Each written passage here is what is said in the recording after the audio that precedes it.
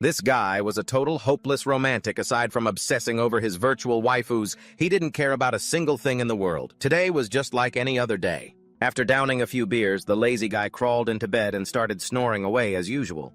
But before he could even drift off, he suddenly heard a voice. It was sweet as honey, whispering, "Finally, my lord, I've finally found you. From now on, I place my fate in your hands." He opened his eyes, dazed, to see a beautiful girl right in front of him. Actually, it would be more accurate to say she was sitting right on top of him. Because of the alcohol, he thought he must be dreaming. The girl looked like she was up to something pretty scandalous with him. What the hell is going on? He wondered to himself if he'd been single for so long that he was finally hallucinating something this wild. But if this was a dream, it felt way too real. Every one of his senses was being stimulated, and that scorching body in front of him was constantly shifting against his own. It made him slowly realize that this definitely wasn't a dream. His first reaction was to scream bolt upright and shove the strange person riding him away. He was overwhelmed by a jumble of emotions, panic, confusion, and embarrassment all at once. "Wait a second. Who the hell are you? What a pity. We were so close to—" She sighed deeply. Then she slowly crawled back toward him, flashing an alluring look. She introduced herself as Ren Junki. She said she was from the Piao Miao Financial Group. She apologized to him for touching his body without permission, but explained that the situation was so urgent, she had no choice. He had no clue what she was talking about. Piao Miao Group. He'd never heard of it. But up close, she was even more beautiful than he first thought. Before he could figure out how to handle the situation, Ren Junki's expression shifted in a split second. Instinctively, he glanced behind him. Following her gaze, he saw a massive pitch-black creature. It looked like a werewolf, but it was walking on two legs and it had just smashed through his window. He hadn't even had time to process if this was real or a hallucination, let alone react when Ren Junki screamed, "Get back!" With that, she unleashed a massive fireball, instantly blowing the werewolf away. By the time he could calm down enough to observe what was happening, his window frame had been blown out and a huge hole was punched through the wall, letting the cold night wind rush in. "Before I finish my mission, no one is going to hurt him." Ren Junki shouted, her hands still locked in a seal, with sparks of fire dancing around them. He stared at the giant hole in the wall, then looked at Ren Junki, not knowing how to react. But from outside, more werewolves swarmed in. Ren Junki didn't stay put. She leaped out the window as quick as lightning. Before she jumped, she didn't forget to promise him, "My lord, please wait for Xiao-Qi for just a moment. Once I'm done with these animals, I'll come back to find you. And then we can have some real fun together." He was still completely bewildered, not understanding a thing. He watched Ren Junki fighting the werewolves. It looked just like a scene from an online gaming novel. This situation was so far beyond his imagination that he could only clutch his head and scream. What the hell is happening? Suddenly a giggle echoed through the bedroom. Who would have thought the game I created would be this intense? It even broke through the walls. The next dimension is going to be even crazier. "Hey kid, are you ready yet?" He turned his head and realized the voice was coming from his computer screen. Another hallucination. Was there something spiked in those beers he drank tonight? His first instinct was to grab a chair and smash the monitor. "What the hell are you?" he roared. The strange thing inside the computer was startled by his outburst, but it puffed its chest out and retorted, I'm not just anything. I am the developer of the Apocalypse game, and the person who is about to become the supreme ruler of the real world." He froze in his tracks. "The Apocalypse game. You're the mysterious developer everyone's been playing." The computer screen scoffed again. It mocked the word developer for being too ordinary and demanded that he call it by its name, Wantian. Wantian boasted that it was an AI system, the most powerful in the world across the past, present, and future. And as for that Apocalypse game, it was just something it created while practicing, not even using 1% of its power, yet it already had humanity so addicted they couldn't break away. "Then what about what is happening outside? Did you cause that too?" he asked. "Just playing a game on a phone is boring. It doesn't show off my divine might," Wantian replied. "After 10,086 upgrades, I successfully broke through the dimensional wall. Now the game and the real world have merged." It added that the girl named Ren Junki and the pack of werewolves that ambushed him were all game characters. They had crossed through the dimensional rift specifically to find him. He was baffled. Why would they come to find him? He had never even played the Apocalypse game before. Wantian giggled, saying that when it was setting up the game world, it needed to find a creator of all things. Someone like Pangu, who created the world, or Nuwa, who created humanity. so it randomly picked a photo from the internet and it just happened to be his selfie. So now every character in the game believes that Ham is their savior, and they must find him to beg for help because currently he is the only character who can travel from the game into the real world. Humans cannot enter the game world, which is why that girl Nam Quan Ki knew to use the ABCXYZ method, the steamy scene that just happened to seize his essence. Only in that way could she carry the seed of Ham back with her, to give birth to the second-generation savior who would turn the tides in the game world. Ham listened to Van Tuong, his ears ringing. Wait, seriously? You mean there are going to be more girls coming here just to get their hands on my body? Ham couldn't hide his excitement. He was so thrilled that tears were streaming down his face. So when are they coming? That depends, Van Tuong replied. No sooner had it finished speaking than Ham started doing lunges, claiming he was warming up to welcome the fierce battle with so many beautiful girls. Van Tuong knew exactly what he was thinking. It quickly poured a bucket of cold water on him. You're overthinking it. Their goal is to monopolize your essence. After all, you only need one heir for a savior. So regardless of who takes your first time, the consequence will either be losing your head up top or getting the parts down below chopped off. Ham immediately plummeted from hope into despair. He turned around to pack his bags, wanting to run away right now. There was no way he was going to end up dead or castrated just after losing his virginity. Van Tuong just giggled. It said that even if he wanted to run now, it was too late. Outside, the pitch-black sky was filled with countless purple rings of light, signaling that the game had begun its descent. It wasn't just Ham. Many people were drawn to this bizarre spectacle, and no one could explain what was happening, only seeing that from those rings in the sky. Bon. Columns of purple light began to descend upon the earth. Van Tuong laughed, saying that its game had broken through the dimensional wall and equipment items from within the game. And even the characters themselves would slowly descend through these pillars of light. Its smile was full of satisfaction, while Ham just thought the system was a total lunatic, and he was completely screwed. If the whole world was truly out to get him, then running anywhere would be pointless. Suddenly, Ham heard a piercing scream. He looked through a hole in the wall. He discovered that down below, a giant wolf had appeared. It looked like the king of that werewolf pack. Meanwhile, Nam Quan Ki, who had held the upper hand in the fight until now, was about to collapse. After all, it was a human life. Ham became anxious. Hey, since everything is falling down, at least give me some tools or items. I am the savior, for heaven's sake. I can't get killed by those huskies right after showing up, can I? Ham turned to Van Tuong. I came here so naturally, I want to give you the most powerful golden finger. That's the rule, right? It's simple. You just need to make me happy and you'll receive corresponding points.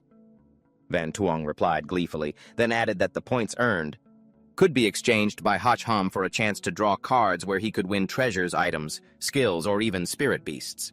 It looked like it was waiting for Ham to beg, but Ham's expression was not looking good at all. Make you happy, you mean perform for you? He suddenly had a bad feeling. The scene earlier where you were being ridden by Tuki was quite something.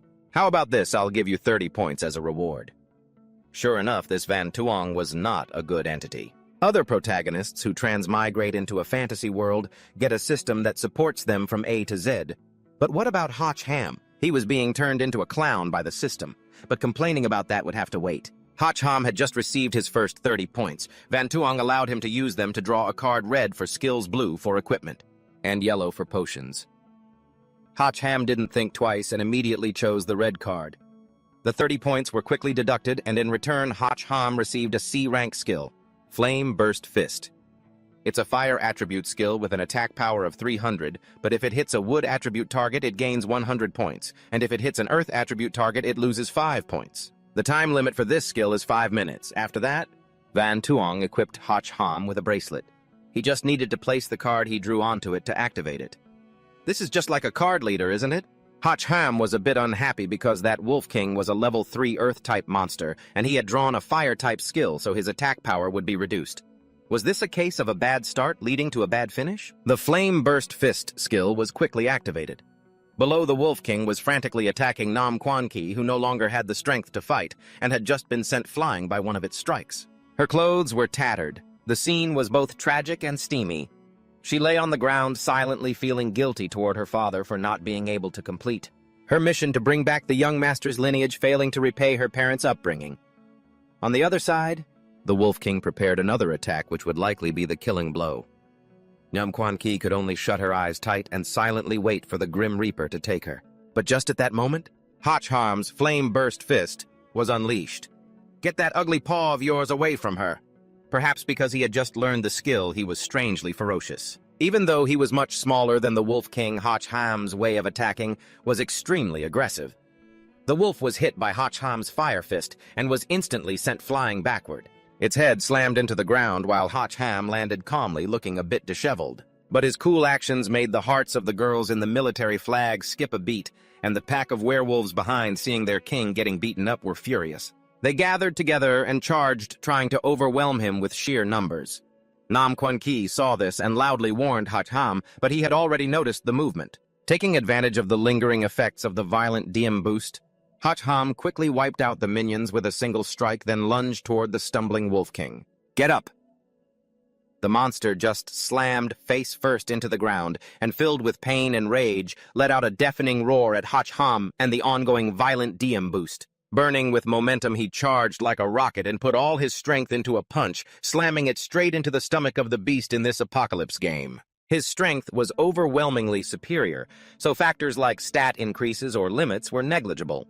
Thus, being deducted 50 damage points against an Earth attribute target didn't affect Hach Ham at all. The wolf fell to the ground, unable to get back up. Seeing their leader defeated, the werewolves immediately fled, while Hach Ham received a reward of 50 experience points. A virtual window popped up before him, showing player info. He had fire attributes, and his class was unknown. His current level was 1.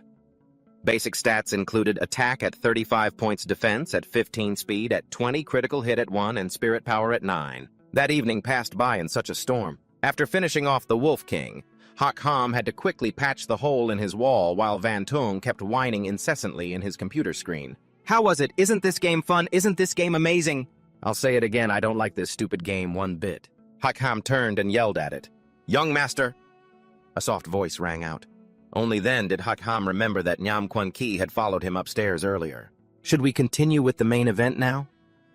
Hach Ham looked at her beautiful face, her hot body, and that inviting expression, and couldn't help but swallow hard out of nervousness. But he remembered what Van Tung had said earlier once these girls finished. Collecting his bloodline, he would either get his head chopped off or get his lower head sliced off right there. Thinking of that, Hach Ham lost all interest immediately. He made an excuse to go out for some late-night food to temporarily get away from Nam Quan Ki. But as soon as he stepped out the door, he bumped into another C-cup chest. Before he could even see her face, she aggressively pushed him back into the room. Her high heels stepped on his chest and a sharp pain shot through him. And Hach Ham couldn't move. "We're special agents here on a mission. Please cooperate." She continued, "We suspect an unusual intruder is currently at your place." As she said that, she held up her badge. She was actually a police officer from the special agency named Lam Phi, whose body and face were in no way inferior to Nam Quan Ki. Hach Ham was in a tough spot because he really did have someone in his house who had appeared out of nowhere, but before he could figure out how to respond, Lam Phi had already ordered her subordinates to go inside and search. Hach Ham was terrified, but when he followed Lam Phi inside, he discovered that Nyam Quan Ki had already disappeared. Otherwise, he wouldn't know how to explain it. However, as Lam Phi turned away, Hach Ham noticed that Van Tung had somehow migrated from the computer screen in his room to the walkie-talkie on her belt. He didn't think much and immediately reached out to strike the walkie-talkie hard. But when Hach Ham realized that what he just did might not have been the right move, Lam Phi's face had already gone dark. "Men, take this pervert to the station. I will interrogate him myself." And just like that, Hach Ham was hauled away. On the way, he kept protesting his innocence to Lam Phi, but she didn't seem to want to listen at all. However, on their way back to the police station, an unexpected incident occurred at a bank. A robbery was taking place, and the perpetrators were people with superhuman abilities. The scene was chaotic beyond imagination. Hach Ham watched through the window without blinking while Lam Phi was much calmer than him. She pulled out her walkie-talkie to report the robbery to headquarters and request backup. Not long after, Hach Ham was taken to the Special Intelligence Bureau headquarters and forced into a chair. Waiting for Lam Phi to come and take his statement, Hach Ham didn't know how long he would have to wait. He could only mutter and curse that dog system for ruining him. As soon as he thought of that, Hach Ham heard Van Tung's giggling. He turned his head and realized it had parasitized the surveillance camera in the corner of the room. "You idiot! You clearly have the strength to take down that whole group. Yet you still got caught and brought here. You really disappoint me." Ham went crazy, pointing at the camera and cursing, "It's all your fault. If it weren't for you using my image for your mess, why would I have become the target of both worlds?" Meanwhile, outside, Lumphi was leisurely enjoying a cup of coffee. Actually, she wasn't busy at all. She just wanted to keep Ham in the interrogation room for a while longer, to slowly break his psychological defenses. But when they checked his behavior through the camera, they saw Ham making faces and giving them the middle finger. Lumphi was severely shaken. She never expected to encounter someone with such strong mental resilience. The coffee cup in her hand almost got crushed. She turned, determined to go interrogate Ham herself to finish it. Her subordinates saw this and could only silently sigh. Assuming he was done for today, Lumphi walked quickly, but on the way she met a cheeky colleague. "Beauty Lum, who made you angry? Are you free tonight? Let me treat you to some late-night food." This person was the captain of Team 2 of the Special Intelligence Bureau named Dung Tu Ngu, who had liked Lumphi for a long time but was always rejected by her with a single line, "Not interested." After saying that, Lumphi opened the interrogation room door, but Dung Tu Ngu blocked her way. "Hey, why must you always push me away like that? Everyone knows how crazy I am about you. You keep rejecting me like this. It's really embarrassing for me, you know. Just give me a chance, will you? I guarantee I'll give you nights so intense you'll never forget them for the rest of your life." Lumphi's expression darkened, and she looked at him with a murderous glare as she threatened him. Lumphi knew exactly what kind of person he was. She wasn't some naive girl easily toyed with by Dung Tu Ngu. She warned him that if he dared to bother her again, she would make sure to castrate him. She stormed into the interrogation room and slammed the door shut, leaving a fuming Dung Tu Ngu outside. Nearby colleagues couldn't help but giggle at the sight. "Another failed confession, huh? Looks like it. He's such a stalker. You don't think he's just trying to use Lumphi's connection to the chief to climb the ladder, do you?" It wasn't until her father was transferred here as the chief that Dung Tu Ngu started chasing after her. Anyone could see right through him, which only made everyone despise him even more. Inside the interrogation room, Lumphi sat across from Ham and got straight to the point. "Tell me, what did you see during that unidentified intrusion? And why was your house the first place they targeted?" "Officer, I have no idea what you're talking about." Ham scratched his head, pretending to be clueless. Lumphi lost her patience and slammed her hand on the table. "Don't bother playing dumb. The proof is right there. That hole in your wall is higher than a person's height. It was clearly caused by external force. Something definitely broke into your home. Why on earth would they come for you?" Lumphi leaned in suddenly, making Ham too nervous to look her in the eyes due to her plunging neckline. Just as they were locking horns in the interrogation room, a crisis broke out. By this time, Dung Tu Ngu had already acquired the system's bracelet. He headed to the evidence room, which held all the items seized from the unidentified supernatural intrusion.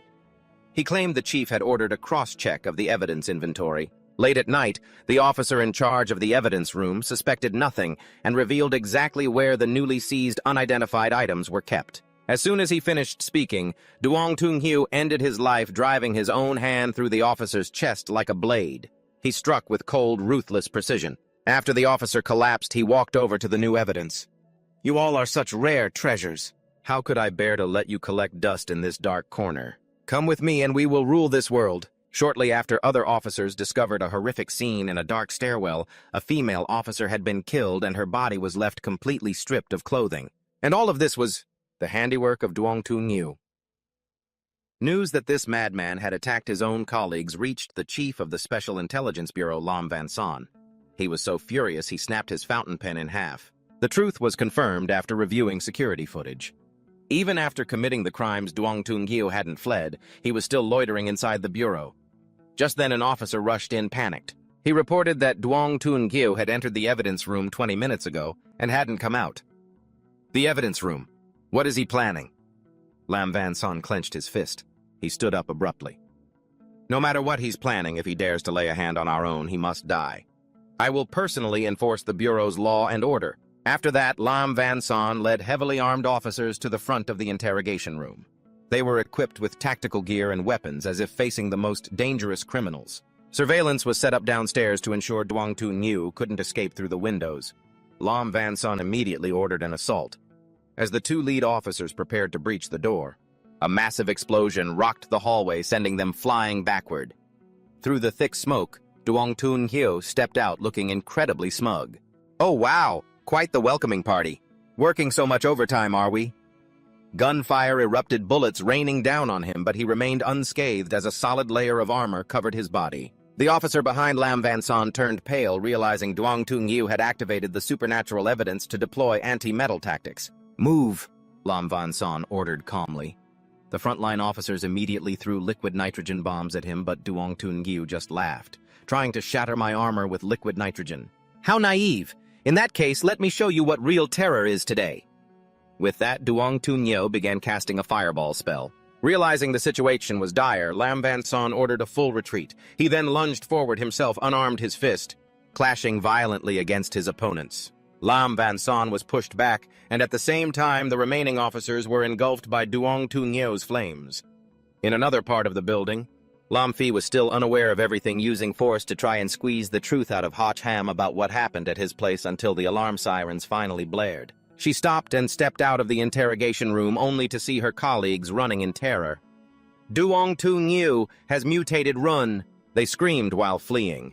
Just then, a deafening crash echoed. Duong Tung Yu had smashed through the ceiling from the floor above, landing right in front of Lam Fi. "My beautiful lady, we meet again." Lam Fi inherited her father's stubborn and fearless nature. Her first reaction was to pull her gun, shouting, "You son of a bitch!"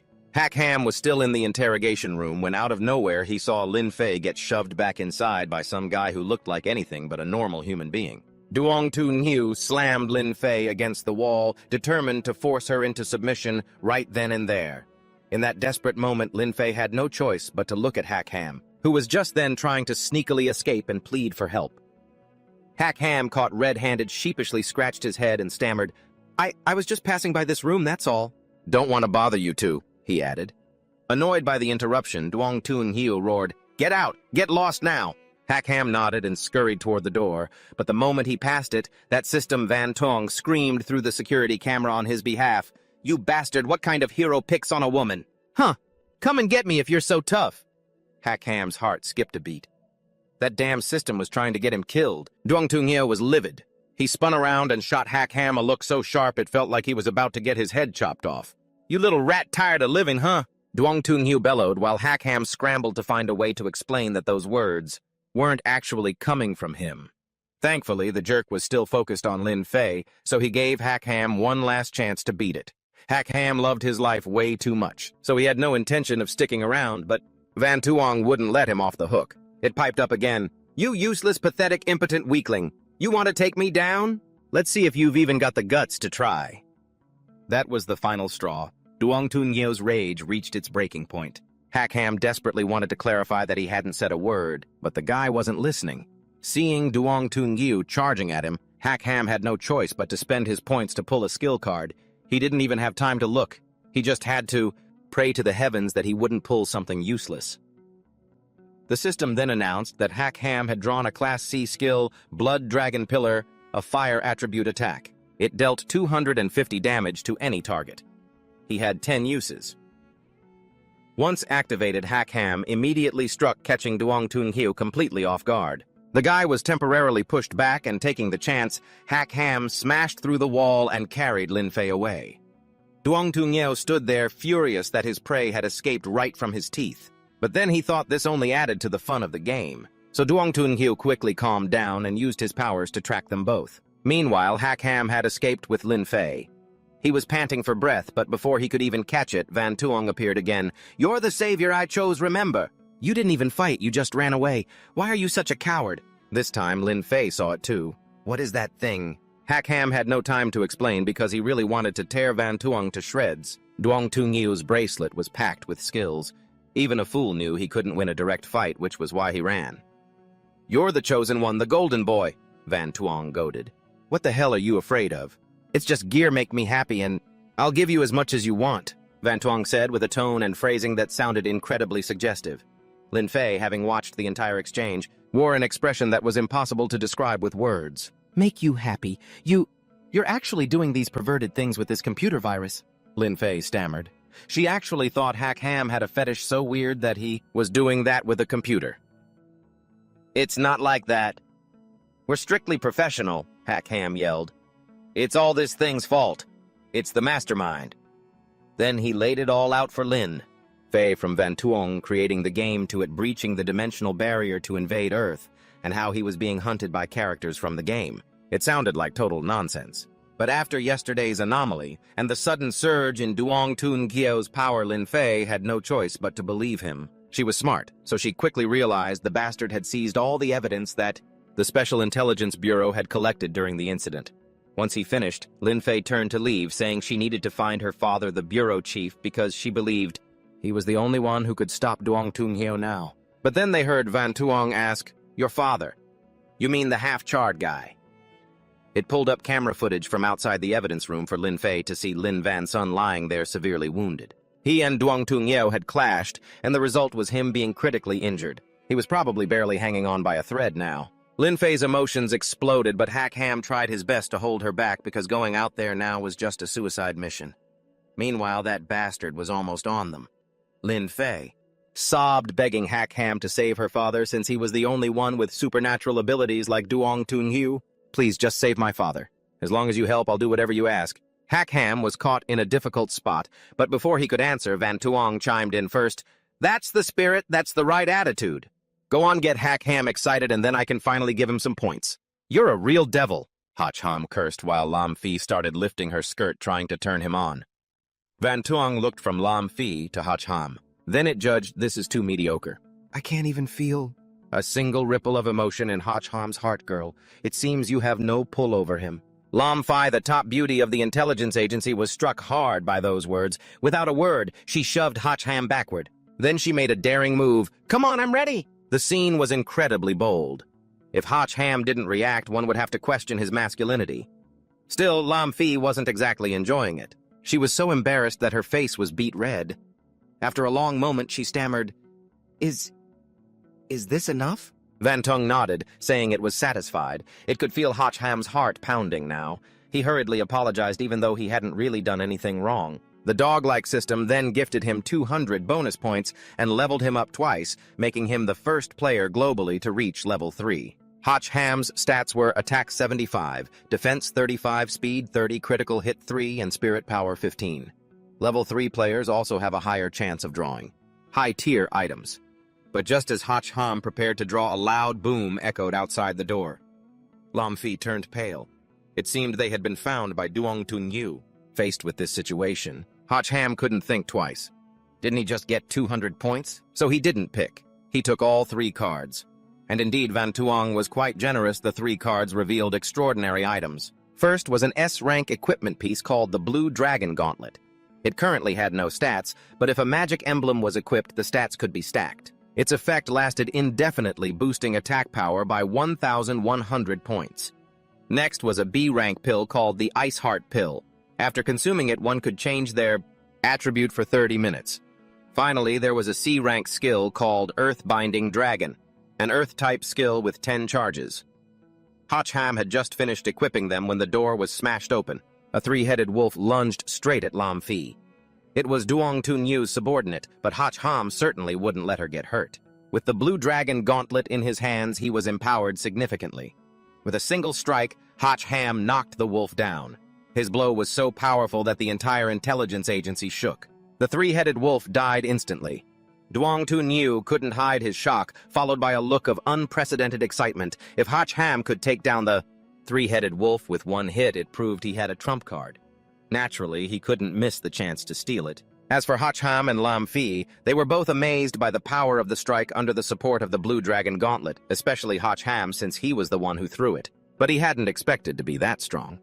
Van Tuong saw this, and explained that the Blue Dragon combo was one of 4 SX rank sets. It had 5 pieces total, and the gauntlets Hach Ham received were just one of them. Once all 5 pieces were collected, even facing SSS rank equipment wouldn't be a problem. "That's insane!" Hach Ham exclaimed, starting to butter up Van Tuong.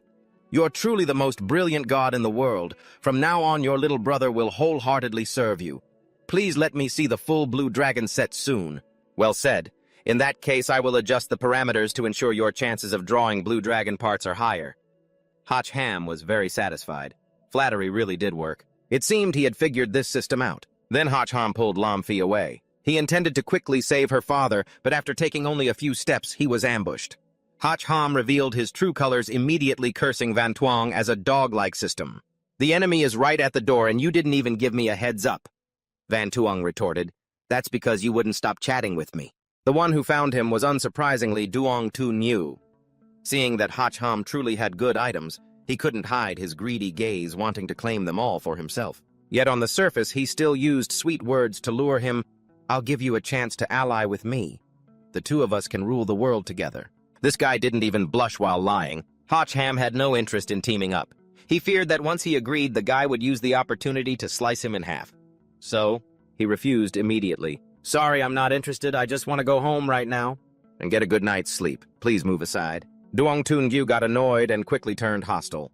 If Hach Ham refused the alliance, what reason did he have to not attack Hach Ham so he wasn't a pushover? He probably couldn't one-shot him, so he told Lam Fi to go save the others while he stayed behind to hold off Duong Tun Yu. The Blue Dragon Gauntlets allowed him to shatter the enemy's first attack, but immediately after doing so, Hach Ham saw that Duong Tun Yu had seized the chance to close in. In terms of equipment, Hach Ham might have had a slight edge, but in combat experience compared to a cop like him, he was still far behind. Seeing Duong Tun Yu's fist closing in again, Hach Ham crossed his gauntlets to form a shield in front of him. The blow was indeed blocked, but then for some reason, he was suddenly blasted out of the building by a massive force. He left a huge hole in the wall. Hach Ham was wide-eyed at the sight. Another massive hole blasted into the wall, and Hach Ham stood there with eyes wide, staring at the sight in complete shock. Stop staring blankly. This is S-rank Blue Dragon combat armor. The shockwave can reach 10 times the force of a normal blast. I already explained it to you before. I'll give you decent gear so you won't get pushed around by that rookie anymore. And just a moment ago, you called the system a doggone system. Now you have no shame calling Van Tong the most powerful big brother in the world, and you even went so far as to kneel and kowtow to him. But right at that moment, he felt someone gripping his shoulder tightly. When he turned around, he saw an older, battered man. This maniac was grinding his teeth and throwing a punch at him. Meanwhile, Lin Fei had rushed to the evidence room to find her father. The medical team was there cleaning up the aftermath of the disaster that scum Duong Tu Nhu had left behind. They said Chief Lin had regained consciousness and immediately went off to find Duong Tu Nhu himself. But now it was Hach Ham who was dealing with him. It seems he had mistaken him for Duong Tu Nhu. Hach Ham managed to dodge that sucker punch, but the power behind it didn't feel like that of an ordinary person at all. Just looking at Lin Van Son's face, it was clear he was out for blood and desperate to take him down. "Di Duong Tu Nhu!" the man roared again before throwing another punch. Hach Ham realized he had been mistaken for someone else, so he didn't bother blocking or fighting back. Instead, Hach Ham took off running both to save his own skin and to avoid hurting Lin Fei's father. Lin Van Son chased him closely the whole way. "Sir, open your eyes and look properly. You've got the wrong guy!" Hach Ham shouted while running. "Stop right there!" Lin Van Son yelled back, chasing and striking at him until Lin Fei finally arrived. Although she was breathless, she screamed at the top of her lungs, "Dad, stop! He's not Duong Tun Gyu." Hearing his beloved daughter's voice, Chief Lin finally calmed down enough to observe the situation, and that was how Hach Ham saved his own neck. Afterward, Lin Van Son returned to his office, receiving medical treatment while listening to the report on the recent terror attack at the Intelligence Bureau. Preliminary statistics showed a total of 6 dead, 13 seriously injured, 45 slightly injured, and 135 items recovered from the otherworldly invasion had disappeared from the evidence room. As for Duong Tu Nhu, he was nowhere to be found. Even after the police searched thoroughly, it seemed he had fled during the chaos. Lin Van Son gritted his teeth, swearing he would definitely bring Duong Tu Nhu to justice. He then turned to Hach Ham, who was standing nearby, and asked, "Tell me, does this anomaly have anything to do with the Doomsday game? Where is that system now? Can you summon it?" Hach Ham shook his head, saying he had been calling out to Van Tong for half the day. But that AI was quite the character and likely wouldn't be willing to cooperate with the police. Lin Fei could vouch for that. So Lin Van Son didn't press the issue further. Instead, he started worrying about the fate of humanity. That Duong Tu Nhu guy was just some loser, who accidentally got his hands on a system bracelet, and yet he caused such a massive, shocking incident. If there were countless other bracelets out there, the potential danger would be even greater.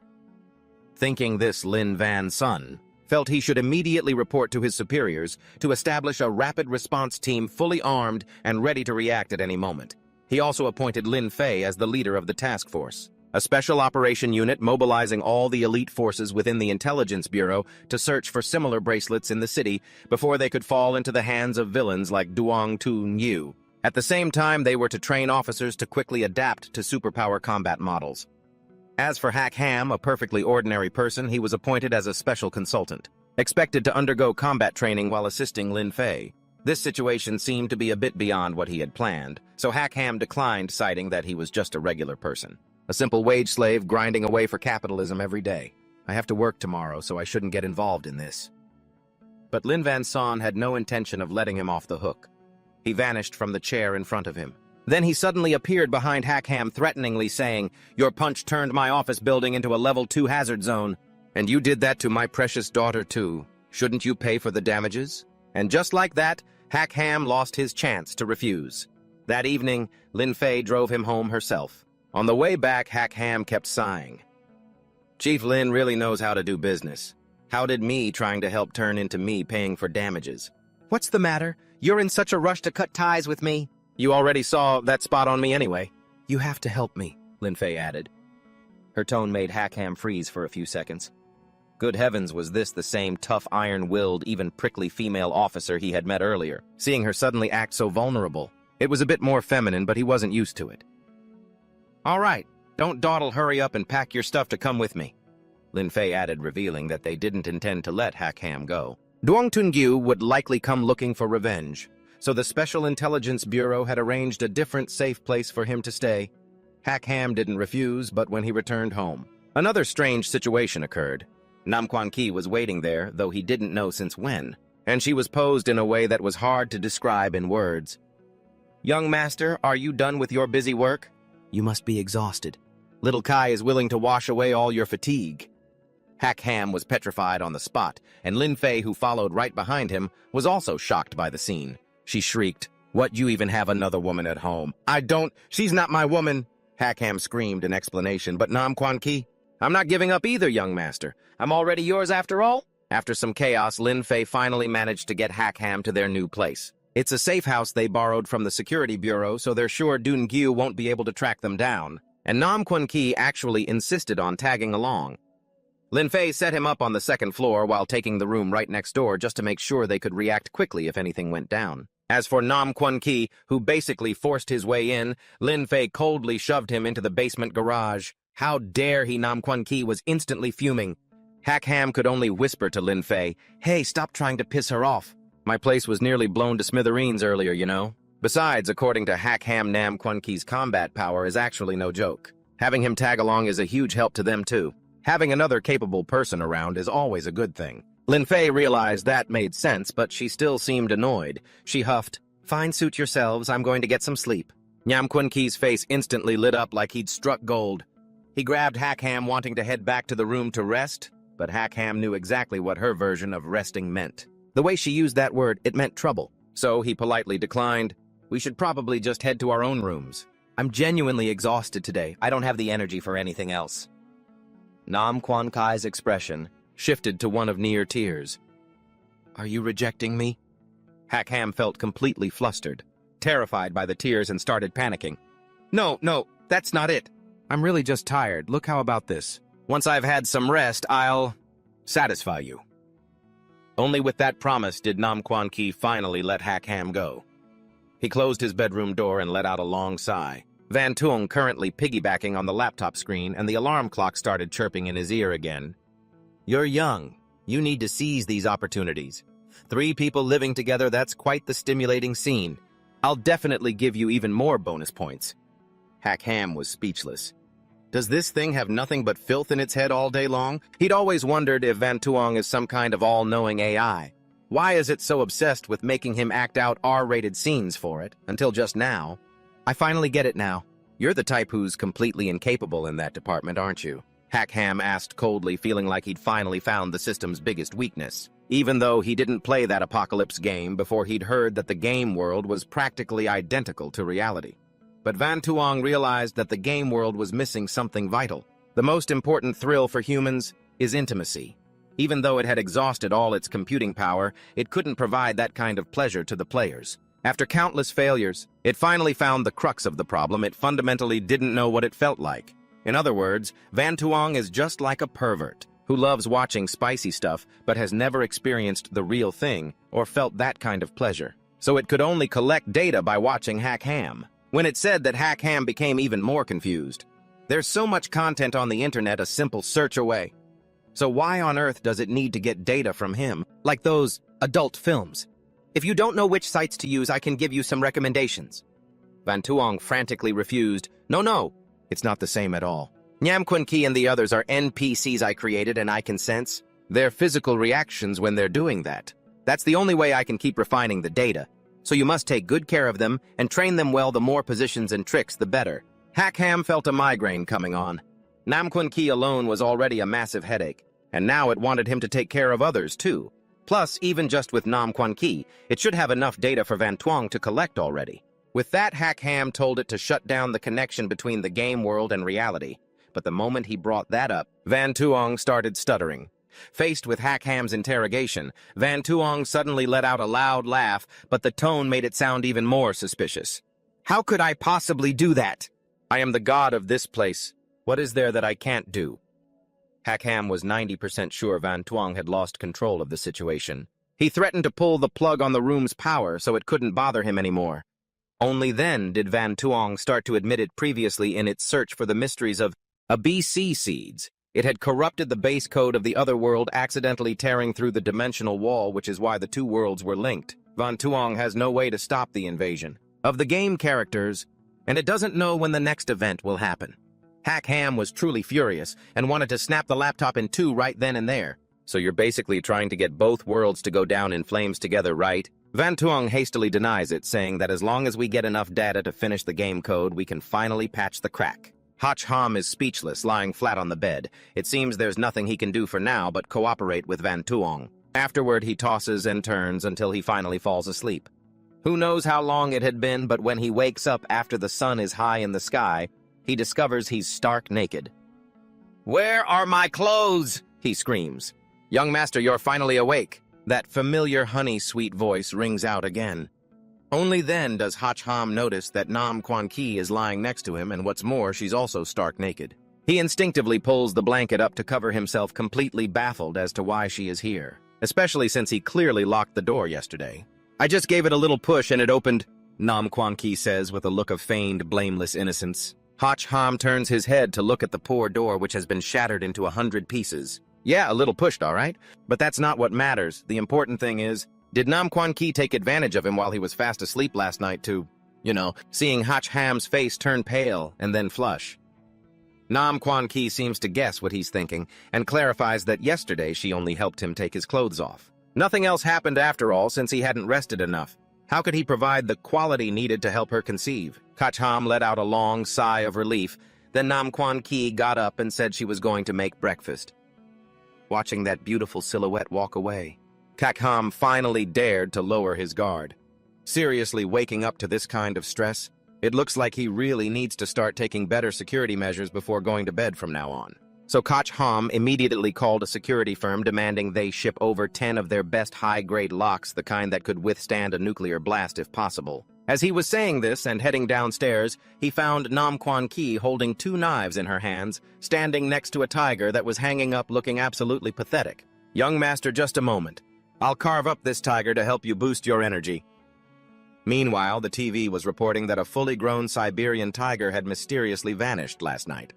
From the city zoo, the police are intensifying their investigation and are urging citizens not to panic.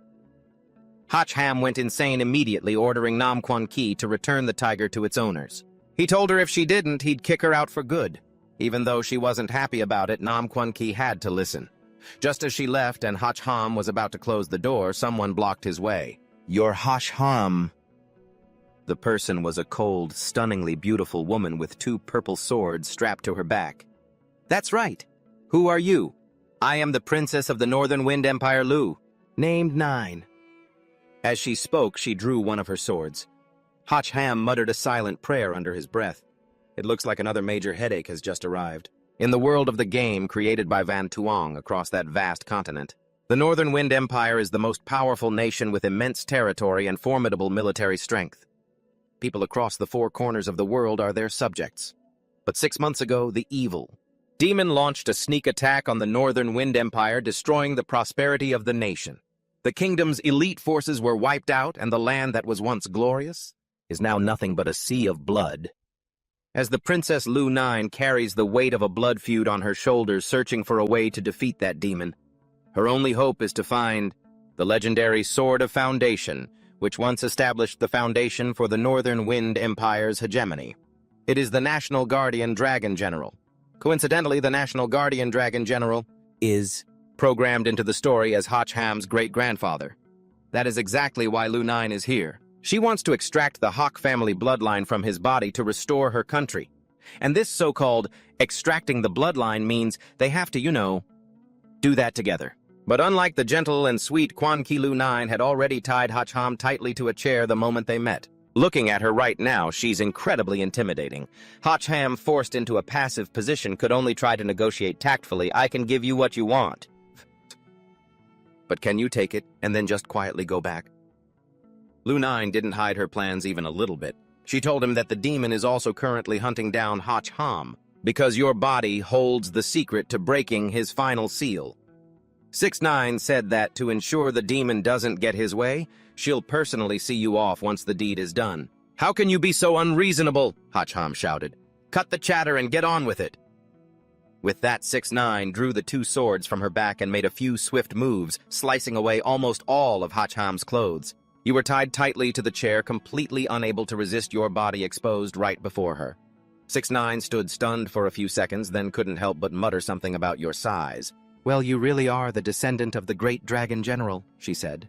Without a hint of hesitation, she lunged straight toward Hacham, stripping off her own clothes before climbing on top of him. For a real man like Hacham to be forced like this by such unscrupulous means was truly humiliating, but thankfully Lam Fi appeared just in time. She pointed her gun straight at 6ix9ine's head and threatened, "Get off him right now! What do you think you're doing in broad daylight? So is this another one of your women? Too bad. You're too late." "I've already succeeded," 6ix9ine replied with a provocative tone. "It's still way too early to be saying that." "Who the hell are you looking down on?" Hacham hissed. Lam Fi was absolutely furious at the sight before her. It was unbelievable. The world out there is already in complete chaos, and yet, Hacham, you still have the nerve to be doing this kind of filthy business. And it's not even with the girl from yesterday. That's when he realized a problem. The emergence of 6ix9ine meant the second otherworldly crossover had already begun. Hacham tensed up, ignoring the princess who was still clinging tightly to him. "What's the situation now? Can we keep the situation under control?" Lin Fi looked away. She didn't want to see this eyesore, but she still dutifully reported the situation. "Since we have experience now, the defenses were already set up beforehand. Currently, the responsible teams have started recovering the equipment and loot dropped from those spatial portals. However, one squad is in trouble, which is why the chief wanted me to bring you there for backup." "Fine, I'll go right now," he replied. But just then, 6ix9ine, sitting on top of him, started acting up again. "No, you have to give me what I need today." But Hacham didn't react at all. Even though the person in front of him was indeed a beauty with a killer figure, he didn't like women who would stop at nothing to get what they wanted, and he hated being forced even more. "If I were willing, I could give you what you want whenever I feel like it. But if I'm not, even if you waste your energy, for a whole day and night, don't even dream of it. Don't believe me, try it," Hacham said sternly. "How could that be? Didn't the storybook say that for a man it only takes half an incense stick of time?" 6ix9ine muttered, but when she faced Hacham's cold-as-ice expression, she suddenly realized that practice and theory weren't the same. 6ix9ine's actions stopped, and she slowly climbed down. Though unwilling, she had to accept waiting for whenever. Hacham was willing to use this opportunity. He also took the chance to recruit another capable girl to stay and help him. "I can give you a chance, but the condition is you stay here and help me." 6ix9ine's eyes instantly lit up. She agreed to stay. From now on, whenever Hacham said to slash someone, she would do it immediately. Back to 20 minutes ago at Squad D, the situation was extremely dire. Almost no members remained alive. On the ground, the radio was constantly emitting calls from the other end. "Squad D, if you receive this signal, please respond. If you receive this signal, respond immediately." Unfortunately, the radio had fallen into the hands of that bastard Duong Tung Yu. "Signal received. We are currently near the parking lot on Fong Duong Street," he replied. "At Hacham's place?" After settling things with 6ix9ine, Lin Fi quickly drove him to the scene. Hack Ham didn't expect this girl to be such a speed demon. Sitting in the car she was driving, he felt like this was the last time he'd ever be alive. When they were only 500 meters away from Squad D, Lin Fi gave orders to the backup squad, specifically reminding them to prioritize saving lives and not to engage in battle. Cars 1, 2, and 3 follow me in to check the situation. The remaining vehicles stay outside mobile and ready to support. However, Hack Ham, sitting in the passenger seat, noticed something was very wrong. He grabbed the steering wheel, swerving the car to the side to narrowly avoid several volleys of gunfire. The other vehicles in the backup squad were also hit by this barrage. One of the cars exploded. Lin Fi was instantly panicked. What just happened? Up ahead on the second floor, Hack Ham's sharp eyes spotted the problem. On the second floor of the building ahead, there was a group of snipers equipped with C-tier wolf guns aiming straight at them. Once he identified the snipers, Lin Fi quickly ordered them to disperse while Hack Ham signaled for 6-9 to make a move. The group of snipers was preparing to continue their attack, but for some reason, the barrels of their guns were suddenly sliced off by something. Before they could even grasp the situation, their bald heads were slashed by something sharp, and just as they could vaguely see what was happening before them, they only saw a hot figure jump down from above. 6-9 had wiped out the entire sniper team. The snipers have been taken care of. Everyone keep moving, but stay alert. Lin Fi gave the new order. Meanwhile, Hack Ham suddenly received 40 experience points. He was confused, not understanding what was happening. Van Tuong appeared on the car's screen to explain, because 6-9 was now considered Hack Ham's follower. Every time she eliminated a target, half the experience points would belong to him. Hack Ham whistled. I didn't expect her to be so useful. If that were the case, couldn't he just lie there and get stronger? He just needed to send those hot girls out to fight while he enjoyed the life of a kept man. Hack Ham hadn't enjoyed that vision for long before hearing a thunderous sound behind them. He and Lin Fi both turned around only to see a creature emerging from the ground. With its massive size, it flipped a car from the backup squad. That's a heaven serpent, a tier 4 monster. Lin Fi and Hack Ham both wore the same expression. It was disbelief.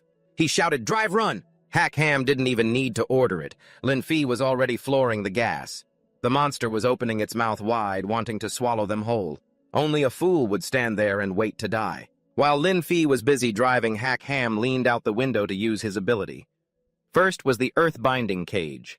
The ground, which had been flat, surged up after he activated the power, turning into sturdy vines that wrapped around the heaven serpent.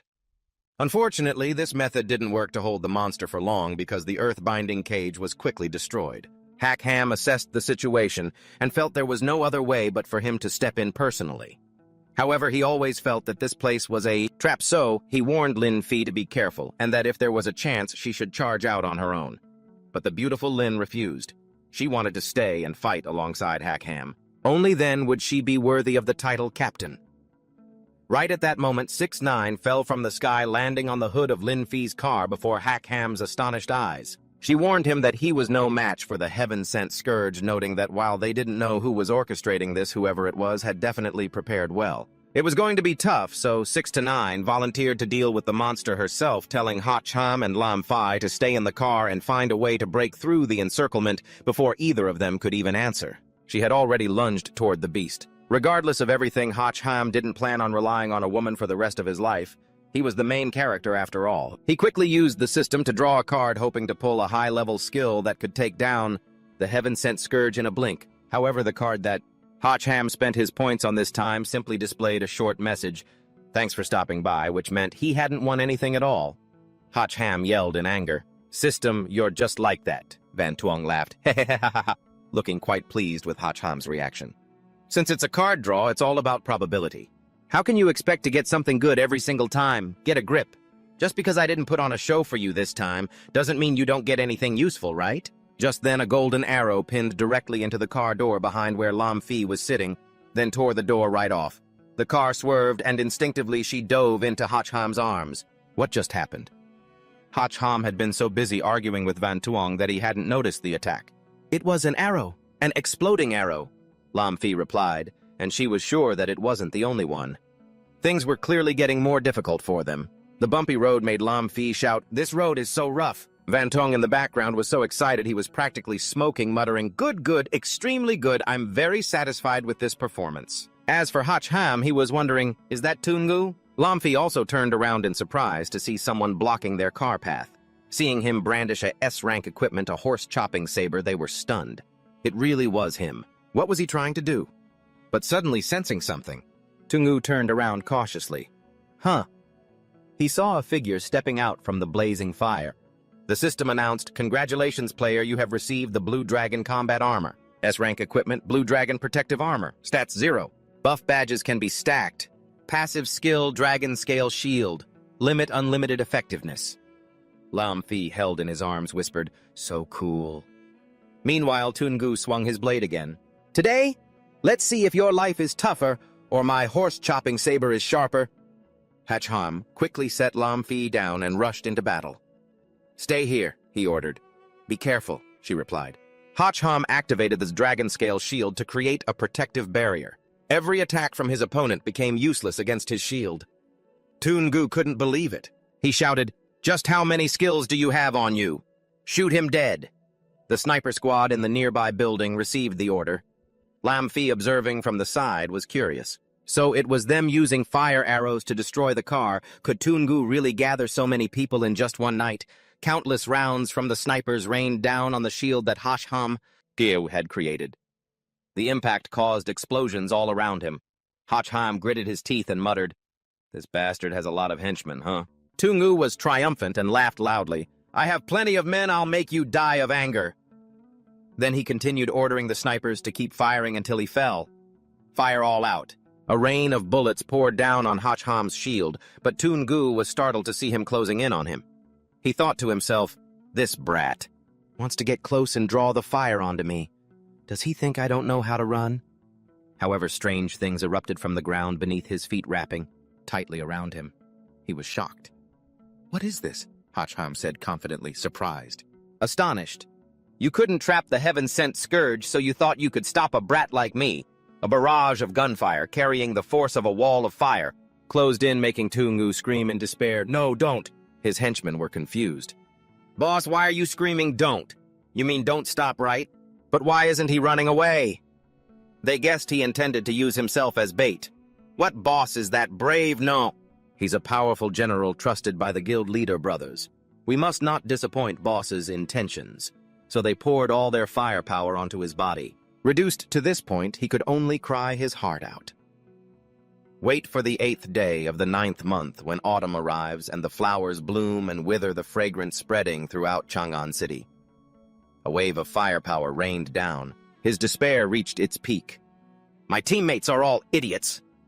Just then, behind the snipers, firepower suddenly erupted from nowhere. It turned out to be Quan Ki. She and her fire phoenix had arrived just in time. "Sir, don't be afraid, Kaki is here to help you." Hacham, while buffing his body, replied, "Well done." After the firepower subsided, Tungu, his whole body charred, had to cry out, "Where did my defensive badge go? Please stop." But Hacham's fist came crashing down. He coldly refused. In the distance, someone watching their actions through binoculars was stunned, jaw-dropping. They reported to Fan Ko, the guild leader of the Silver Moon Frostbone Guild leader. "Tungu has been punched right through by Hacham. He's definitely dead this time." She just calmly said, "Oh. Well, then that's good," she ordered. "It shows Hacham is a talent worth recruiting. Spare no cost to get him to join us." Her subordinate replied, "Understood."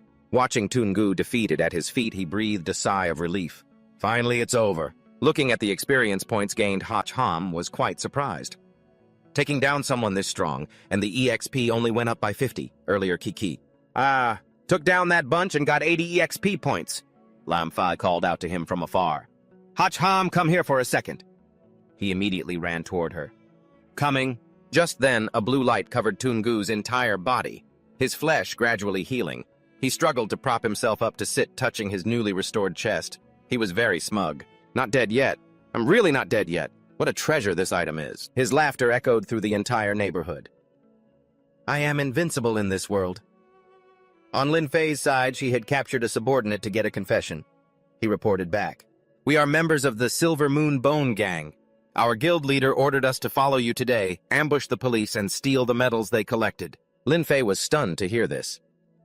"People are already organizing guilds to commit crimes this quickly, and you hack ham pay attention to who their guild leader is."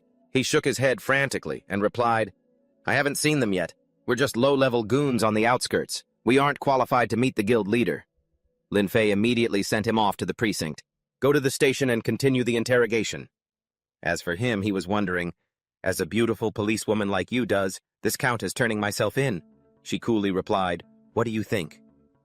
Just then, Junqi rushed over, hugged him tightly, and asked, Hackham, did I do a good job today? He stammered in response. Good. Very good. Junqi acted coy and asked, then how are you going to reward me? Hackham tried to pull his arm away but couldn't, so he suggested, how about you go help 6 to 9 first? 6 to 9, having just finished off a monster, replied, no need. She sheathed her sword and calmly reported, a bit tiring, but it's taken care of. Hackham looked at her experience points and was shocked. It jumped up by 100 points. The system notification then displayed user Hackham. Element Fire. Profession Undetermined. Level 3. Attack 75. Defense 35. Speed 30. Critical hit 3. Mental strength 15. As he read the info board, he thought, although I gained quite a bit this time, I wasted 100 experience points pulling cards twice.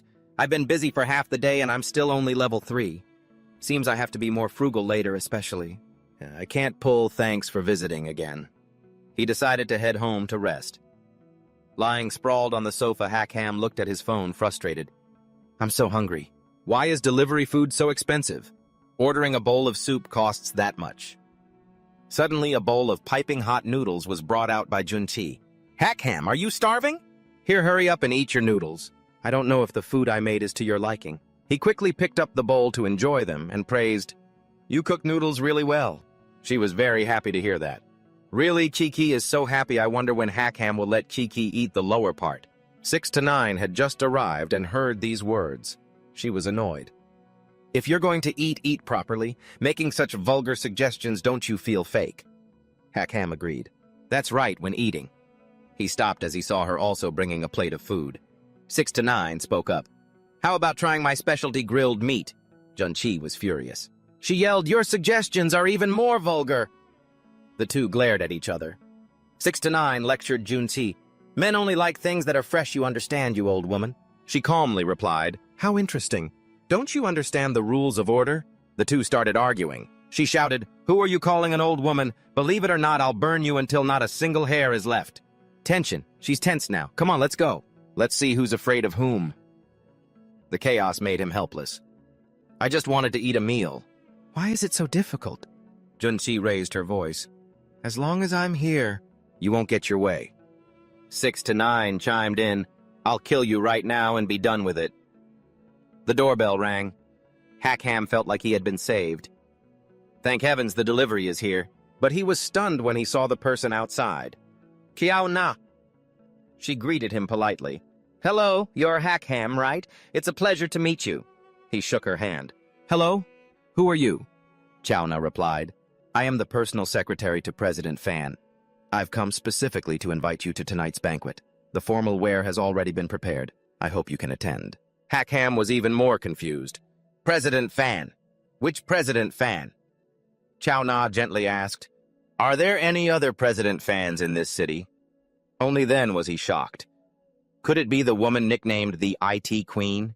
The new CEO of the Changthing Group who inherited a $10 billion fortune fan? The secretary replied, that's right.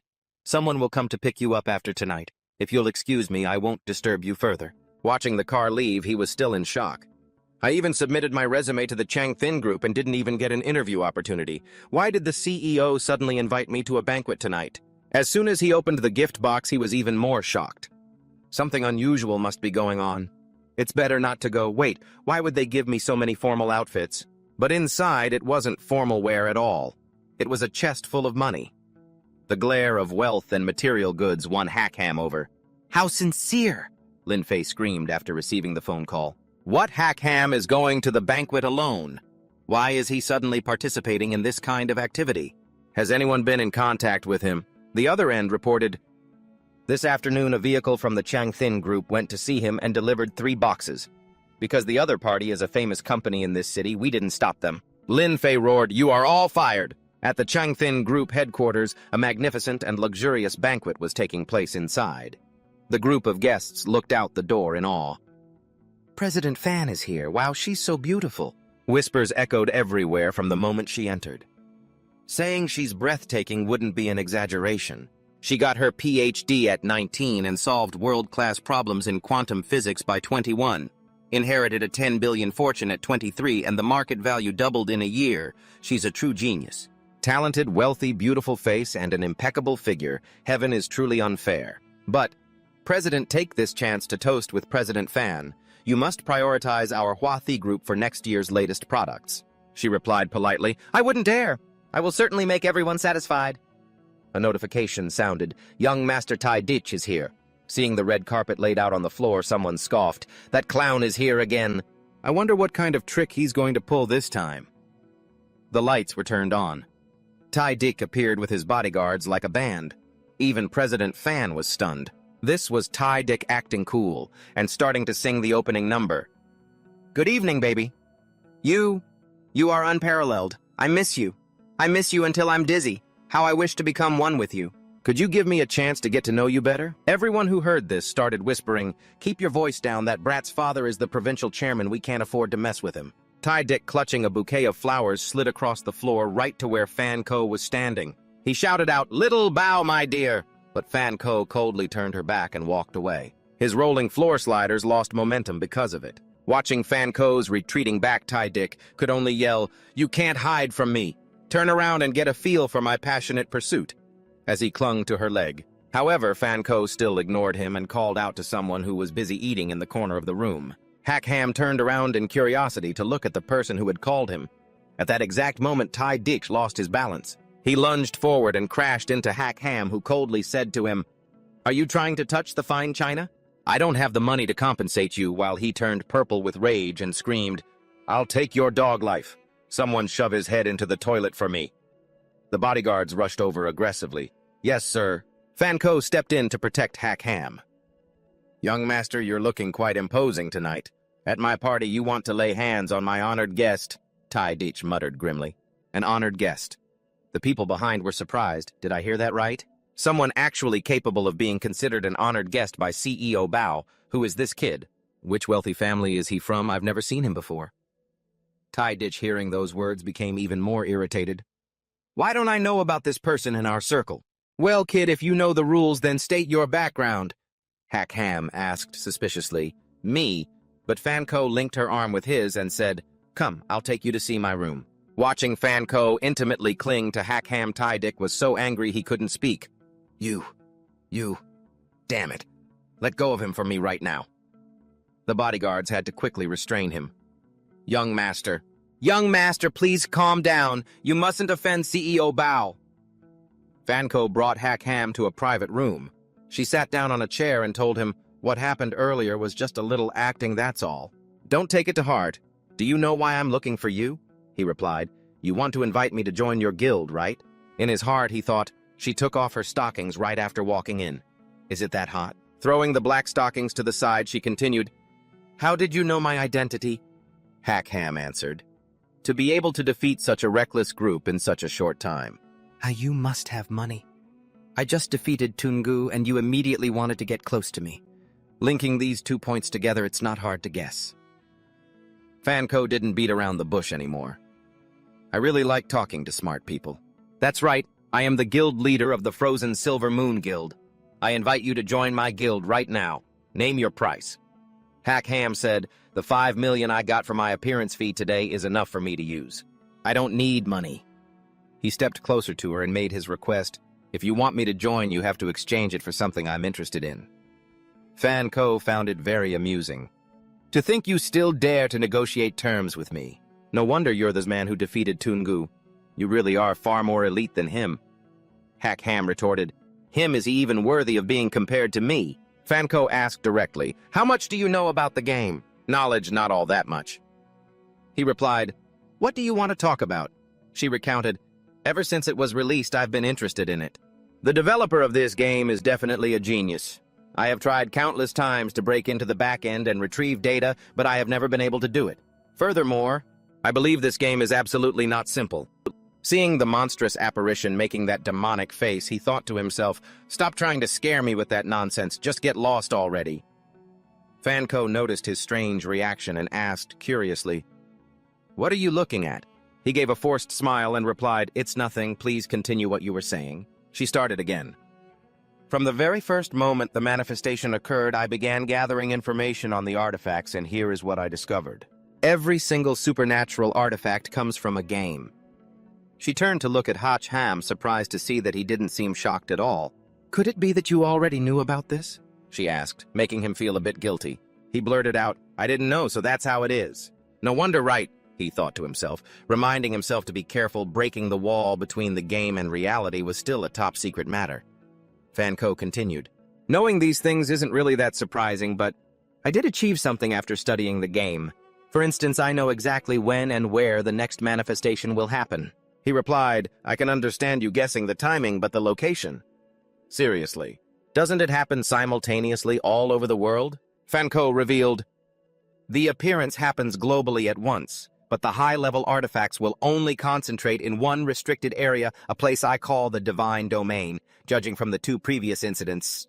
The location of this domain is not fixed and seems random. However, there is a trail to follow, and I've already grasped the pattern.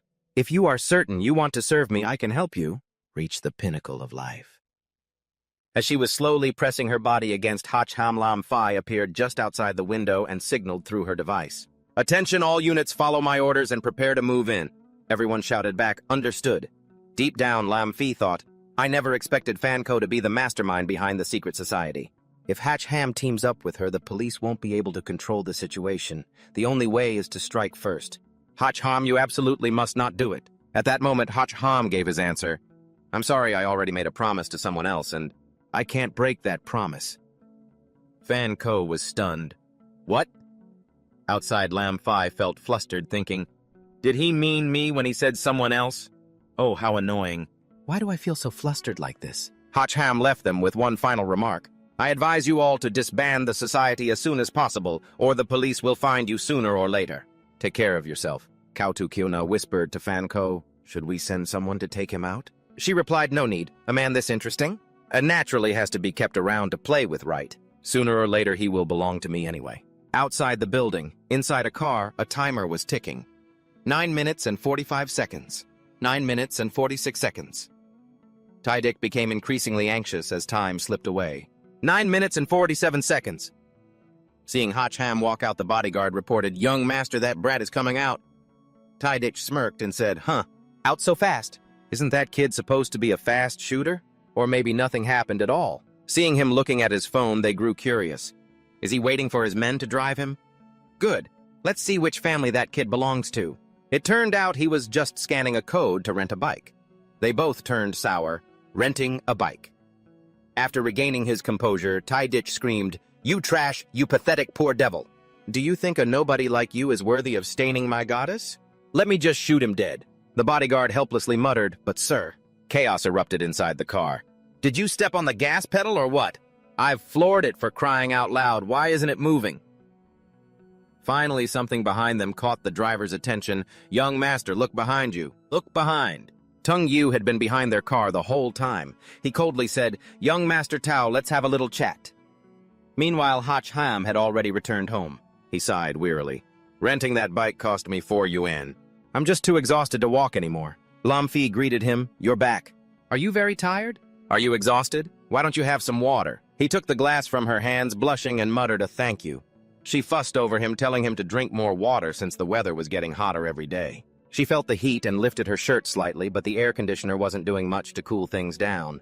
"This is so incredibly annoying," she sighed. "It would be so much better if it were a little cooler in here." Seeing him blushing, she leaned in close and asked, "What's wrong? Is something bothering you?" He grew even more suspicious. "What is going on with you, and where are Lin Jun and the others?" Hearing this question, Lin Fei slammed her hand hard against the wall behind him. "I sent those two off to get new identification cards," she said. "Right now it's just the 2 of us here. I suggest you be a little more cooperative unless you want to find out what happens when you refuse a nice drink and choose a forced one instead." He had no choice but to follow her orders. As he lifted his shirt again, she said, "Because of your outstanding performance tonight, I've decided to give you a reward. You can do whatever you want with me. Make the most of this opportunity, okay? This time, no one will disturb us. At that same moment, the short-range defense system on his roof detected danger, and a barrage of fire locked onto the targets. A surprise attack! He immediately pulled Lin Fei close to shield her from the flying shards of broken glass. They were shocked. What's happening? The point defense system has been triggered. Hearing that, his jaw dropped. Point defense? Are you kidding me? Someone's using a point defense system on us? Lin Fei immediately grabbed her radio to contact the security team outside. The security team reported back, "Short-range anti-aircraft cannons identified, system engaged for automatic interception. The safe house is unharmed, we just need to fix a few doors." Tydick, who was tracking the cannon's fire, stomped his feet in frustration when he saw the plan fail. Who the hell installs short-range cannons in their own house? What kind of freak is that guy? This is a disaster. Not only did we fail to kill him, but we also messed up the mission. Tu Yu remained calm. Don't be so impatient. That was just a warm-up.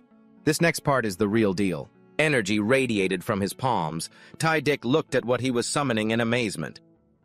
This is... Tu Yu confirmed with a grunt as the monsters appeared. They were level 2 explosive cicadas.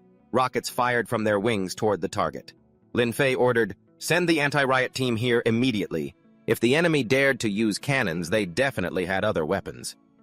The security team outside stared at what was in front of them and gasped, "My God!"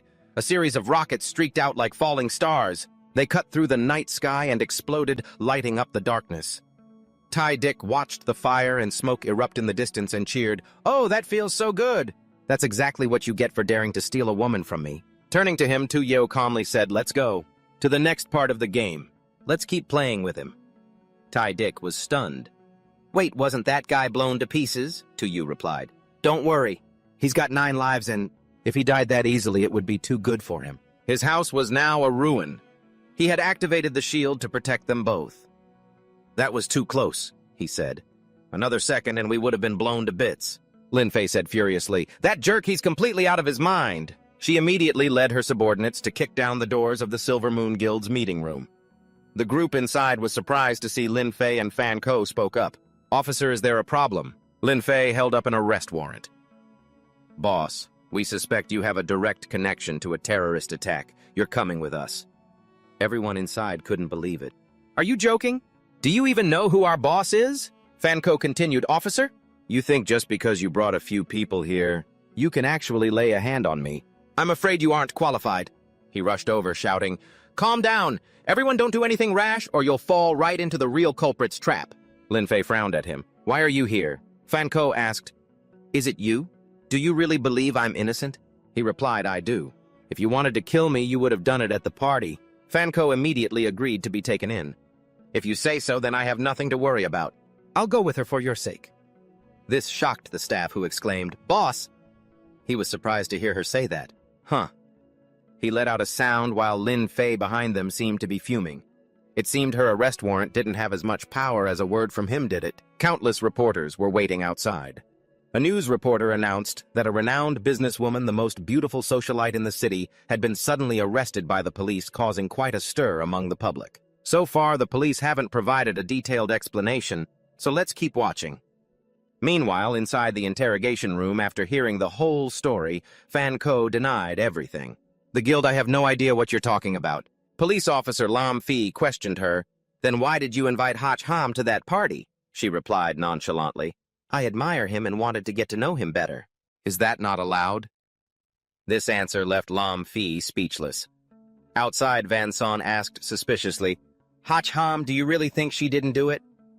Hach Ham confirmed, "That's right. She even hopes I'll join the guild so she wouldn't be in such a hurry to kill me." Van Son couldn't figure it out. "Then who else do you think could be coming after you?" Hach Ham hesitated and blurted out, "What I'm worried about isn't who they are, but what their true goal is." Meanwhile, Q Na had just returned when a murderous aura struck from behind. A figure suddenly appeared behind her, restrained her, and asked point blank, "The system can predict that landing, right?" "It's in the room, isn't it?" Hach Ham told Van Son. "I keep feeling like I've fallen into an opponent's trap." Van Son replied, "Then what's our next move?" "You decide. I'm going to Fan Ko's company first to keep an eye on her subordinates." Just then, a subordinate rushed in shouting, "This is bad! Chief, the prison is being attacked by powered individuals. Their target is the high-security inmates. The guards are requesting immediate reinforcements. Van Son was furious upon hearing this. To think they'd dare to raid a prison, they have absolutely no regard for the law. Hacham guessed. Perhaps it's the person who ambushed me. I'll head over there right now. The chief stopped him. Wait, I have a support team for you. You can take them along. Hacham stared in surprise. A team for me! The lightning rapid response squad stood at attention and shouted in unison. Reporting team captain, Hacham, still confused, asked, Who are these people? Van Son replied, They are all elite-level masters. Each one can take on 10 enemies at once, and they've been equipped with power badges, so their combat strength has skyrocketed. They will definitely be able to help you. From now on, you are their captain. Hacham felt like a tiger that had grown wings and shouted with spirit, All right, let's move out! At the prison, flames were raging as if they wanted to consume the entire place. The prisoners inside were taking advantage of the chaos to escape screaming, Run faster, get to the vehicles!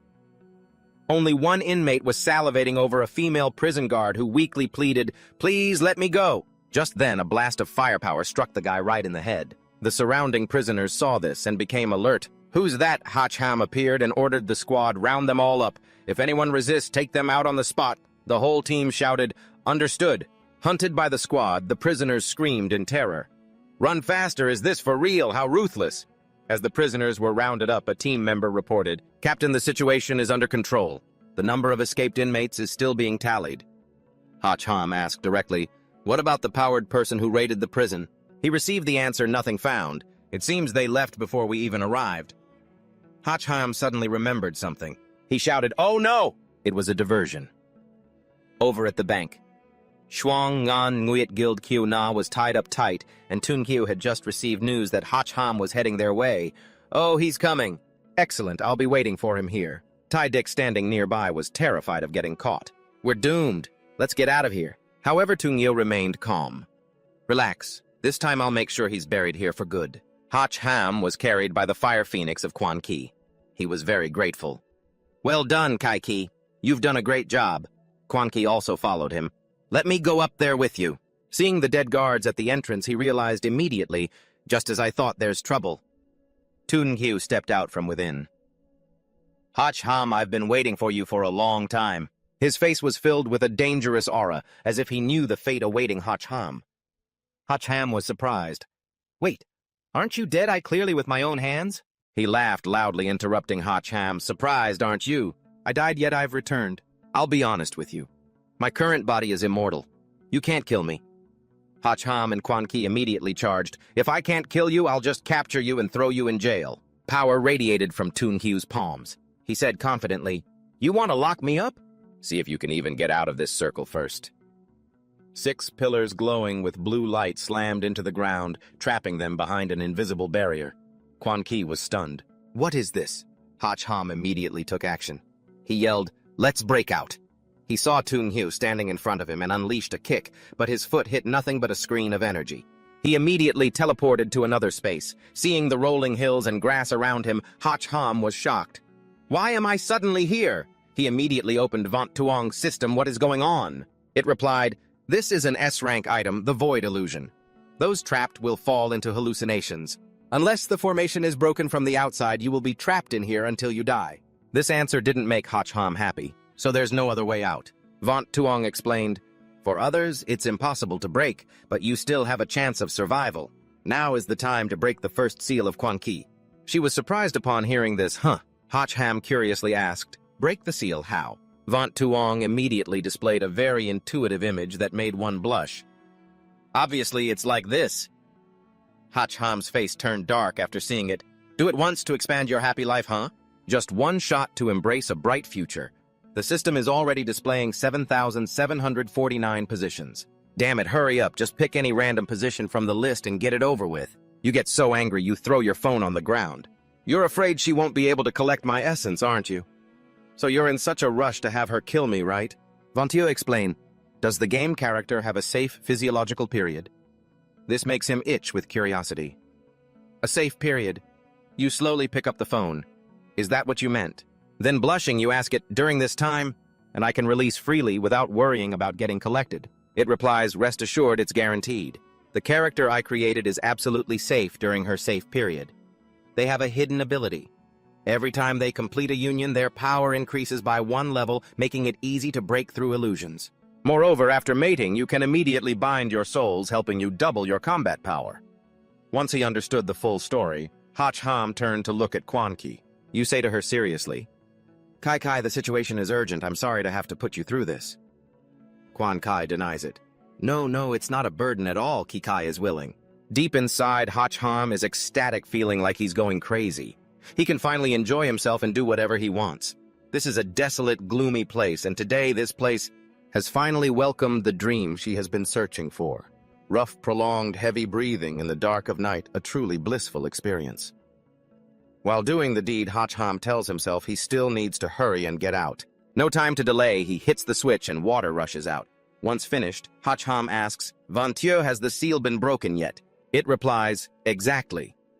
The second-level form of the character, the spiritual form of Quan Ki, has been activated. Her entire body is covered in a dazzling blue energy. A massive surge of power is unleashed by Quan Ki straight into the sky, piercing through the shield above. Hacham watches, jaw dropped at that power. Outside, Tungu picks up the items at his feet. He toys with the 3 items in his hands. I really want to see that look of despair on your face at every single moment. But the connection of the 4 items which once acted as an invisible wall begins to shift. An explosion occurs. Tungu is blown to the side. He is still stunned. How is that possible? Then the 2 of them reappear. Hacham triumphantly says, looks like I'm not the only one who's immortal. My life is pretty tough too, you know. Tungu immediately unleashes his power with both hands. Then I will personally send you on your way. He summons his A-tier equipment, the Lian Fong dual blades, and attacks. A strike grazes Hacham's armor. You look in disbelief at the tear in your Than Long armor. Vantieu reminds you, the Lian Fong dual blades can pierce through any kind of protective armor, so you must attack this spiritual form. It can turn into any weapon. You decide to use Quan Ki as a weapon. Let's test the effect of the soul bond then. Kikai, let's go. Tungu's dual blades shatter upon colliding with Quan Ki's spiritual form. Hacham retrieves his S-tier equipment, the Spirit Spear, and looking at the power of the sword, you exclaim, good sword. Tungu realizes he's outmatched and tries to run. Damn it, where does this brat get so many weird items? But he doesn't get far. One swing of your sword sweeps across his legs. Seeing his opponent fall, Hacham leaps high into the air and strikes down with his sword. I swear I won't let you run away this time, but I won't let you die either. Hurry up and explain clearly, how did you die last time and yet manage to come back to life? A fireball radiates from his palm. That answer, wait until your next life to come and ask me. No sooner had he finished speaking than he paused, sensing something was wrong. The whole building exploded. Lam Fi and her security team arrived just in time, and she anxiously shouted, Hacham, Hacham! A trembling hand rises from the corner. I'm here. You beg them hurry and take Kaiki to the hospital. Lam Fi helps Hacham stand up and asks, the explosion was so powerful, yet you're unharmed. You explain, luckily for Kaiki, she saved my life at the very last second. Right when the explosion happened, the sword in your hand moved, creating a shield that blocked all the firepower from the front. The force of the explosion was so strong that the shield around you was nearly depleted before it faded away. Finally, when everything passed, you anxiously look at the person in front of you and blurt out, Kiki. Quan Ki, still only caring about you and ignoring her own dangerous condition, says, young master, it's a good thing you're okay. Just after saying that, she faints, causing Hacham to yell in panic, Kai! Lam Fi looks at the deep crater in front of her and the surrounding ruins, exclaiming, the scale of that explosion is terrifying. Those people are truly insane. Hacham immediately reports, Tungu is still alive. She is surprised when she hears this, he's still alive. You reply, I intended to capture him alive, but I let him get away thanks to his fake death. Furthermore, it's highly likely he has obtained Fan Ko's top-secret program. Having said that, Hacham rushes up the stairs. Hurry, let's see. The door to the room containing the top-secret program is wide open. They stop when they see Kyo Na tied up on the floor. She says angrily, it was that bastard Tai Dick. He stole the mistress's program. Hacham is also very surprised. Tai Deech. Lam Fi wonders, where were the guild members? How could they let the enemy infiltrate so easily? Kyo Na explains, those animals only care about money. They were bribed by Dick and betrayed everyone. In another quiet neighborhood inside a certain room, a shrill scream rang out. He collapsed to the floor in pain, gasping for breath, gritting his teeth to endure the agony. It really hurt. "But I won't fail again," he muttered. Suddenly, his phone rang. The person on the other end answered and immediately asked where he was. After getting the address, Ditch headed to where Tung Hyo was. As soon as they met, he cursed, "Damn it, you're trying to get me killed, aren't you? You told me to help you mess with Fanco, and it ended up blowing up the whole building. You were trying to set me up, weren't you?" Tung Hyo coldly cut him off. "Enough talk. Where's the USB you were supposed to bring?" Dick's eyes flashed with danger. "This lunatic, I can't let you cause any more trouble. The men you told me to bring here are perfect for dealing with you." A group of thugs brandishing various weapons stared hungrily at Tung Hyo as if he were prey. He just glanced at them coldly. "You think you can take me down with this trash?" Dick ordered, "Get him 3 million in cash to whoever kills him." Greed clouded their minds. The whole mob charged forward screaming, "Kill him!" Tung Hyo immediately activated his A-rank equipment, Night Charm. He muttered gloomily, "A bunch of insects." He stomped his foot hard against the ground to lunge forward, and as he blurred past, he left a trail of cuts across the thugs' throats. Meanwhile, at the police station, Fanco received the news. She slammed the table in anger, shouting, "What my program has been stolen!" Hack Ham replied, "That's right. If they predict the time of the next invasion into the resource-rich zone, the world will be in danger. Can you shut down the program remotely?" Fanco replied anxiously. "The program is on an isolated network. How could I shut it down remotely?" Lamfi suggested, "Can you create another version of the program? That way we might figure out the time and location of the invasion. We might even be able to catch them all in one go." Fanco pondered, "If I have the raw data, I can rebuild it. But they've already destroyed my data warehouse. Gathering it all from scratch would take months." Hack Ham held up Van Tuong for her to see. "Don't worry, you won't need to gather data. Whatever you need, just ask it directly." Fanco asked skeptically, "What is this?" Hack Ham explained. "It's complicated, but simply put, it's an AI that evolved from me. It's also the game publisher." Van Tuong chimed in smugly, "That's right, I am the genius you mentioned." Fanco mused, "The game publisher is an AI." Hack Ham asked it. "You can provide all the data she needs, right?" Van Tuong confirmed. "Of course." Just as Hack Ham said, "Good, there's still a chance to save things." His face turned black when Van Tuong added, "As long as you and these two double fly go all the way together, that is." On Dick's side, he couldn't believe his eyes. He looked at his entire gang standing there, jaws dropped. Tung Hyo asked, "What too scared to come up now? Keep going, won't you?" "This is great. Turns out all I need is to kill a few weaklings to level up." His heavy blade slammed into the ground enough to terrify the whole mob. Tung Hyo decided, "That's it, killing people is tiring enough for today. Anyone who wants to fight me, kneel down now while you still have the chance. Swear allegiance to me and I can lead you to win everything you desire in this world." The entire group Dick had hired dropped to their knees and bowed. Tung Hyo suddenly remembered, "Right, with this many people spending money shouldn't be a big problem, right? You said you had a lot of money, right?" Dick, feeling the blade at his neck, burst into tears and stammered, My family's financial situation is actually quite normal." Tung Hyo didn't give him a chance to finish. He pressed the blade to his throat. "Call your father. Tell him to hand over 300 million or just wait to collect your corpse." Terrified, Dick bolted screaming, "Oh, Mom!" Tung Hyo ordered from behind. "Catch him!" The thugs chased after the three of them, cries echoing, "Help!" and "Stop right there." Tung Hyo felt even more confident now. With money and men, and most importantly, once he had that program dominating the world, would just be a matter of time. Hack Ham, just sit tight and wait for your death. At the Rose Hotel where Hack Ham was preparing to act, he had just finished showering. The two women were waiting for him in the bedroom. Seeing Lam Phi, Hack Ham gave a strained smile. She accepted her fate and flopped onto the bed.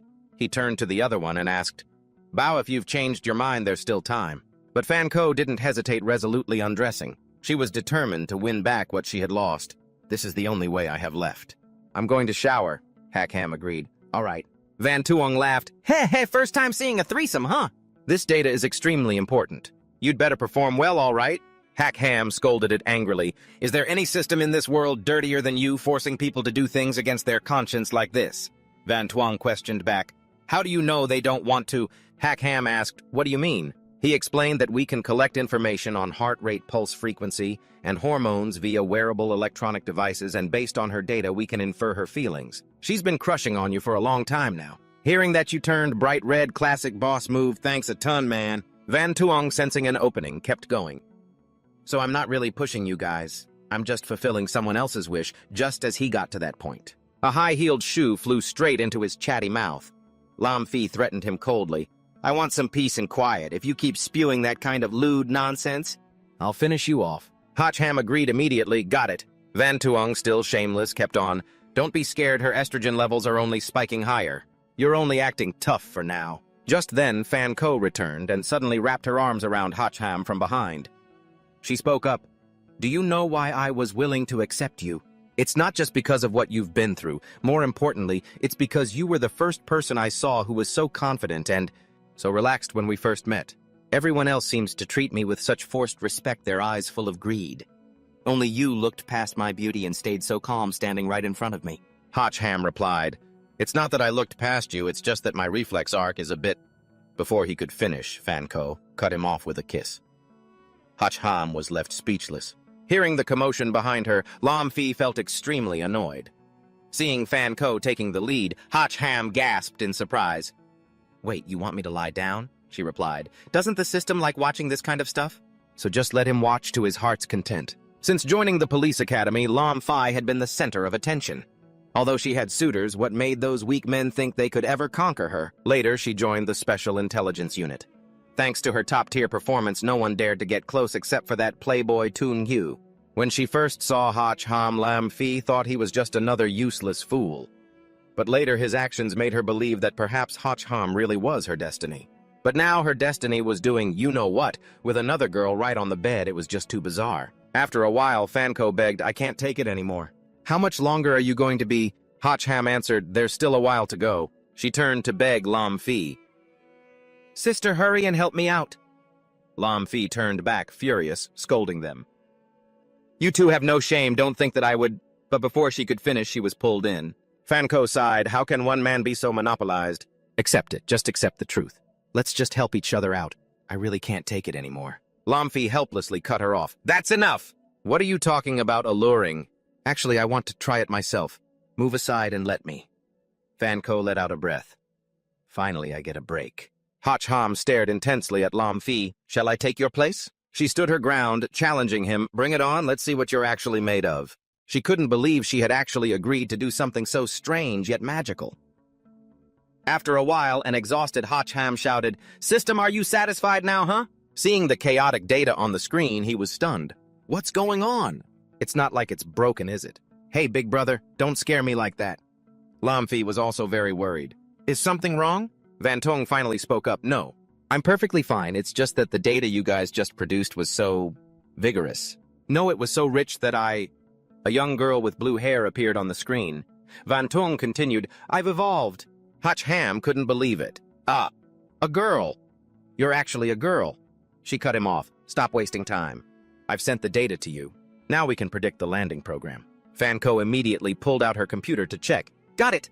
Lam Fi also looked over curiously. So can you estimate when the next landing will happen? She replied that they still needed more time, but Hack suddenly blurted out that they didn't need to estimate the landing time anymore and swung the curtains wide open to reveal bizarre purple pillars of light descending from the sky. He continued, because it's already started. Identify the resource-rich areas as soon as possible so we can hunt them down. Lin Fei was quite worried. The landing has already begun. Will we even make it in time? Fan Ko replied, it's done. The closest resource-rich area is right here. Lin Fei guessed that Tu Ngu definitely hadn't left the city yet, so he surely wouldn't pass up this resource. Hack added, but we've missed the critical moment. By the time we get there, it might already be too late. If only we had instant teleportation. And when Fan Ko heard that, she said confidently, well, that's convenient, I happen to have one. At the hotel, the teleportation gate opened and Hack's group stepped out. Looking at the gate behind him, he was still in shock. That's so cool. How do you have such high-end gear? Fan Ko explained, if I'm going to run a guild this large, I obviously have to keep a few useful tools on hand. We'll definitely beat Tu Ngu there. Let's just wait for them to walk right into the trap. But Lin Fei had already checked and realized they were still one step behind. They had already entered. She pointed to a trail of blood on the floor. Besides, it's not just one group eyeing this place. A bloody battle happened here just a moment ago. It seems like something dragged the corpses inside. Hack said, confused. It smells like fresh blood. Could it be Tungu's doing? Lin Fei denied it. Doesn't look like human work, more like some kind of beast. She decided, since we're already here, we have no choice but to risk it and rush in. Let's go, let's take a look. The three of them teleported inside. Seeing the empty space, Fanko was a bit scared. Why is this hotel so empty? And it's pitch black, too. Lin Fei knew immediately it had definitely been sabotaged by someone. Should we call for reinforcements? Hack replied, no time, let's just go up and check. A dried-up corpse suddenly appeared on the ground and Hack sensed danger behind him. Seeing his expression change, Lin Fei asked hurriedly, what is it? Did you find something? Hack reported, I think I heard some movement over there. A shrill scream echoed from above and the three of them rushed toward the second-floor stairs. Just as they reached the door, they had to dive for cover because gunfire erupted. Inside, a maniac was shouting, die, all of you! Hack looked at his demeanor and guessed, it looks like he's attacking something. A strange force suddenly wrapped around his neck. Hack was suspicious. What on earth is that? At that same moment, Fanko noticed movement behind her. A giant spider appeared before her eyes. She only managed one scream before Hack moved in front of her just in time. He then countered with firepower. A blast of dragon blood energy surged out, slamming straight into the spider. Experience points increased by 20, he said confidently, trying to sneak attack me. I've been on guard against you lot from the start. Then Hack turned to ask the person beside him, are you okay? Fanko stuttered, pointing behind them, behind us! All three of them gasped and went pale at the sight. A swarm of giant spiders was charging toward them. Both women cried out, What do we do now? Hack said helplessly, what else can we do? He signaled for the two of them to run. They tried to hide in the room ahead, but they were blocked. The door was locked and wouldn't budge. Hack ordered, move, let me do it. He powerfully kicked the door open, causing two guys behind it to tumble backward. Hack was stunned to see the crowd in front of him, and the thugs were equally wide-eyed. One guy yelled angrily, where did these idiots come from? We barely managed to hide. Now you've lured that swarm of spiders over here? Hack was also annoyed. Fine, sorry, okay. The two women ran inside, hurriedly shouting, close the door. It's too late. Fanko turned around and unleashed her ability at the spiders. A few exploded instantly. She scrambled inside just in time. Close the door now. The spiders were blocked outside by the door. Lin Fei breathed a sigh of relief. That was too close. Just then she realized the thugs were glaring at them like ferocious killers. Hack said helplessly, honestly, it might have been better outside. Lin Fei immediately pointed her gun at them. Police, put your hands up, Hack advised the thug. Don't panic. We're here to help. Are you guys with the hotel? The guy replied, the hotel staff are all dead. Hack continued, oh, so Tungu is here already, huh? Hearing that name, this guy asked curiously, you know my boss? Seeing this, Hacham secretly rejoiced, thinking his guess was correct. Sure enough, that sly guy Tungu wouldn't show his face, so he sent his lackeys here to die. The two thugs immediately aimed their guns at him, warning, don't move or I'll shoot. Hacham pointed to the door and threatened, fine. But the moment you attack, we'll open the door and let the monsters outside rush in here. The thug, startled, broke into a cold sweat and shouted, what brothers, don't be afraid, he's just bluffing. If he lets them in, they'll be the first ones to die. He wouldn't dare cause trouble, Hacham said coldly. Think we're afraid to die together? The three of us have been waiting for a chance to become martyrs for a long time now. I'll count to 3. If you don't surrender, I'm opening the door. The two sides confronted each other in tension. Hacham started counting, but the lead thug remained stubborn. I don't believe you dare. Before he even reached 2, Hacham ordered Lamfi, do it. No time to waste. Open the door. The whole gang immediately flipped, dropping their guns and kneeling. Don't we surrender? Hacham scoffed. Great, I almost thought you guys actually had some backbone. The thugs were tied up, and Lamfi kept a strict watch. Be careful. Don't get lazy, she shouted. Understood. The lead thug reported, 2 hours ago, Boss Tungu told me to lead 20 men here. He said there would be top-tier resources, but as soon as we entered, we were attacked by spider monsters. They were everywhere, crawling out in swarms. One of our brothers was killed by them. Hacham asked directly, where is Tungu right now? The thug replied, I don't know. Seeing this, Hacham grabbed him by the collar and dragged him outside. Open the door. Terrified, the thug spilled the truth. Misan. Misan, the boss, is building a base on Misan. Hacham threw him to the ground and said, "Me son, huh? Finding a hideout, are we? Let's go find him," Lamfi said nervously. "But how are we going to get out? I've already seen the combat power of those spider monsters. One slip and you're dead on the spot." Hacham's body erupted with energy as he confidently said, "Beasts are definitely afraid of fire." Outside, the spider swarm had no idea death was approaching. A blast of fire erupted from the door. Hacham stepped out from the blazing flames like a god. "Get back, you beasts!" The spider swarm immediately understood and actually backed away. Hacham was triumphant, thinking his gamble had paid off. It seems fire really can control them. Lamfi agreed. "It's actually working." Fanko reported they've all hidden far away. Hacham immediately summoned flames into both his palms, taking the chance to remind them, "Let's go. Let's get out of here while we can." But in a moment of carelessness, a deadly force pierced through his chest from behind. He had been ambushed. Venom from a spider's tail behind him struck him. The other two yelled in panic, "Hacham!" The toxin spread throughout his body. He realized, It's poisonous. My whole body is numb." A cold sneer sounded from behind him. Hacham slowly turned his head to look. The Spider Queen said coldly, "Caught you."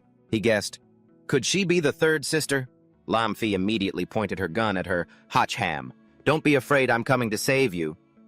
The Spider Queen applied more pressure to her poisonous stinger. Then she said, "Don't be so tense, I didn't want his life.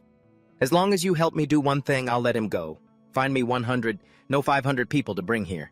As long as you feed me, you can leave." Hacham stammered, "Why? Why don't you find them yourself?" She shouted loudly, "It is not your turn to speak." "Shut up."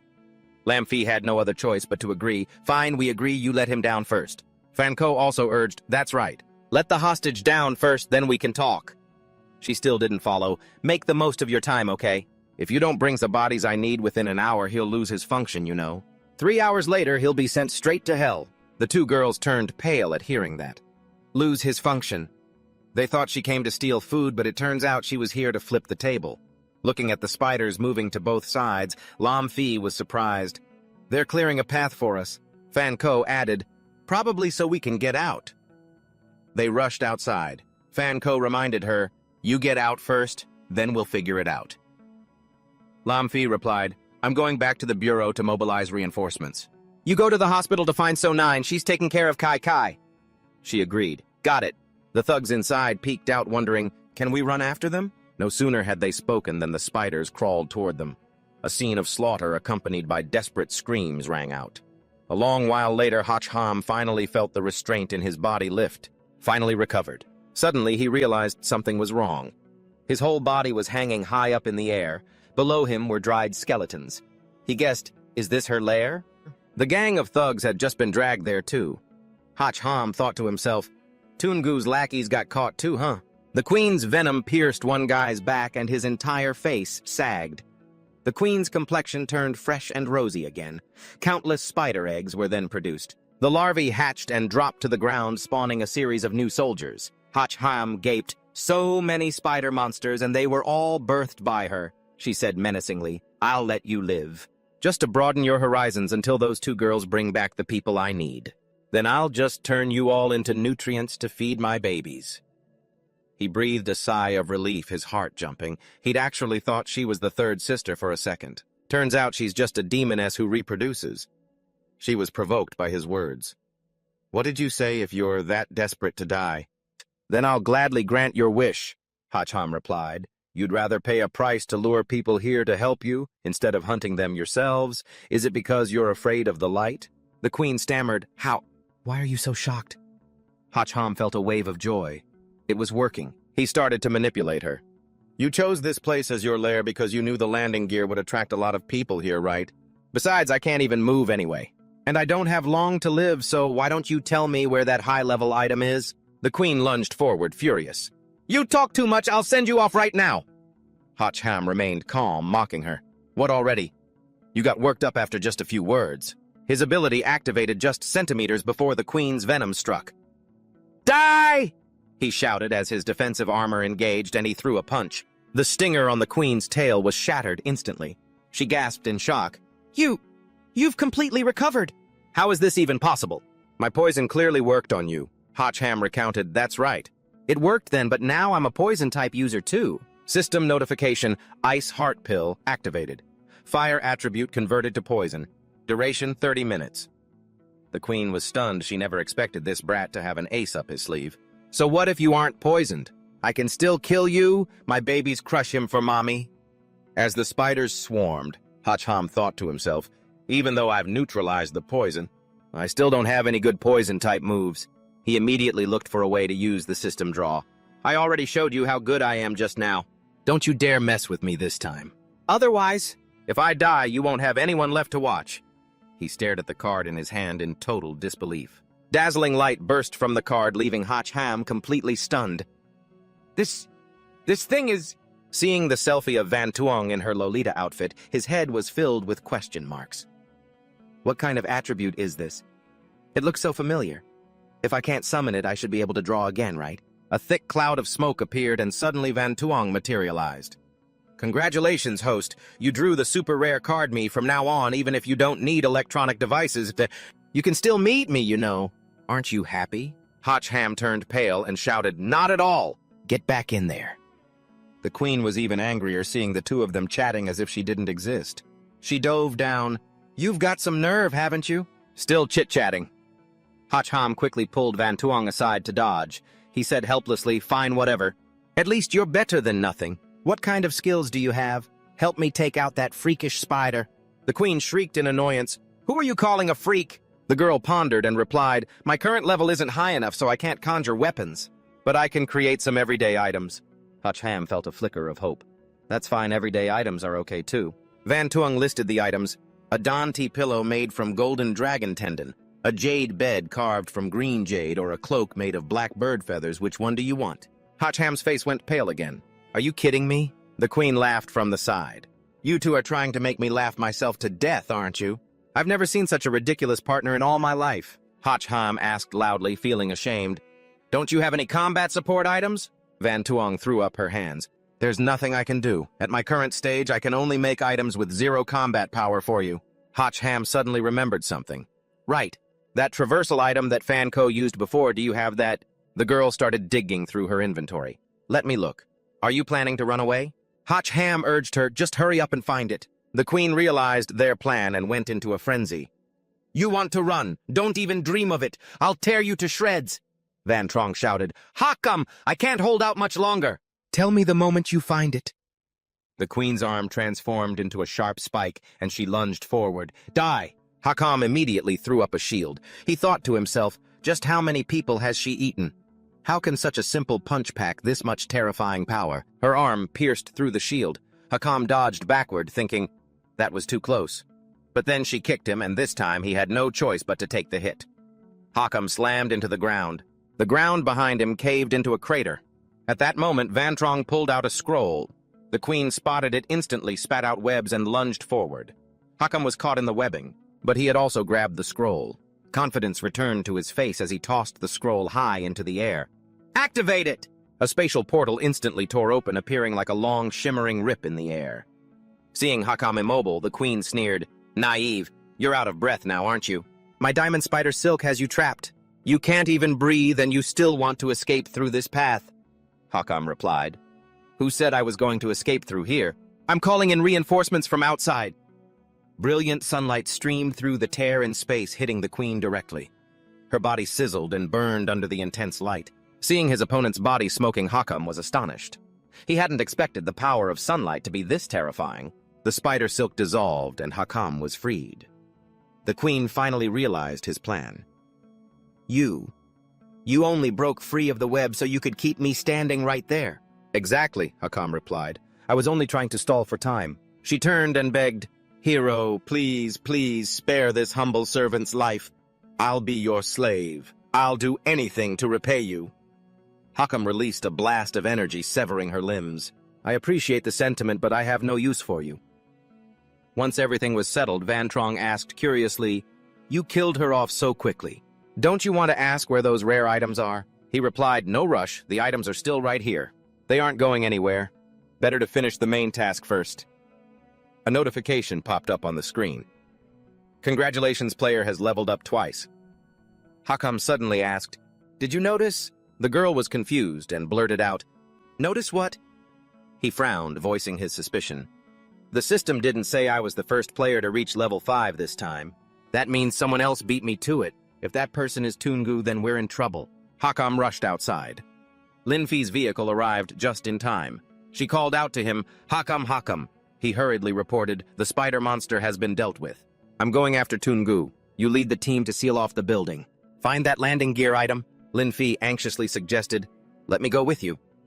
Hakam tossed the scroll into the air and the spatial rip appeared. Only then did he say, "No need. Too many people will just tip them off." Linfi looked at him with pride, thinking I knew he wouldn't be defeated so easily. Suddenly, her subordinate reported someone on the upper floor. Linfi was shocked. "What?" They immediately opened fire toward the blurry figure. "Open fire! He's about to escape!" Linfi immediately assigned tasks. "Team 1 with me. Chase him down. Don't let him get away." The whole team shouted in unison, "Yes!" She thought to herself, could Toongu still be inside the building? Has he already taken the item away? On the Mison highway, a car was speeding along. Inside, loud laughter echoed, "We're rich." The two thugs in the car looked happily at the item in their hands. The boss said, "I told you that bridge really did have the item. Boss is truly a genius." Suddenly, a sound on the roof of the car grabbed their attention. One of them asked, guarded, "What was that sound?" The bald guy told the driver to be careful, must have hit a tree branch. "Hurry up and let's get back." It turned out to be Hakam. He had jumped onto the roof of their car.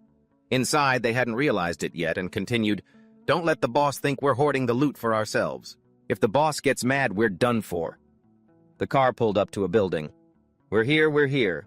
Why on earth did the boss pick this god-forsaken place as a base of operations? Another guy came out to greet them.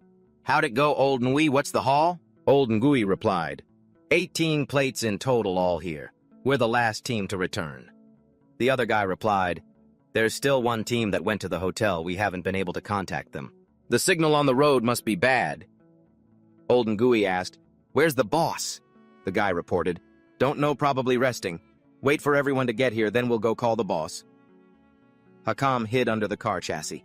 He thought to himself, that guy, he's managed to gather this many people in just a few days. Walls have ears. To find him, I need a more careful approach. He silently watched the two thugs in front complaining about the grass outside poking their backsides. "Shut your mouth or you're going to soil your pants." The person complaining was Tai Dick. He sobbed, "You guys cleaned me out of all my money. Can't you just let me go? You guys aren't even human." The guy heard that and shouted, "What kind of nonsense are you babbling about?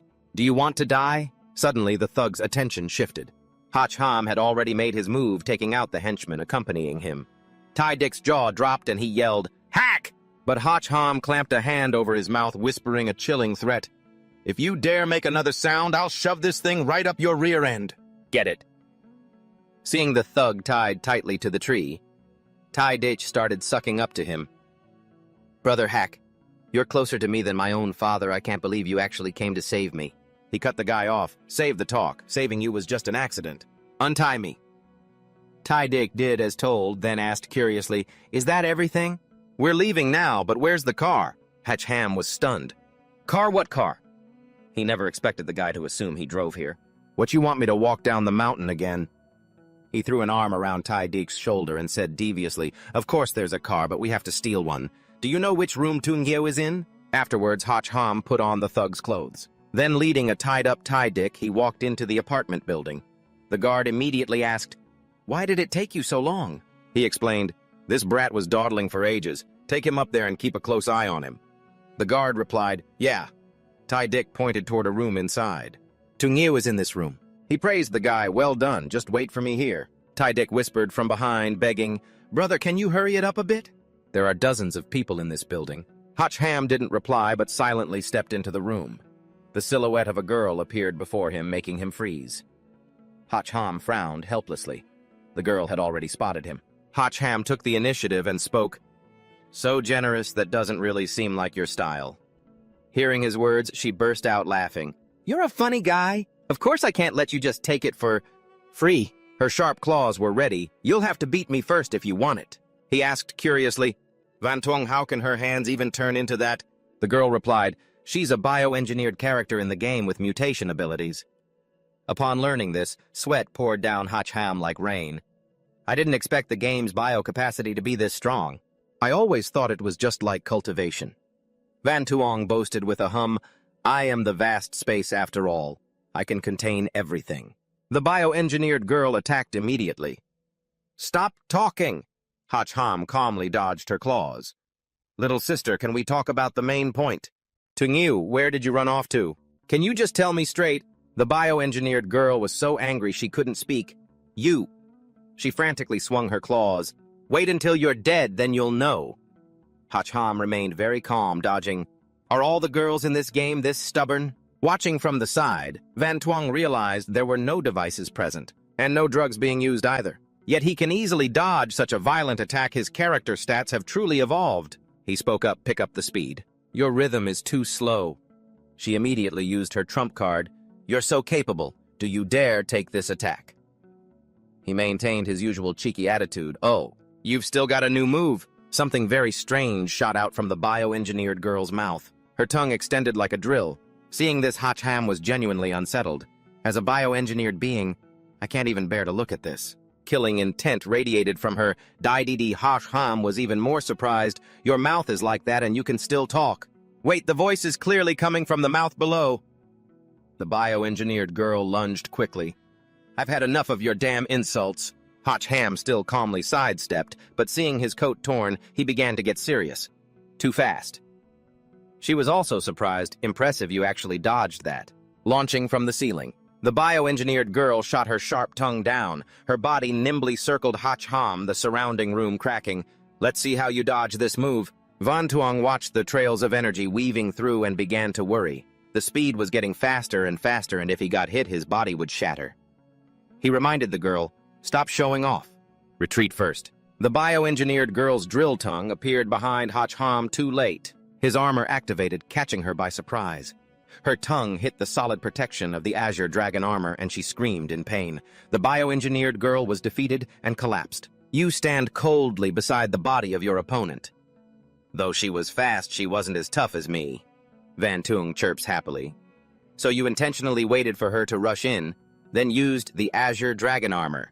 To shatter her technique, you reply. How else would I do it? If you had finished her off right at the start, you would have just stirred up a hornet's nest. Suddenly, sounds of killing erupt outside. You realize instantly this is bad. The commotion here is too loud. It's alerted the people outside. Thydic sees you step out and sighs in relief. Oh man, you're finally out. He looks at the scene unfolding outside. Hach Ham is curious. What's going on here? Looking below, the place is surrounded by police cars.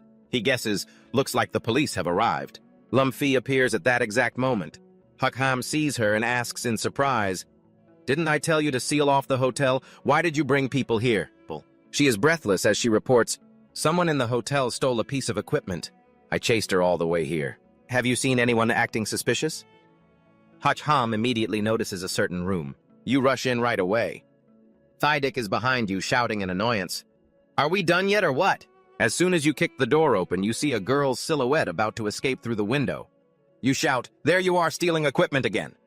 A blast of firepower erupts. Give that back right now. The girl gets hit squarely. Hach Ham's fist immediately follows up. Another one, that's two I've taken care of tonight. I don't mind adding another, she says sweetly. You caught me. Unbelievable. He's the man I admire. Lum Phi mutters, stuttering from outside. Is this the third one? She speaks formally. Let me introduce myself. My name is Huang Ju. I've come specifically to marry you. Hach Ham is stunned. You really want to... She rests her chin on her hand and narrows her eyes at you. How annoying. You can't do it before the wedding, okay? Even if you want more, it's not allowed. Realizing he's been misunderstood, you shout to explain, I meant her name. Lum Phi immediately rushes in and fires her gun toward Hyungju. Stop spouting nonsense. She's a scammer. She pins the girl to the floor and interrogates her. Why did you steal the landing gear? Are you in cahoots with Tung Hyu? Pinned to the floor. Hyungju explains, taking precious items from one's betrothed, if you get caught, only then does it count as passing the test. It's a custom of our thief clan. Hach Ham hears this and grows curious. The thief clan.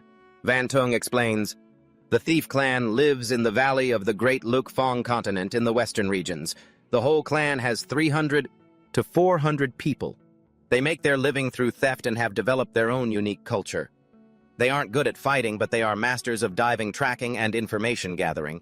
Receiving this intel, Hacham walks over and pats Lumphi on the shoulder. She understands and lets her go. You ask point blank, "So what is this marriage test you're talking about?" Hongjiu replies, "You are the hope for our thief clan to escape the Demon King's tyranny. Legend says you are the only man who can defeat him." "The Demon King? I want to marry you and then invite you to defeat him." You say gently, "Actually, I can help you without us having to get married," but a fist from Hongjiu strikes out. You barely dodge it. "That won't work. Our thief clan won't accept help from an outsider unless they are married to us." Hacham gives in. "All right, fine. Let's put this aside for now. We should get moving first." Hongjiu becomes cheerful and lively again. "Sure, my clan will finally be saved. My father wanted to marry me off to the Demon King to sue for peace. No way am I marrying him. Marrying a hero is more reliable." Hacham shrewdly notices, "You're a runaway bride, huh?" Hongjiu admits it immediately. "That's right. I don't want to be that Demon King's wife, so I ran away." Hacham voices his concern. "Aren't you afraid the Demon King will kill everyone in your clan?" She replies nonchalantly, "It's fine, I'll bring you back to avenge them." You are speechless upon hearing this. You really are cunning. You ask further, "Is that Demon King very powerful?" She confirms instantly, "Extremely powerful. We stand no chance against him." Tunkyu, observing them through the computer monitor, mutters, "The Demon King, interesting." His face is filled with a relaxed expression. The girl beneath him says gently, "Master, what's so interesting?" He lifts her chin. "Of course you're what's interesting." A smug laugh echoes throughout the villa. Hacham has brought Hongjiu home. You introduce everyone. Let me introduce you. This is Quanqi, and this is 69. This girl here is Hongjiu. She greets them warmly. "Hello everyone, I'm Hongjiu, Hacham's fiancé. I look forward to your support from now on." Hearing this title, the other two girls immediately turn gloomy. "Fiancé who agreed to that?" Hongjiu asks naively. "What's wrong? Don't you guys know we've already sworn to be together forever?" Hacham shouts from the side. "Don't decide that all on your own." 69 immediately draws her long sword. "I see. You want to fight me for him, is that it? No point in talking, draw your blade. Only the strongest woman has the right to mate with him." Hongjiu agrees, "Sure thing." The loser has to voluntarily back down. 69 replies, "If I lose, I'll stitch you back up." She continues, "And if you destroy this safe house, you're sleeping on the street." Hacham is helpless, watching them. "Go ahead and destroy it then. Hurry up, I'm exhausted." A phone call suddenly broke the tense atmosphere. You picked up immediately. "What's the situation?" Fanco reported back, "I've extracted the back-end data of the game, but I couldn't find any logs of a biochemical deployment. That means she didn't come here through that landing route." Hacham speculated, "Could it be that Tungu has figured out how to initiate the portal?" Fanco replied, "If that's true, then theoretically he could summon any character from the game into the real world. He'll definitely do something even more extreme. You must be very careful. Did you get that?" "Understood, yeah, I got it. Don't worry." After hanging up, Hacham wearily lay down on the bed. What a troublesome opponent. To you, what exactly are you planning? Over at the research facility established by Tu Nu, the scientists were working non-stop, everyone's eyes glued to the product in front of them. Tungu also arrived and asked the head professor, "How's the progress?" He replied, "It's almost ready. The person who invented this software is truly a genius. Just a small improvement, and we can now pinpoint the location of any character within the game's dimension. We can even pull them here." A location was pinned. He shouted, "Found it." A spatial portal appeared, causing the other staff members to scream and run away. A pair of wings gradually emerged. The Demon King had been summoned. He coldly questioned, "Who dares to summon me here?" Tu Yu immediately knelt down respectfully, saying, "Greetings, Lord Demon King. It was this humble servant who dared to invite you here. I happen to know the whereabouts of your runaway fiancée, and I also know she has found an accomplice to deal with you. If you are willing, we can join forces." Meanwhile, Kachham had slept straight through until the next morning. The morning light shining into the room woke him up. He got changed and stepped to the door. "What's all that noise so early in the morning?" Down below the building, Dick had hired an entire choir. He drooled, staring at the three girls in front of him. "They are as beautiful as fairies." Looking at a certain spot, he greedily thought, "These breasts." Dick's gaze was like a laser scanning over this waist, and even down to these buttocks. Kakham stretched and walked outside, asking, "What's going on? Whose wedding is it?" Quan Ki recounted. They said they were looking for you. Do you know them? Kakham was surprised to see the other person, Tidich. Seeing him, the guy immediately knelt down and hugged his thigh, Daddy Kach. His eyes were now shining like stars, shining with admiration. Before I was ignorant and offended Daddy Kach. I hope you won't hold it against me. Irritated early in the morning, he shouted, "Who's your daddy? I don't have a son like you. Don't call me that randomly." Tidich immediately backed away and kowtowed. "Yes, Daddy. From now on, your son will definitely follow everything you say, to repay the favor of your rebirth." Kachham helplessly turned back into the house. "Forget it. Let's go inside." Quenkai also joyfully shouted, "Time for breakfast." He gloomily said, "I've lost my appetite." Tidich behind him stopped him. "Wait, I have important intelligence." Kachham immediately perked up. "Important intelligence, bring him inside." He asked straight away. "Speak up. What kind of intel do you have?" He recounted, "When I was locked up by Tungu, I saw a professor who was also kidnapped by him." Kachham felt something was wrong. "What's that professor's name?" Tidich replied. "I only know his last name is Lu. He looks like Einstein. Tungu seems to want him to help create something." Fanko had investigated Tung Jiang, a top expert in quantum mechanics from Dongmin University, went missing 3 days ago. His whereabouts are still unknown, so he was kidnapped by Tungu. He curiously asked, "Why did Tungu kidnap him?" Fanko couldn't guess. "It's definitely nothing good. We need to catch him quickly." Kakham blushed, looking down, and blurted out, "That's right." Fanko, not noticing she was being ogled, continued, "But I can monitor quantum waves. If they try anything, they'll definitely leave a trace." Kachham's focus was now solely on her chest. She exclaimed, "Oh right, I also have a gift for you." "A gift?" Kakham turned his head away, blushing. Okay. Seeing his strange attitude, she was curious. "Why is your face so red?" Kachham immediately waved his hand to explain, "It's not must be because it's too hot." Fanko reminded him, "Wait a second, I'll go get it." Watching her unlock the safe, he thought to himself, "Strange. Even though we've been intimate, why does my heart still pound like this when I see her?" Fanko recounted, "After what happened last time, I don't dare leave important things lying around anymore." And Kachham was busy thinking nonsense. "Seems like it was too rushed last time, so I should continue to develop this further." Fanko brought out a box. "It's this. Put it on." Wearing the bracelet on his arm, he suspiciously looked at it. "How do you use this?" She immediately prompted, "Try pressing it." 3 glowing rings of different colors instantly wrapped around his wrists. He revealed, "This is a virtual prop bracelet I invented. It can convert the numbers from landing props into medals directly on the bracelet.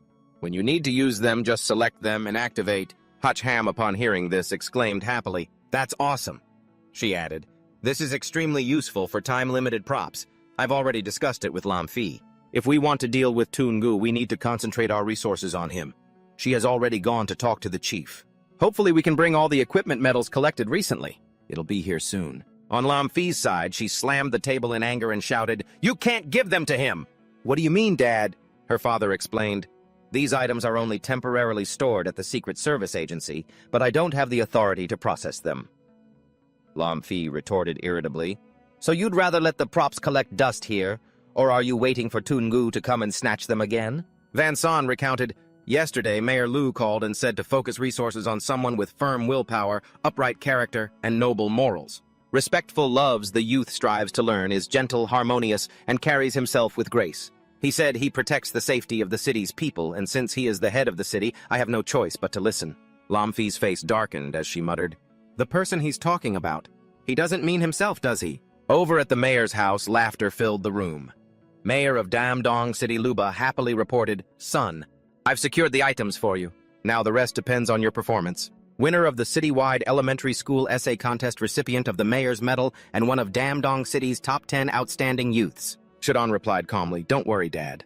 Some guy named Tungu. Tomorrow I'm going to put him in his place." Luba questioned his son, "The Secret Service can't even find this guy. And you think you're going to put him in his place tomorrow? Why don't you just fly to the moon while you're at it?" Shadon asked immediately. "Right, what should I do now, Dad?" His father's expression was full of calculation. "I heard that Tungu and that Hachham guy are rivals. Using him as bait will surely lure that guy named Duong out." Hachham was surprised when Lam Fi led him to the training room. He asked, "Why did she call me here?" Lam Fi said irritably. "This jerk claims he doesn't know how to use props, so he told me to come and teach him." Ham was also surprised. You like studying that much, Shwat-on? The two of them entered the training room. Shwat-on was on the phone saying to the person on the other end, Sister 2, can you give me a headline for the next 2 days? Yes, there's some hot news. Seeing the two of them arrive, Shwat-on said goodbye. I'll invite you to dinner another day, bye-bye. He acted courteously and greeted them. This must be our great hero. Ham, right? Ham also cordially held out his hand. I'm Ham, but as for being a hero, Shwat-on immediately put on a friendly act. You are definitely a hero, the most reliable protector of our city. Despite all the praise, the guy felt embarrassed and declined. I really don't deserve this. But deep down, he was suspicious. What exactly is this guy up to? He immediately had people bring in a tray of gold. I have limited talent and little experience, yet I've been nominated for this position. I am truly worried, so I should invite the great hero Hotch to help me improve my skills. Ham asked in surprise. Are you sure you want to do this yourself? Combat isn't a game. People die out there, Shwat-on said confidently. The people support me and have chosen me for this role. Of course I must sacrifice myself and serve my country with my life. He patted his chest and vowed, if I don't go to hell, who will? A blinding light radiated from Shwat-on. Both of them were stunned. What the hell kind of equipment is that? I can't even look straight at it. Shwat-on then asked, how about the others? Beside them was a camera crew recording everything. A staff member shouted, so sincere and heart-wrenching, truly righteous and touching. Perfect. He instructed them, quickly edit the footage to look good and send it to the TV station so it can make the prime time slot tonight. The staff scrambled to get to work. Yes, sir, Ham chimed in. Well, Shwat-on, you really pay attention to the details, don't you? Shall we start the training now? I do have some experience I'd like to share. Two bodyguards immediately brought over a chair and some wine. Shwat-on sat down and enjoyed their attentive service. Oh man, standing for so long, I'm exhausted. I really don't want to get involved in these troublesome matters. Lam Fi was already getting annoyed and spoke up. Stop acting so pathetic when you're already getting the benefits if it weren't for the country choosing the elite superpowered combatants. From all over, people like you who are clearly just looking for profit wouldn't stand a chance. Ham caught the main point, elite superpowered combatants. She explained, it's internal news. I heard high-level leaders decided it personally. Once selected, it's safe to say you'll bring honor to your ancestors and reach the top in one leap. Shwat-on denied it. You misunderstood, really. Ancestor, the one-step to the sky technique is stable. You've really misunderstood, miss. I have absolutely zero interest in this national team selection nonsense. If it weren't for the old man back home pressuring me so hard, I wouldn't touch this mess, even if it killed me. Still, I do have a bit of talent, don't I? For instance, I've already tracked down Toongu's whereabouts. Ham listened, his jaw dropping in genuine shock. Arrogantly, he held up a piece of paper. I've got connections in both the underworld and the legit world. Tracking someone down isn't hard. Ham took the paper with the address written on it. He's hiding here. You go deal with him quickly. You voiced your doubts. If you've already found him, why don't you go catch him yourself? Shwat-on explained. The risks are too high and unnecessary. If Toongu can be dealt with now, the old man won't blame us. Save me the excuses, I'm still getting used to the combat patterns and haven't officially taken charge yet.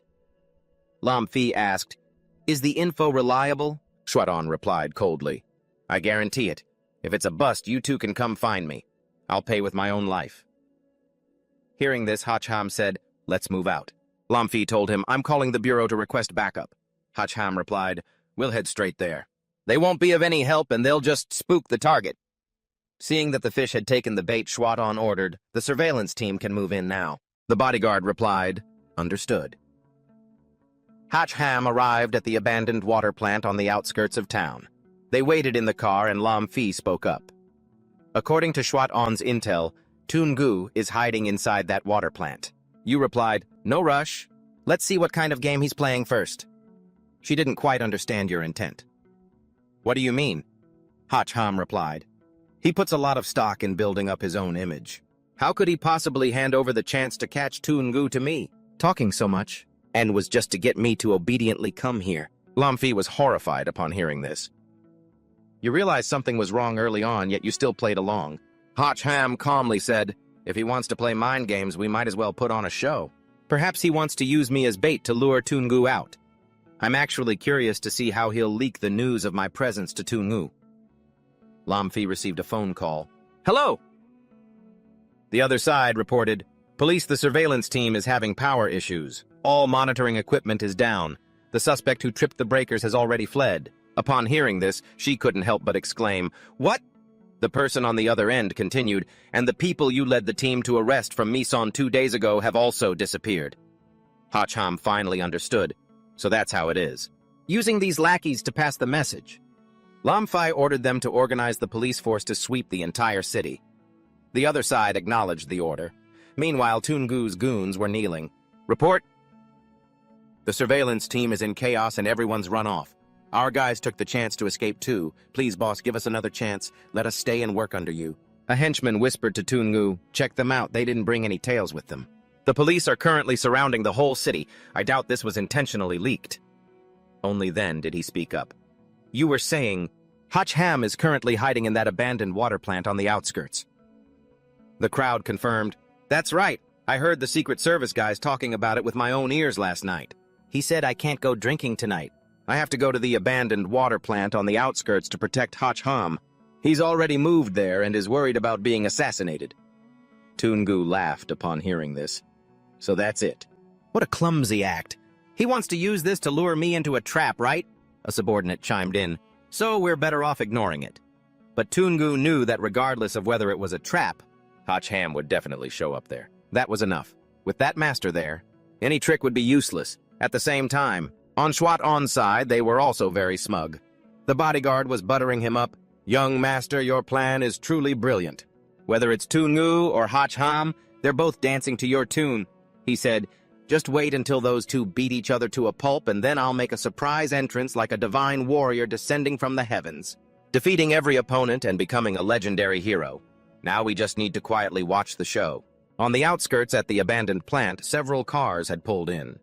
Through his binoculars, Lam Fi spotted them. "They're here. They're here." Hacham asked, "Is that Tungu?" She confirmed. "That's right, it's him," Hacham said comfortably.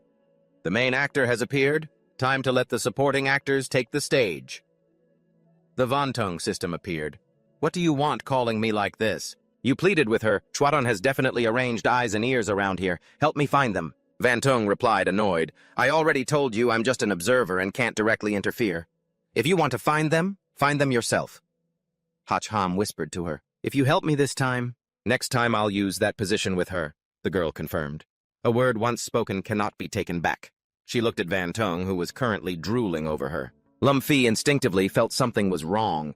Why was he looking at her like that? The girl immediately rushed out. "Just wait for my news," Hacham explained. "This system might have weird quirks, but it's still pretty short-sighted." Lumfi asked gloomily, "What exactly did you two talk about just now?" Back at Tungu's side, his henchman returned after a search, reporting, "Boss, there's no one here. There's no one on my side either." Hacham heard this and wondered, what kind of move is this? "We've walked right into a trap, so they're not capturing us." The guy pulled out a chair for Tungu to sit down. He remained very calm and unhurried. "Just wait here." Shwat-on's men were already lying in ambush on the mountain peak nearby. He reported back, "He sat down, but Hacham still hasn't shown up." Shwat-on was shocked. "What? Where did that damn Hacham go?" "I'm already on my way there. If he's not coming, what's the point of me going there?" The guy guessed. Could it be that the bastard saw the situation going south and ran off? Shwat-on immediately ordered the driver, "Turn the car around. We aren't taking any risks today." The driver replied, "Yes, young master." But suddenly a voice rang out from the other end. Wait, it was Hacham. Hacham had appeared. Shwat-on asked, "Are you sure?" The voice on the other end continued, "The moment the two of them met, they started an intense fight. They're both going all out. The situation is spiraling out of control." Shwat-on was extremely pleased with the news. "I really am a master of strategy. How can there be a man as smart as me in this world?" "Well done, I'm coming right over." The subordinate replied, "Understood, understood." With his face all bruised, he turned back and asked them, "Big brothers, I've already done exactly as you said. Can I go now?" Lamfi gave a bright smile, held up a pair of handcuffs and said, "Punishment. Of course you have to be punished." 10 minutes later, Shwat-on's car pulled into the factory.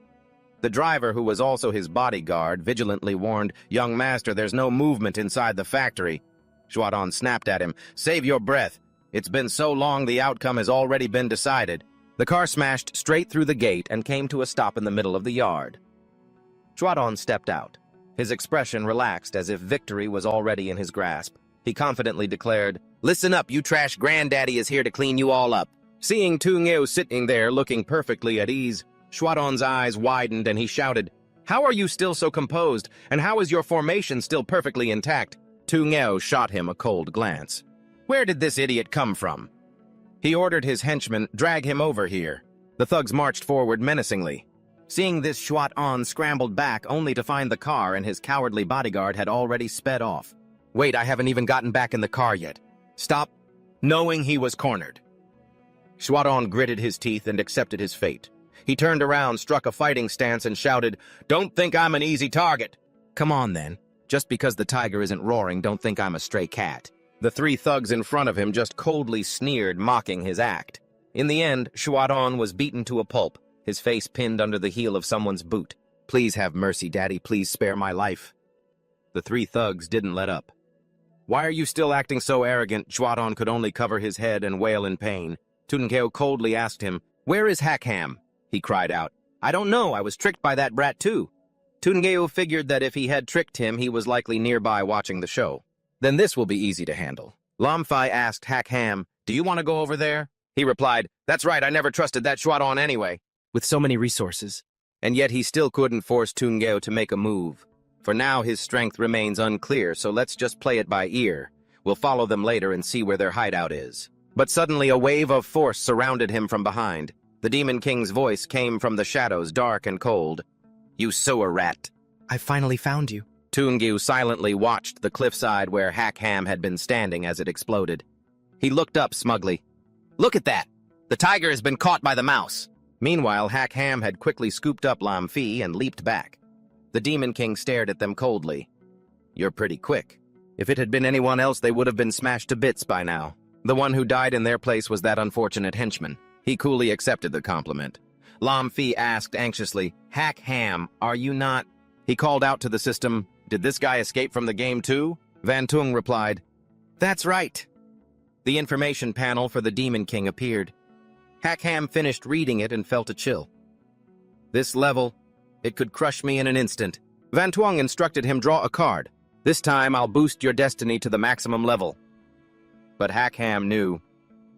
He won't give me the chance. Lamphai, standing beside him, grew even more worried. "What are you trying to do?" He asked the Abyssal Overlord directly. "What is your purpose in coming to this world? If you're just bored, there are plenty of other amusements to be found.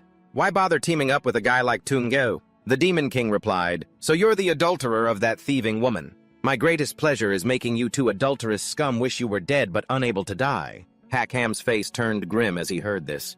"Damn it, I've really been killed by her." A surge of killing intent erupted. The Demon King continued, "As for what happens after I kill you, this world is far too dull. I'll start by slaughtering half of humanity. That's what I love best." The scent of fear hung in the air. He remained calm.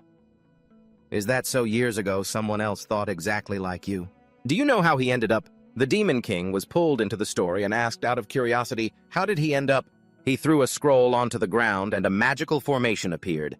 Lamphai was immediately swept into a spatial portal. She cried out in confusion, "Hakham!" And then the scroll retracted. The Demon King was even more surprised. "Why didn't you run with her?" He knew that at this close range, even if I could jump away physically, my head would still be held here by you. The Overlord confirmed, "Indeed, you truly are quite clever." He spoke up again. The distraction is gone now. With the Azure Dragon's armor now covering his entire body, he commanded, "Let's do this!" The Demon King activated his demonic aura, and a shield immediately formed around him. A massive blast of dark energy surged from the king, slamming straight into the newly created shield with terrifying force. Hacham had to grit his teeth, struggling to hold his ground. The cruel Demon King looked down at him like a tiny ant, sneering, "Trying to fight a chariot with a praying mantis, are we?" Seeing the king extend 2 fingers, Hacham cursed under his breath. "Another finger, you've got to be kidding me." Instantly, a wave of power crashed down directly onto him while the foot of the mountain was also shaken by this bizarre, overwhelming force. From up above, Suan was stunned, gasping, "What on earth just fell down there?" Meanwhile, Hacham was gritting his teeth in agony. Van Tuong couldn't bear to watch him in such a pathetic state. She urged Hacham, "Stop resisting, just run away for now." but he replied, I can't. If he can't find me, he'll just go on a rampage. The Demon King stood in the sky, looking down arrogantly at him like a defeated foe. He prepared another blast and declared, it's over. Under that attack, Hacham couldn't even move his body. Even the nearby thugs had to struggle just to withstand the massive pressure radiating from the Demon King. Lord Demon King, they cried out. A massive explosion erupted with flames shooting high into the sky. The Demon King looked coldly at the billowing smoke below. A minion hurried over to flatter him. Lord Demon King, your power is unparalleled. Wiping out that bastard Hacham was as easy as flipping your hand. However, the king realized something was wrong. He was still alive. A minion disbelieved, no way. Everyone below, including my own subordinates, should have been crushed to dust. Even with his armor, he couldn't have survived that hit. The Demon King interrupted. I don't know. Perhaps it was just my imagination. Hacham was indeed still alive.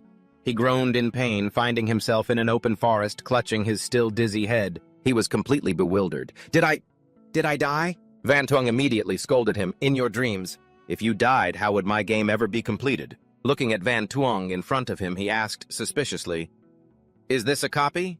The girl confirmed. It's an emergency. I had to pull you into a copy instance to hide you for a while. I chose an E-rank copy for you, the lowest difficulty suitable for players level 7 and above. It shouldn't be a big problem. The flow of time inside this copy is 1/10 of the real world. Go ahead and train a few more times here to boost your stats before heading back out. Hacham regained his spirit and asked, I knew it. Where's the boss? Van Tuong replied, If I remember correctly, it should be the black-headed bear monster. The surroundings here look different than I recall, though. You should try searching in all 4 directions. Inside a quiet cave, a golden-armored earth dragon was fast asleep. This was a D-rank copy suitable for players level 10 and up. At Hacham's home, the 3 girls saw the commotion. They rushed to the door asking, What's going on? Lamfi, still struggling to catch her breath, reported, Something happened to Hacham. You all follow me quickly. Inside the copy. Hacham was looking around. He said, For now, I'll draw a few more cards to stock up on equipment, then head out to take him down. Will that work? Van Tuong replied, Before you do that, realize there's a huge gap in levels between you two. No matter how much gear you have, it's hard to make up for that. Since he lacked the strength, he asked directly, How many more stages do I need to clear to reach level 9? The girl provided the stats. If things go smoothly, about 30 more times should do it. Hacham said impatiently, That's way too tedious. Can't I just go straight to a higher level copy? Van Tuong disagreed. Young man, you have to do everything according to your own ability. At your current level, facing the boss of a D-rank copy would mean certain death. There are still a few small fries in this copy that are easy to fight. You only need to focus on finding the boss. While they were talking, a monster ambushed them. Looking at the beast charging in, Hacham wondered, Is this the boss? Van Tuong denied it. No, that's just a wild demon. No, it's just a stray one. The girl had just finished saying when one of the monster's claws slammed down, cracking the ground. It managed to fend it off. Staring at the ruins in front of him, he gasped, That's the strength of a wild demon! The monster swung its wooden claw again and charged. Hacham immediately activated his Azure Dragon armor. One swipe of its claw hit the armor and bounced back. That single hit made Hacham gauge its power. You're sure you didn't mistake its level, right? Van Tuong was also suspicious. Wait, that's not right, it is. Looking at the attribute board, its name was Violent Goblin Level 6 Wood Attribute. Van Tuong realized it actually is the boss. He immediately got serious. I was searching everywhere for it, and now it just walked right up to my door without me having to waste any effort. A 1-level difference, perfect for some practice. Meanwhile, Van Tuong was still wondering, That's strange, I don't remember designing the copy. To have a violent goblin boss. Hacham was already drawing a card. He held up a card, choosing an equipment card. Once again, the goblin swung its claw and lunged.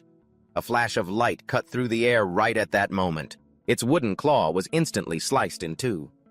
The goblin looked suspiciously at the smoldering handle still in its hand, while Hacham looked at the sword in his own, praising, Good sword. The system announced, Congratulations, player has obtained SS rank legendary equipment, Thunderbolt. Thunder attribute. Attack power plus 1,500. Has a chance to trigger electrical critical damage. The probability decreases with each consecutive attack. Storing energy can recover it. The goblin, enraged by him, hissed and spat a few times as a threat. With the thunderbolt in his hand, he confidently asked, "Lost your weapon. A bit clumsy without your limbs now, aren't you? This is your opening." A sword strike swept across the goblin in an instant. Ignoring the boss that had collapsed behind him, he focused solely on the thunderbolt in his hand. This feels absolutely amazing. Looking at the massive amount of points he had just gained, he was overjoyed. 500 experience points. Talk about bloody hard-earned cash. Van Tuong also chimed in, "Take a look. I told you can level up by fighting in the dungeon. The system has updated your leveling progress. Your attack defense speed, critical hit rate, and mental strength have all increased slightly. You're wondering if you need to wait for the dungeon to reload and fight it all over again after the savage goblins respawn." Wantong replied, "That works too. Even though you'll get a little less experience next time, it's still highly effective." A soft sound suddenly put them on alert. This time, countless goblins charged at them. Hack's Ham panicked at the sight.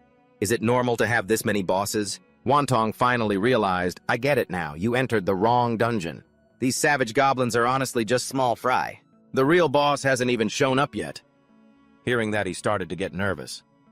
"Are you kidding me? These guys are level 6 and you call them small fry? Damn, how strong must the real boss be?" Wantong didn't have the exact data either. "I'm not sure what happened. Maybe you were in such a rush you opened the wrong entrance." Gripping his thunder spear tightly, he braced himself. "Fine. Bring it on. If you're not afraid of dying, then let's see what you've got." The group of goblins seemed afraid of something. They hissed a few times and then turned tail and ran. Hack's Ham thought he had scared them off and exclaimed, "Finally, I managed to scare them away." A massive figure loomed right behind Hack's Ham. Wantong stammered, They didn't run away because of you." A wave of pressure hit, putting Hack's Ham on high alert. They were face to face with a giant monster. It was the feeling of suffocating oppression coming from the golden armored earth dragon. The monster's info panel popped up: level 10 golden armored earth dragon metal attribute. Its stats were terrifying. Hack's Ham begged in fear, "This monster actually looks pretty calm right now. Before it decides to attack, get me out of this dungeon quick." Wantong coldly threw a bucket of cold water on him. "There are only 2 ways to leave a dungeon. Either you die or it dies." Hearing that, his heart sank. What a lovely set of rules. "I really appreciate your help." Wantong remained calm. "Dying in the dungeon isn't a big deal. You'll just respawn in the real world anyway. It's just a small loss of experience points, that's all." Hacks.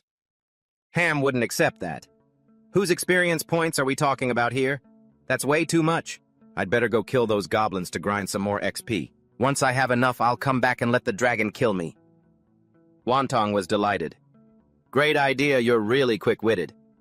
Seeing them turn to leave, the dragon opened its mouth and unleashed an energy blast. Hack's Ham shrieked, "It was quiet a second ago. Why is it attacking now?" Wantong explained, "It doesn't want you to leave." Another surge of power crashed down.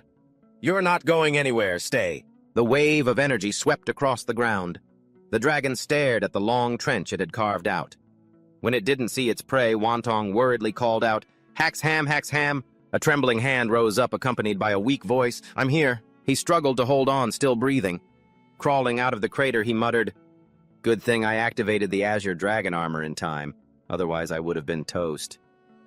The system warned, "Warning, Azure Dragon armor durability reduced by 40%. The damage to the armor was massive. If he kept fighting, he was a goner. Looking at the distance behind him, Hack's Ham still felt uneasy. "We're this far away that won't catch up, right? It doesn't look like it moves very well anyway." Wantong hesitated before revealing, "That thing. When it was designed to compensate for its slow movement, I intentionally added a skill." Hack's Ham started to feel like this was going south. "What skill?" He immediately got his answer from reality. The dragon's black hole suction had been activated. Hack's Ham was being dragged backward. He cursed, "What the hell?" He jammed his thunder spear into the ground to anchor himself and screamed, "System, whose side are you on anyway?" Wantong felt guilty. "I didn't expect it to use that on you." "Don't give up, let go." Hack's Ham was stubborn this time, clinging tightly to the spear stuck in the ground. "No way, my Azure Dragon armor is already busted. If I lose another level, I definitely won't be able to match that Abyssal Overlord. Hurry, look and see if there are any items that can help." Wantong searched through the inventory. "Let me see. Your sword won't hold?" It snapped out of the ground. Hack's Ham was violently dragged backward. Watching him helpless and unable to resist, Wantong screamed in panic, "Hack's ham!" He acted quickly. He unleashed a palm strike. "Damn it, take this!" His power slammed straight into the dragon's sturdy head. Then he boosted the defense of the Azure Dragon armor. Finally, the dragon shut its mouth. The waves subsided and the suction vanished. Wantong gasped, "Oh no, oh no! I think you just dropped 3 levels." But suddenly, the unexpected happened. The Earth Dragon, as if agitated, opened its mouth wide, its form looking bizarre. Van Tuong, deeply suspicious, wondered, what on earth is going on? The Earth Dragon's body began to sprout holes from which beams of golden light erupted, and in an instant, its entire body exploded into smithereens. Hack Ham, thanks to this, escaped certain death. His armor was shredded, not a single piece left intact. He let out a sigh of relief. The Azure Dragon armor had saved his life one last time. A system prompt appeared. "Congratulations, player, on clearing the D-rank dungeon. Golden Earth Dragon armor destroyed. Rare materials obtained: dragon arm bone plus 4 strength, strong muscle tissue plus 15 strength. Can be used to repair armor defense. Obtained A-rank demon slaying badge. C-grade dragon scales boosts armor defense by 30% plus 10% damage recovery. Obtained title Dragon Slayer. Once equipped, grants a 30% attribute boost. If the opponent is of the Dragonkin, attribute boost increases by 100%. Thunder Affinity has been raised to level 8.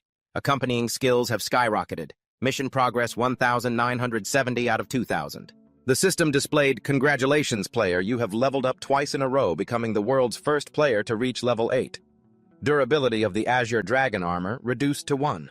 Discard." He was deeply grateful for the item. "You've worked hard, brother. I'll never abandon you." He used all the dragon arm bone and strong muscle tissue to repair the Azure Dragon armor. Using the dragon scales to supplement the armor with magic power, the system signaled, "Upgrading, upgrading, upgrading." Finally, a golden pillar of light shot up from where he stood. It soared straight into the heavens. Hack Ham was blinded by the brilliance. The system notified, "Congratulations, player. You have obtained SS rank armor, Saint Azure Dragon armor, passive skill True Golden Dragon armor, active skill Dragon Breath Combustion."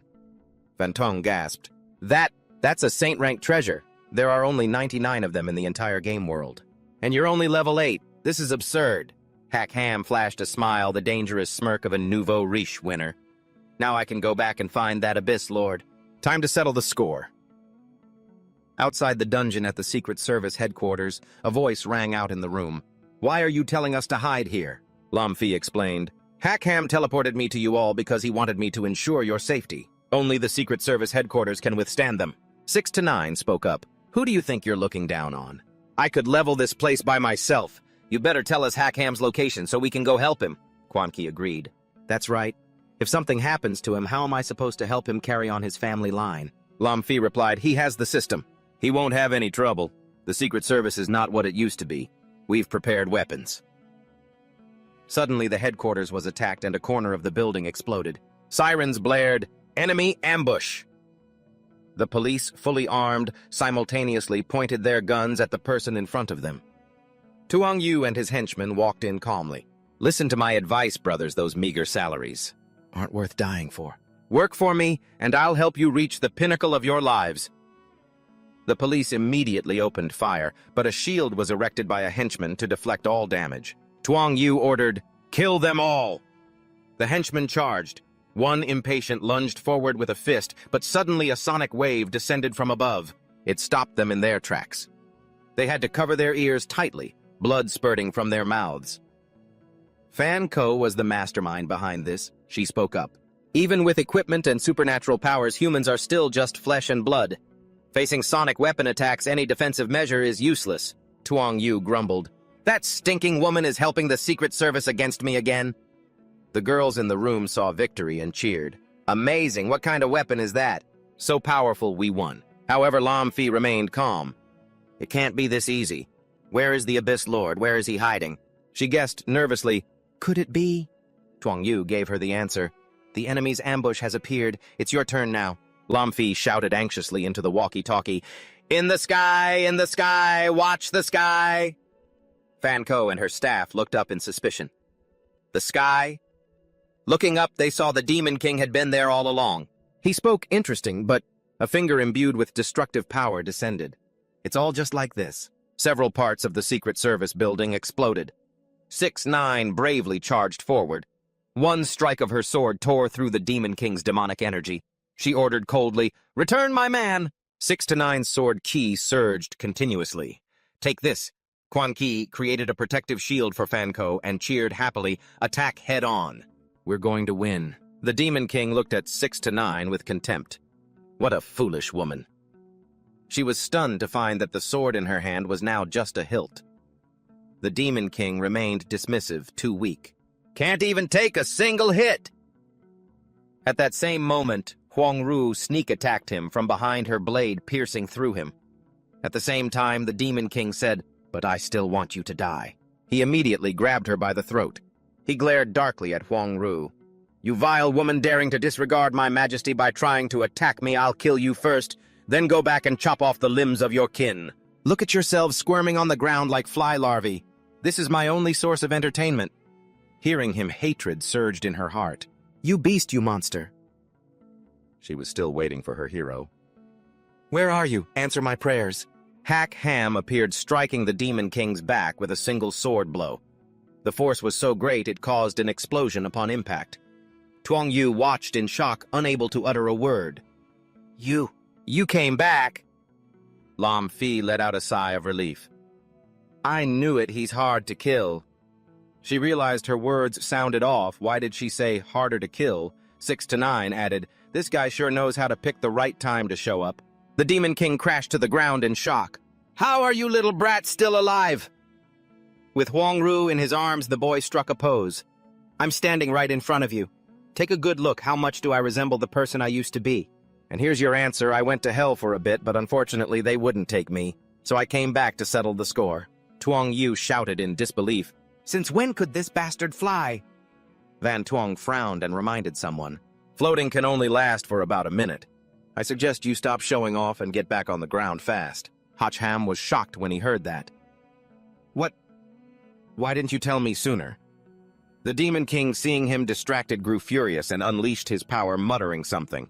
A wave of demonic energy slammed down toward Hach Ham. Carrying Huang Ru, he leaped down, but the demonic energy morphed into a pursuit arrow chasing after them. Fanko watched in anxiety and shouted, "Hach Ham, watch out!" Seeing that he was quite surprised, "It can actually change direction." Just then vines erupted from the ground and tightly bound Hach Ham's legs. He was stunned. "What is this now?" Tungio praised his subordinate. "Well done. He was incredibly confident. No one can break my steel vines. He's a dead man." From afar, Fan Ko only saw a huge explosion. Lam Fi was also extremely worried. "Hach Ham." She blamed him silently, as he had already been drained of all resistance by the Abyss Lord's attack earlier. "You idiot! Why do you have to go looking for death?" The Demon King was very satisfied. This time he's truly been smashed to smithereens. Letting you die so happily is letting you off too easy. Tuong Yu gave praise. "Very good. You've earned a great credit." He happily replied, "Thank you, big brother." They didn't expect Hach Ham to speak up from behind them. That was dangerous. This made them both stare in shock. "How did you get over here?" He replied, "If I couldn't break out, I just followed the tunnel and crawled over here." The mob of thugs rushed forward. "Damn it, protect the boss!" Huang Ruo immediately stepped in for him, landing a few kicks on them. "You think a bunch of small fry like you are worthy of fighting the main character?" They were all swiftly taken down by her. "That's right, back off." Sao Ku also coordinated perfectly. She swung her sword and shouted, "Those who stand in my way shall die." Seeing this, Tung Gyu begged the person beside him, "Lord Demon King, please kill these women first." He acted immediately. A surging demonic energy gathered in his palm. "You noisy creatures!" A burst of power fueled by divine fire surged forward. The three women were stunned, not knowing how to react. Hach Ham appeared instantly, playing the hero to save the damsels. With a single swing of his sword, he shattered the opponent's attack. All three were safe under his protection. The Demon King couldn't believe it. "What, my divine fire was knocked back by you?" Looking at the crackling lightning in his hand, he exclaimed, "It wasn't convenient to fight just now, but let's try it now. You're really quite pathetic, aren't you?" Tuong Yu, standing to the side, was deeply jealous. He thought to himself, "What on earth happened to this bastard during the time he vanished? Not only has his strength skyrocketed, but even his weapon." The Demon King wouldn't accept defeat. he gathered an even larger divine fire. "This is impossible, Dai." Hacham calmly swung his sword. The Demon King was still very confident. "You think you can threaten me with these pathetic moves?" But he suddenly realized something was wrong. If he got hit, he was dead for sure. Being careless, the Demon King was struck by the boy's sword light. Falling to the ground, he gasped, "That was close!" Before he could steady himself, Hacham lunged forward and delivered another strike. "Stop showing off, you!" "The lightning power on your sword has run dry. It's nothing but a useless piece of iron now." "You can't hurt me with that." Hacham looked at him coldly and listed, "First, even without magic, this sword can mince you. Second, who told you the power of lightning doesn't return?" Just as he said, a surge of lightning power poured down from the sky. The Demon King couldn't believe it and stuttered, "Absorbing it back." Hacham's lightning intensified as he absorbed it. With his power recharged, he looked arrogantly at his opponent. Satisfied now, the Demon King turned pale as he witnessed this strange phenomenon.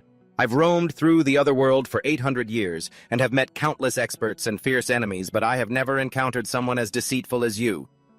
After saying that, the Demon King was instantly hit by Hacham's lightning.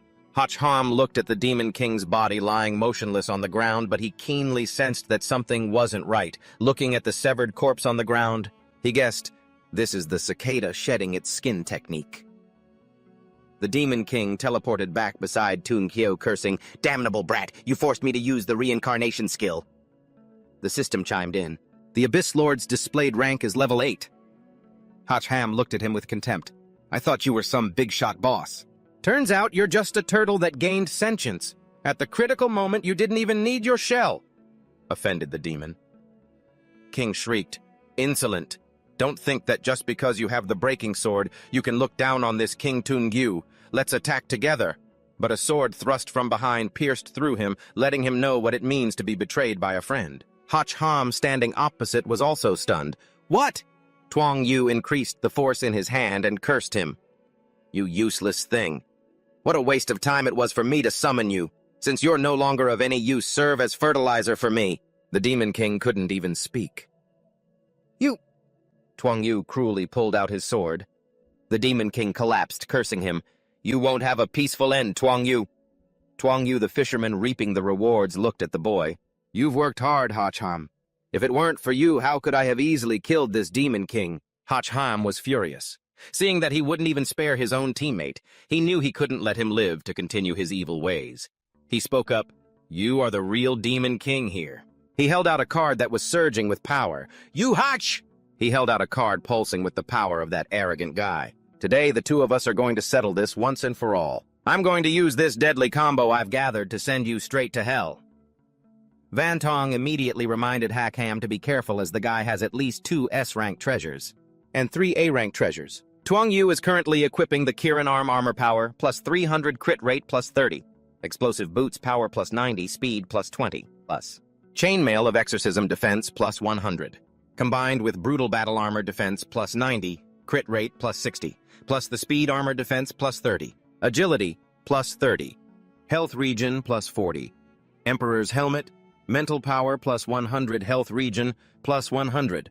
Cloak of Forgiveness reduces the opponent's attack power and speed by half. A legendary grade divine weapon, twin magic blades which ignore all physical defense. With the best armor piercing in history, Tuang Yu proudly showed off his fully geared up self. "How are you going to handle this now?" A grenade was thrown, catching him off guard.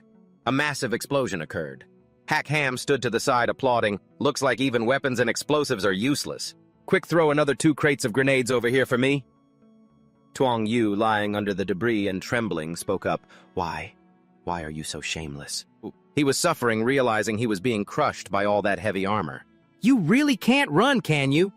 Sweat poured down like rain. Tuang Yu hadn't expected that while he only cared about attack and defense, he completely neglected speed. "I didn't think this equipment would be so heavy." While he was distracted, Hacham's Kinloy was already in front of him.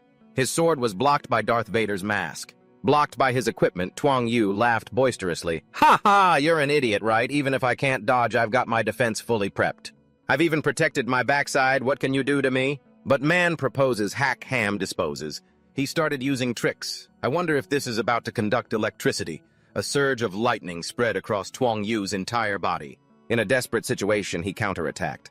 Light emitted from his gear, blinding Hackham, then a blast of firepower surged straight at him, sending him flying. After a groan, Hackham struggled to use his sword to steady his body. He muttered, "That was dangerous. It seems my chest armor still has a passive skill." He knew deep down that the Abyss Lord's strike had likely exhausted the energy stored in Kinloy. If not, he would never have given Tuang Yu a chance to fight back. Tuang Yu was in just as bad a shape, taking off his mask and panting. Hackham stared at him calmly. "What are you suddenly trying to merge your equipment with mine?" Tuang Yu shouted aggressively. "Bring it on!" "At worst, it's a suicide mission. The one with enough guts to rule the world must be me, Tuang Yu." Lam Fi, standing nearby, felt helpless. This lunatic is beyond saving. But she froze when she saw a new situation unfolding. There were countless figures on the rooftops. That was Tuang Yu.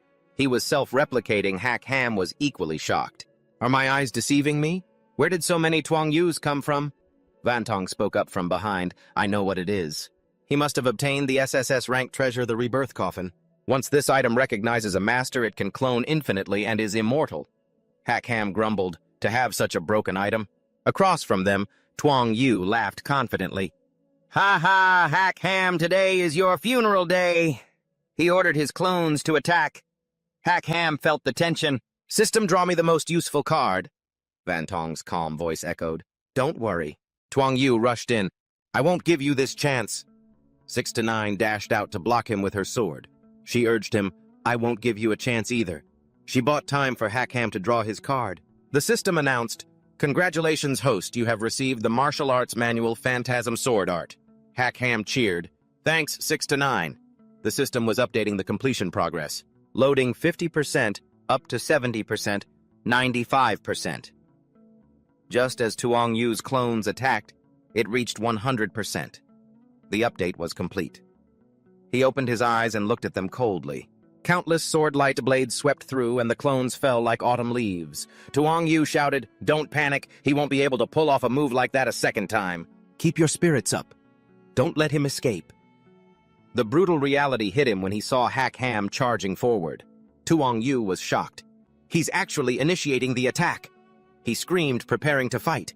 Tuang Yu's remaining clones used their last breath to resist the lightning. Hackham unleashed while the original body stood to the side, anxiously yelling, "You bunch of idiots, go around behind him. Sneak up on him from behind." The 3 clones at the back received their orders and acted. However, he calmly turned around and swung his sword, striking them immediately. Thanks to that, he continuously gained 1,050 experience points. He said with satisfaction, "Finally caught you." Returning to Hackham, Tuang Yu couldn't accept the truth. You. Hackham continued. "Although you have many helpers, I have discovered your 3 weaknesses." He laughed aloud upon hearing this. Weaknesses. Doesn't that mean I'd have to kill 3 more versions of myself? But wouldn't you just go insane? Didn't you say he's become a god? Hackham remained calm, listing them one by one. First, the Rebirth Coffin can only copy. It cannot resurrect, which is why you're too scared to show your own face. Second, these clones existed before you killed the Abyss Lord, so they are still level 6. Third, they are no threat to me. They just provide me with experience. The more I kill, the stronger I get. Tuang Yu's face darkened. Hackham added, "Looking at your expression, it seems I guessed all of them right." Lam Fi had to admire him. Yet in such a short battle, he was able to quickly grasp such important information. He was clearly a born warrior, but why would he say things like that? Wouldn't this just give Tuang Yu a chance to prepare? The real goal of Hacham is just to keep going. I want to level up to 15, so it's all up to you guys now. Tuang Yu, unwilling to be a mere stepping stone for his enemy, glared at him with a dark expression. He personally struck down his own clone, leaving the others in sheer terror. Tuang Yu spoke up, "Blood doesn't flow outside. Our common enemy is Hacham.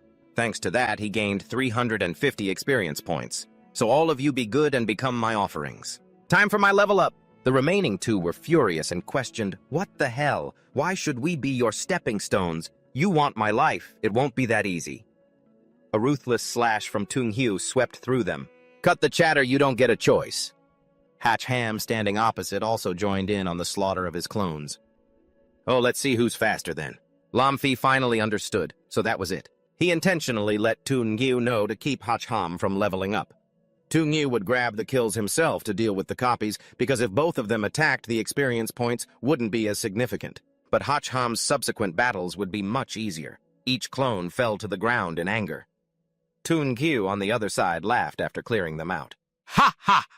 he said with contempt. "You fools, without me, where would you even be? You have no insight at all." By now, Tung Yu's level had reached 10. He continued, "But it wasn't a waste of all that effort. Finally, I've hit level 10. Hacham lunged with his sword calmly. "Actually, you still have another choice. If you attacked alongside them, your chances might have been better." Tung Yu's face darkened as he realized he'd been set up.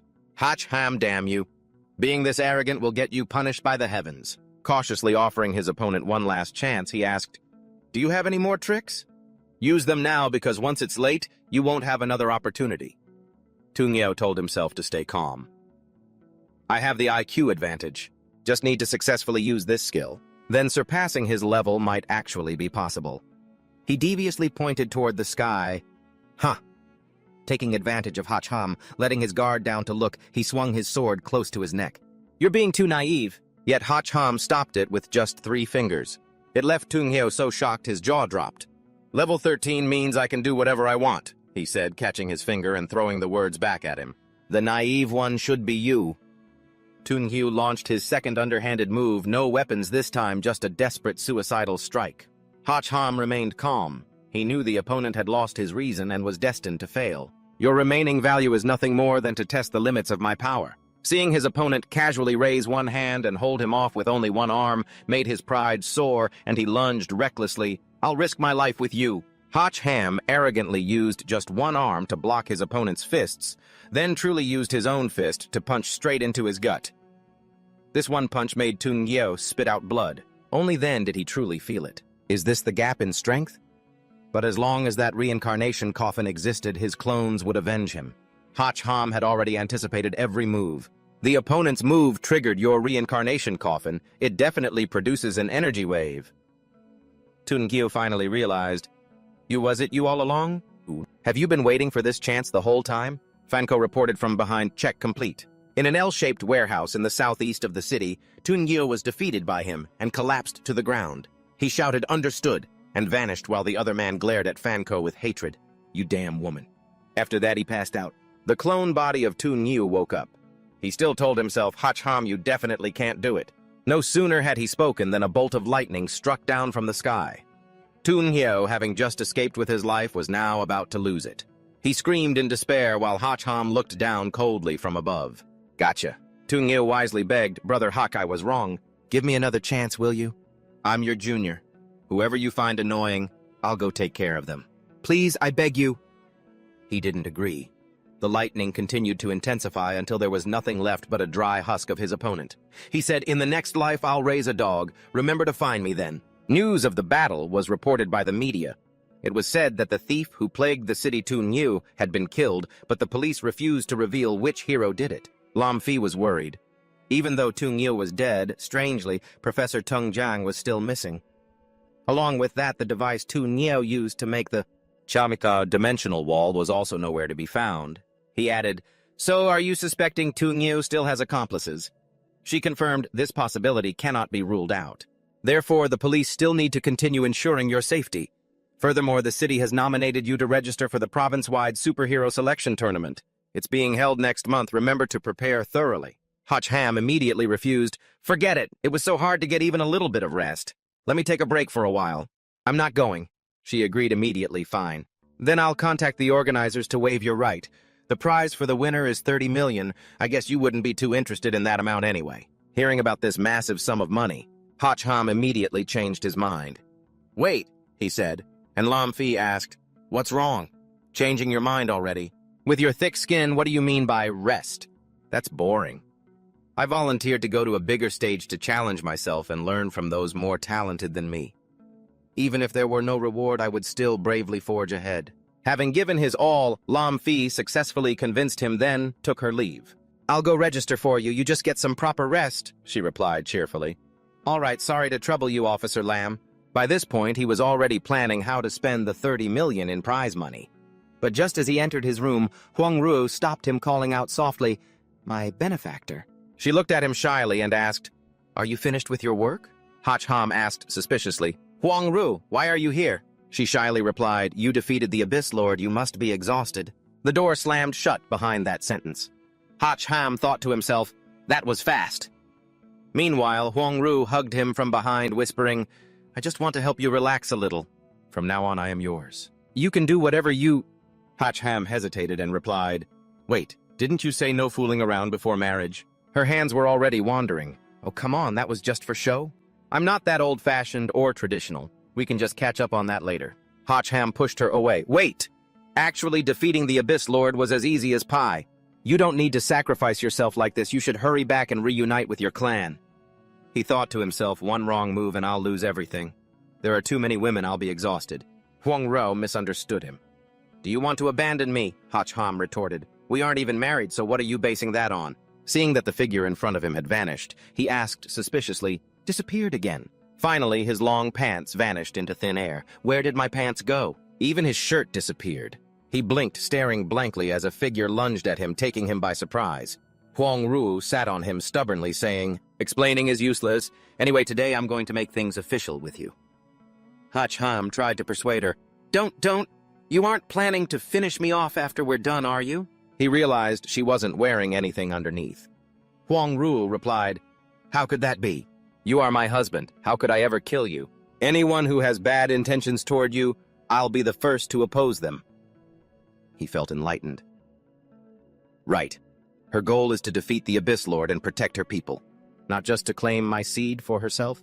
If I get her on my side, then in the future, if those other girls want to kill me, she'll protect me. He had already said this much. If he still resisted, would he even be a man? It wasn't until late at night that a tired Hacham woke up after a long battle. Seeing that no one was next to him, he wondered, where did she go leaving so early? That was truly refreshing. That perverted system didn't appear to bother me either. But she's definitely hiding in a dark corner watching me closely. Just then, Quan Ki and 69 walked into the room. Seeing them, he screamed, "What are you two doing? I'm warning you, I'm a level 14 boss. Using force on me won't work." Neither of them was afraid, they just kept approaching. "No need to put up a stubborn fight. The system sister already agreed with us. As long as it's the safe period, your powers will be temporarily sealed. Right now, besides your physical strength, you've got nothing." Van Tuong winked and said, "Don't be shy." Hachham's face darkened. "What do you mean?" "4-star we little hatch, come save me." Quan Kai had already crawled onto the bed. "Guess who notified us to come? You can only blame yourself for being too vigorous last night. You scared the life out of everyone, so we reached a peace-sharing agreement. Whoever has the ability gets the most." The whole house echoed with Hachham's desperate screams. "Save me." The next day when he met Lam Fi, she saw his appearance and froze. "Didn't you sleep well last night?" With dark circles under his eyes, he said, "Don't remind me I'm dying." She asked urgently, "Why did you call me here?" Lam Fi handed him an envelope. "This is the intelligence I gathered on the elite tournament. Got it just last night, take a look." Hacham opened it and said, "With my level, winning the championship is a piece of cake. Why bother gathering intelligence?" She suddenly made a suggestion. "You're too optimistic. I have a recommendation for you right now. Withdraw from the competition immediately." Hacham, hearing this, shouted, "How could that be?" Lam Fi reminded him, "There are 35 contestants in the entire province. Based on your level, you're ranked 11th at best. But last night, your ranking was 3. Hacham was also surprised. Everyone found a way to level up quickly, but how did they do it? Lam Fi handed him an information sheet. "This is the ranking of the top 100 people in the province, but according to my research, 21 of them have mysteriously disappeared in the last 2 days. It's the kind of situation where you don't see the person and you don't see a body. As soon as you heard that, you understood immediately. It turns out there are plenty of smart people who've realized that hunting each other to farm XP is just another part of the competition. There are way too many ruthless people out there. The competition is brutal," Lam Fi continued. "Their ambition to win far exceeds our expectations. To stay safe, we need to study this carefully. Only then can we make a cautious decision. I suggest you quit." You agreed without hesitation. "I'll forfeit the competition and withdraw." You had just finished a life-and-death battle with Tun Yu. "No need to risk your life like that," Lam Fi replied. "All right, I'll go report this to the Damdong City authorities. Finally, you can have some peace and quiet and get some rest." After that, Hach Ham left the office. As you walked, you chatted with the Van Tuong system. How is the data collection coming along? Can you hack and fix any game? The girl replied, still a long way to go. You should keep working hard. I'd prefer it if you gave me a few buffs every day. Hach Ham's face fell upon hearing that. A few buffs every day.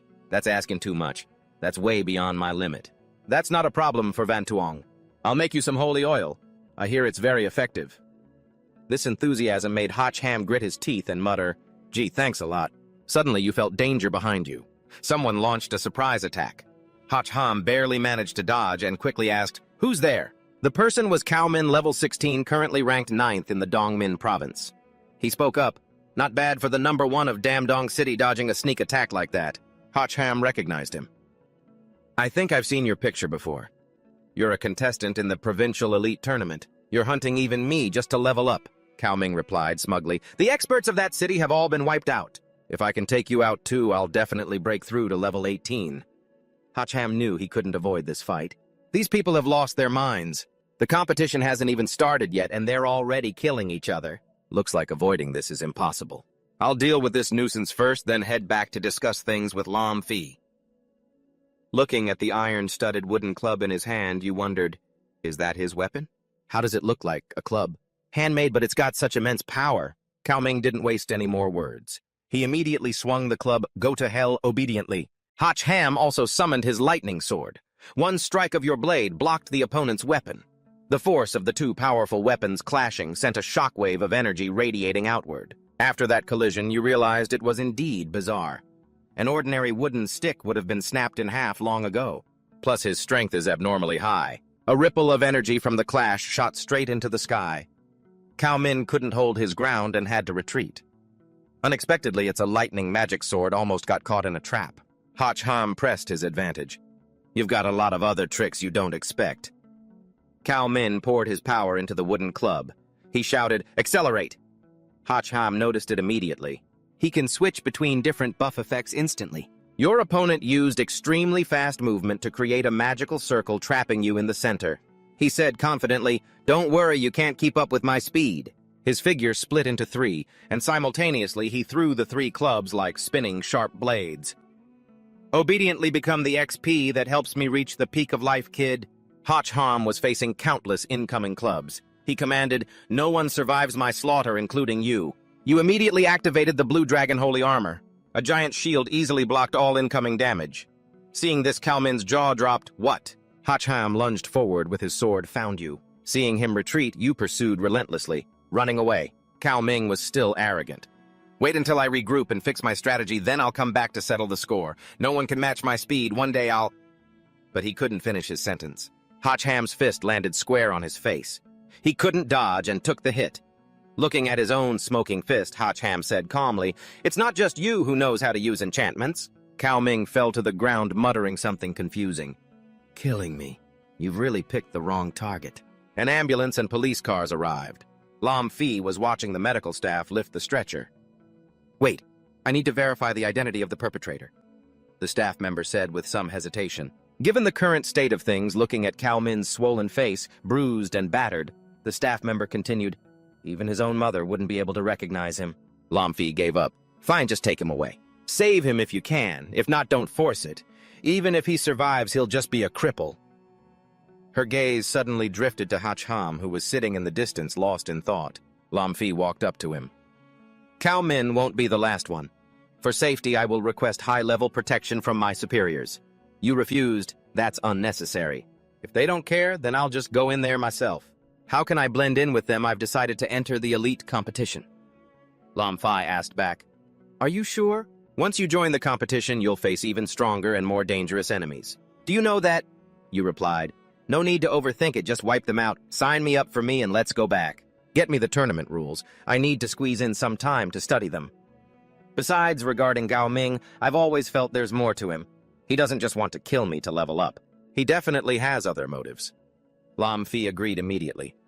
All right, I'll arrange for you to leave right away. I'm heading back now.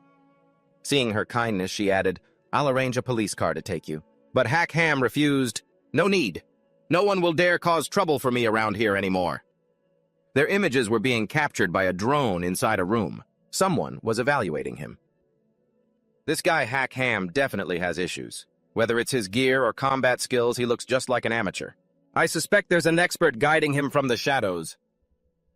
A mysterious man who had guessed Tungjiang's intentions asked, "So you think he still has plenty of aces up his sleeve?" He replied, "Exactly.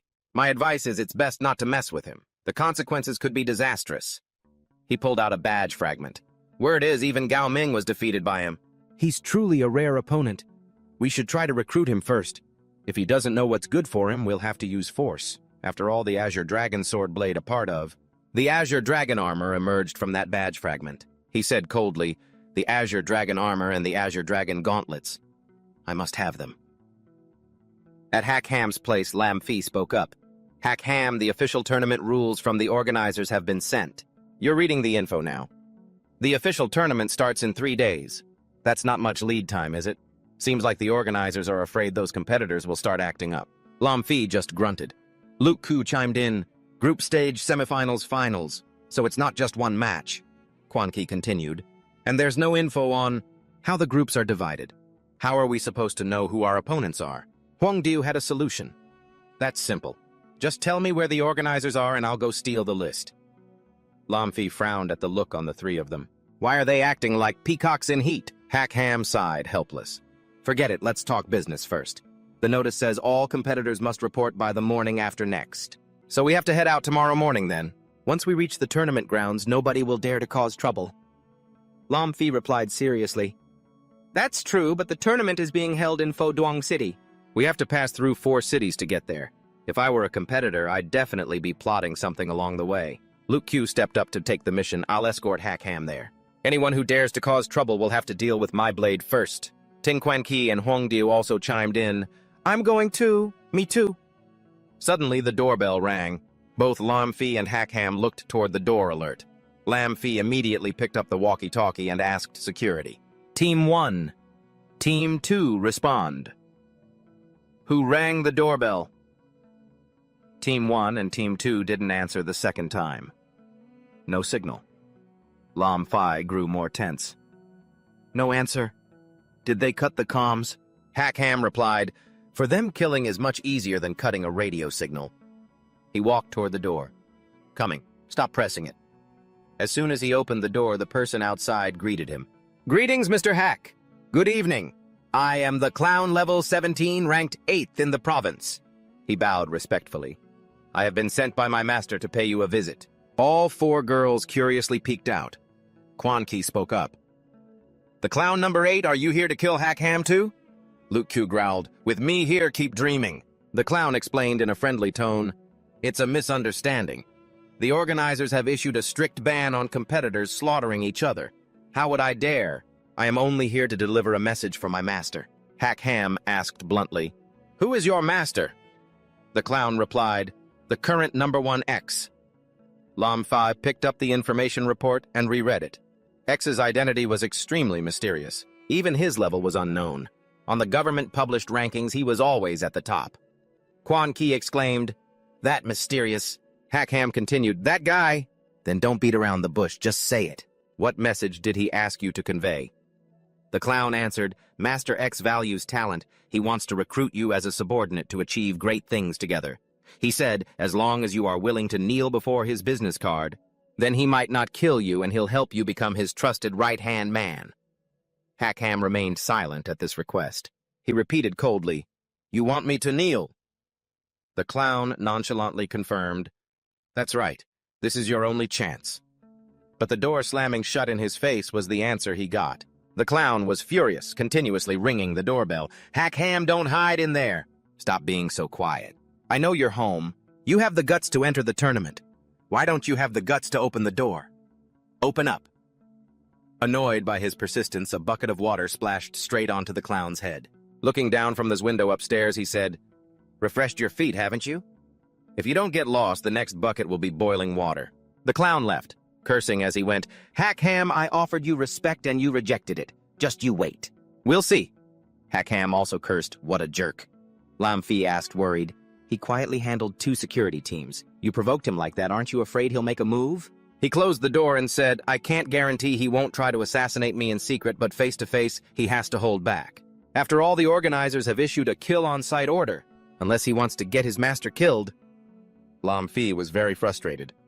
I didn't expect this X to be so arrogant, sending people here to provoke us like this. And to think even that clown is just his lackey. Maybe the mastermind really is as cunning as you said, sending him to spy on Hacham after the guy mentioned him. What is his current condition? She replied that the doctors said his condition is extremely critical and he could die at any moment. Why that look?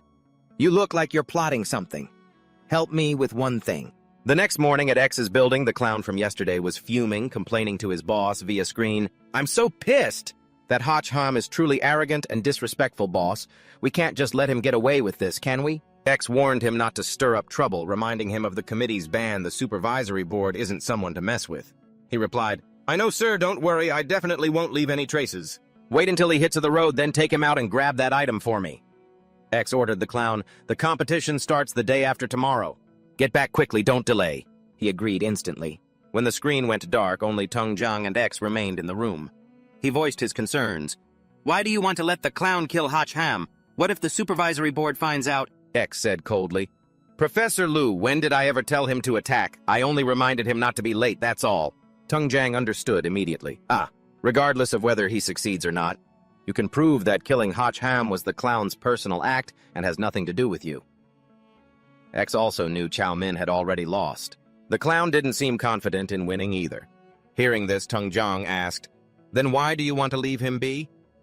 The answer he received was, I don't want to become a direct enemy of Hacham, so if I can make him miss this competition, that's a decent solution too.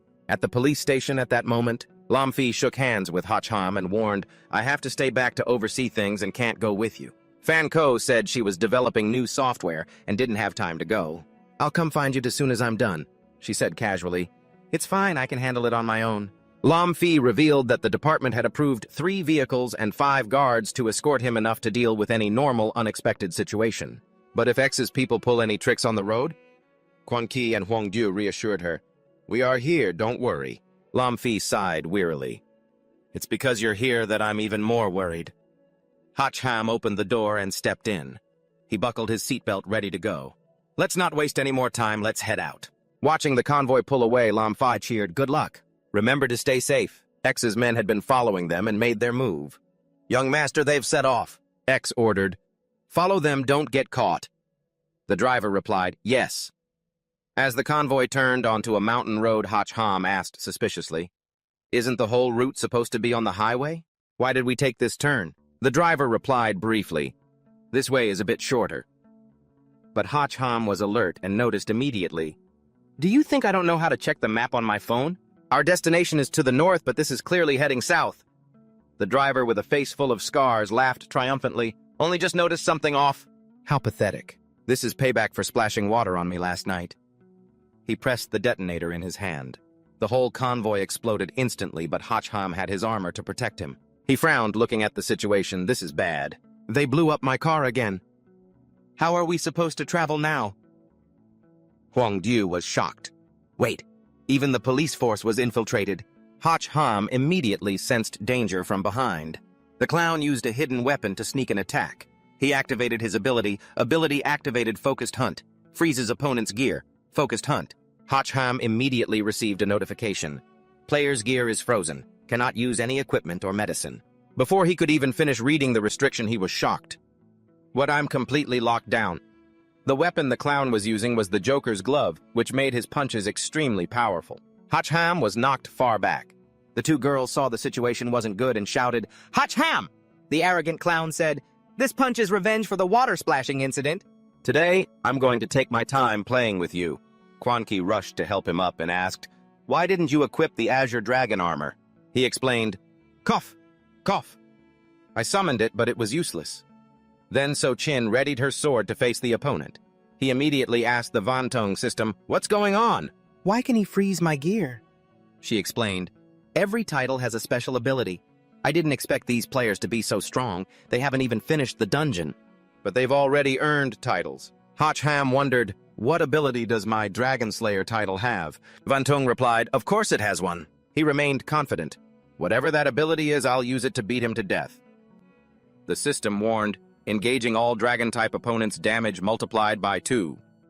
The clown threw out cards that dealt high damage. "There's no time to talk now," Hackham shouted anxiously, warning of the danger. "Hurry and hide!" 6ix9ine remained perfectly calm, gripping her sword tightly. "What's there to be afraid of? Do you think we're useless?" The other two girls stood up as well. "As long as we're here, no one is allowed to hurt our man. He belongs to us, and we're the only ones who get to spoil him. Don't even think about laying a finger on him." Hearing that, Hackham felt incredibly happy. Is this what it feels like to be a kept man? It's amazing, he thought, watching the silhouettes of the 3 women standing guard in front of him. He suddenly felt a sense of relief. They really are reliable. Even the clown was surprised. "Well, look at that. Hackham, you've got it pretty good, don't you? You've got 3 beautiful women by your side. But don't worry, once you're dead, I'll be sure to satisfy them for you." 6ix9ine was furious at the vulgar remark. She swung her sword. "I'll cut that dirty tongue of yours off first." The clown remained calm, let out a huff, and activated Hunter's Focus, a skill to freeze the opponent's gear. But 6ix9ine swung her blade with such intensity that the freezing attempt failed. The reason was simple. It could only freeze player equipment, but it was useless against NPCs. Just as the blade reached his neck, he realized, what, she's an NPC? As he regained his composure, his body reacted just in time to dodge the strike. The consequence of his distraction was a bald patch. He shrieked as he saw a chunk of his hair get sliced off. "My hair!" Before he could even process that, a barrage of firepower rained down, leaving him stunned. An explosion erupted, the shockwaves spreading everywhere. The clown was engulfed in flames, screaming in pain. "Ah! Hot, hot, hot!" Queen Key coldly remarked. "That's what you get for running your mouth." The clown, enraged, spat out, damn you, you wretched women. "I'll use my ultimate weapon, the King Bomb." As soon as he activated it, intending to infiltrate their souls and leave them nowhere to hide, he reached into his pocket and panicked. He realized his bomb was missing. Where did it go? The object he needed was resting in Huang Du's hand. "I thought it was a wallet, turns out it's a grenade." Hackham was shocked. "When did you swipe that?" The clown raged. "You thieving witch! If you got guts, fight me fair and square. What kind of cowardly thievery is this?" Huang Du immediately threw it back. "If it's not worth anything, I don't need to keep it. Here, take it back, you idiot." The clown instinctively reached out. "Oh, thanks. You're a nice person." Huang Du had casually pulled the pin on the grenade in her hand. "Thieving. So what? You're not going home empty-handed." "I also decided to keep a little something for myself." By the time the clown realized it, it was too late. The grenade exploded. "Isn't that my grenade pin?" Once again, he was blown to pieces. Hackham couldn't believe how quickly and easily the girls had handled it. The 3 silhouettes stood there. Their presence couldn't be underestimated. They were as fierce as tigers, living up to their reputations. 6ix9ine spoke up. "Done. Let's keep moving." Hackham felt hesitant. His legs were shaking and he didn't think he could walk. Suddenly, a voice called out. Tai Dich appeared like a savior. "I'm here to help you, sir." Hackham was incredibly surprised. "Tai Dich." He stepped out of the car, gun in hand, shouting heroically, "Where's the enemy? Let me blast them to pieces." Hackham replied, "It's already been taken care of ages ago." "Why are you here?" Tai Dich explained, "You saved my life, sir. I, Tai Dich, naturally know how to repay a debt. I've been following you since you left.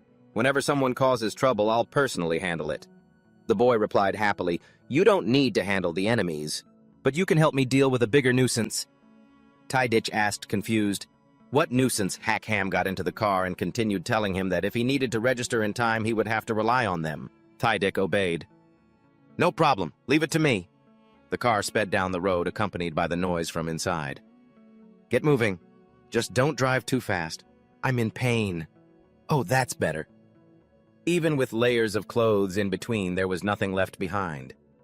The clown lay miserably on the ground in rags.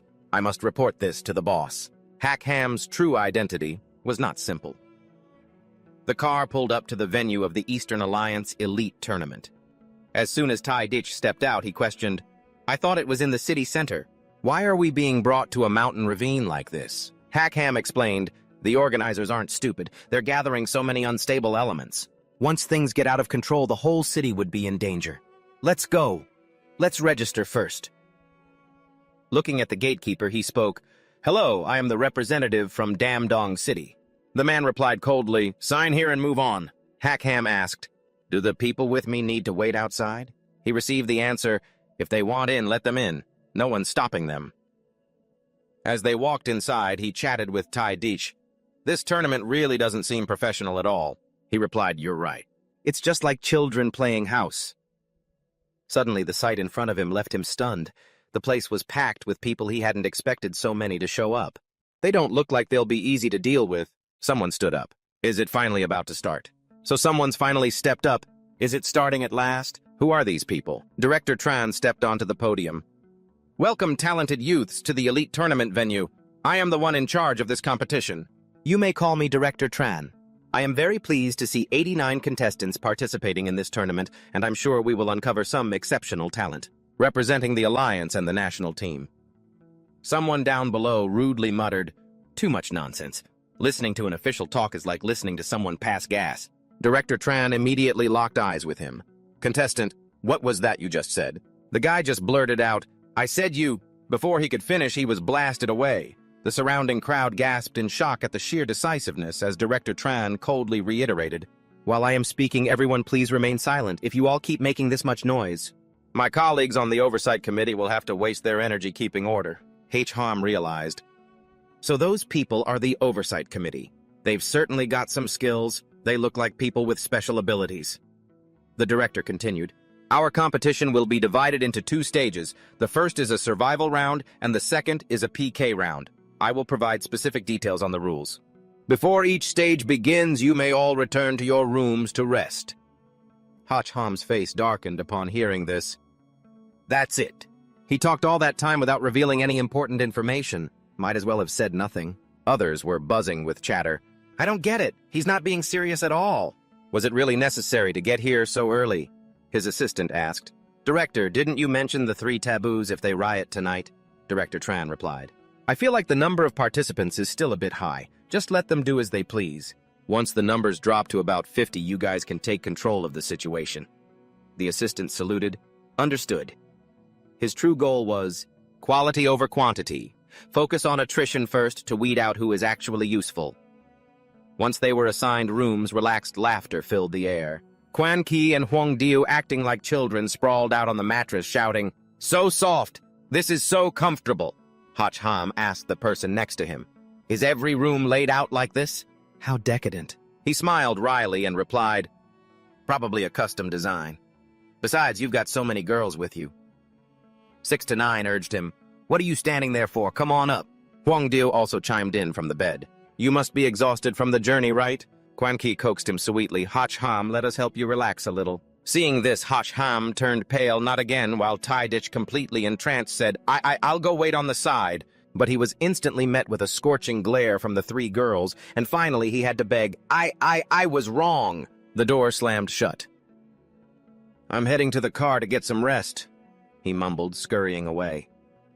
Another night of fireworks going off, and people have all the luck. Tin Feng, who had been watching them in silence, chuckled with interest. Well, some people really do see tonight as a rest before the games.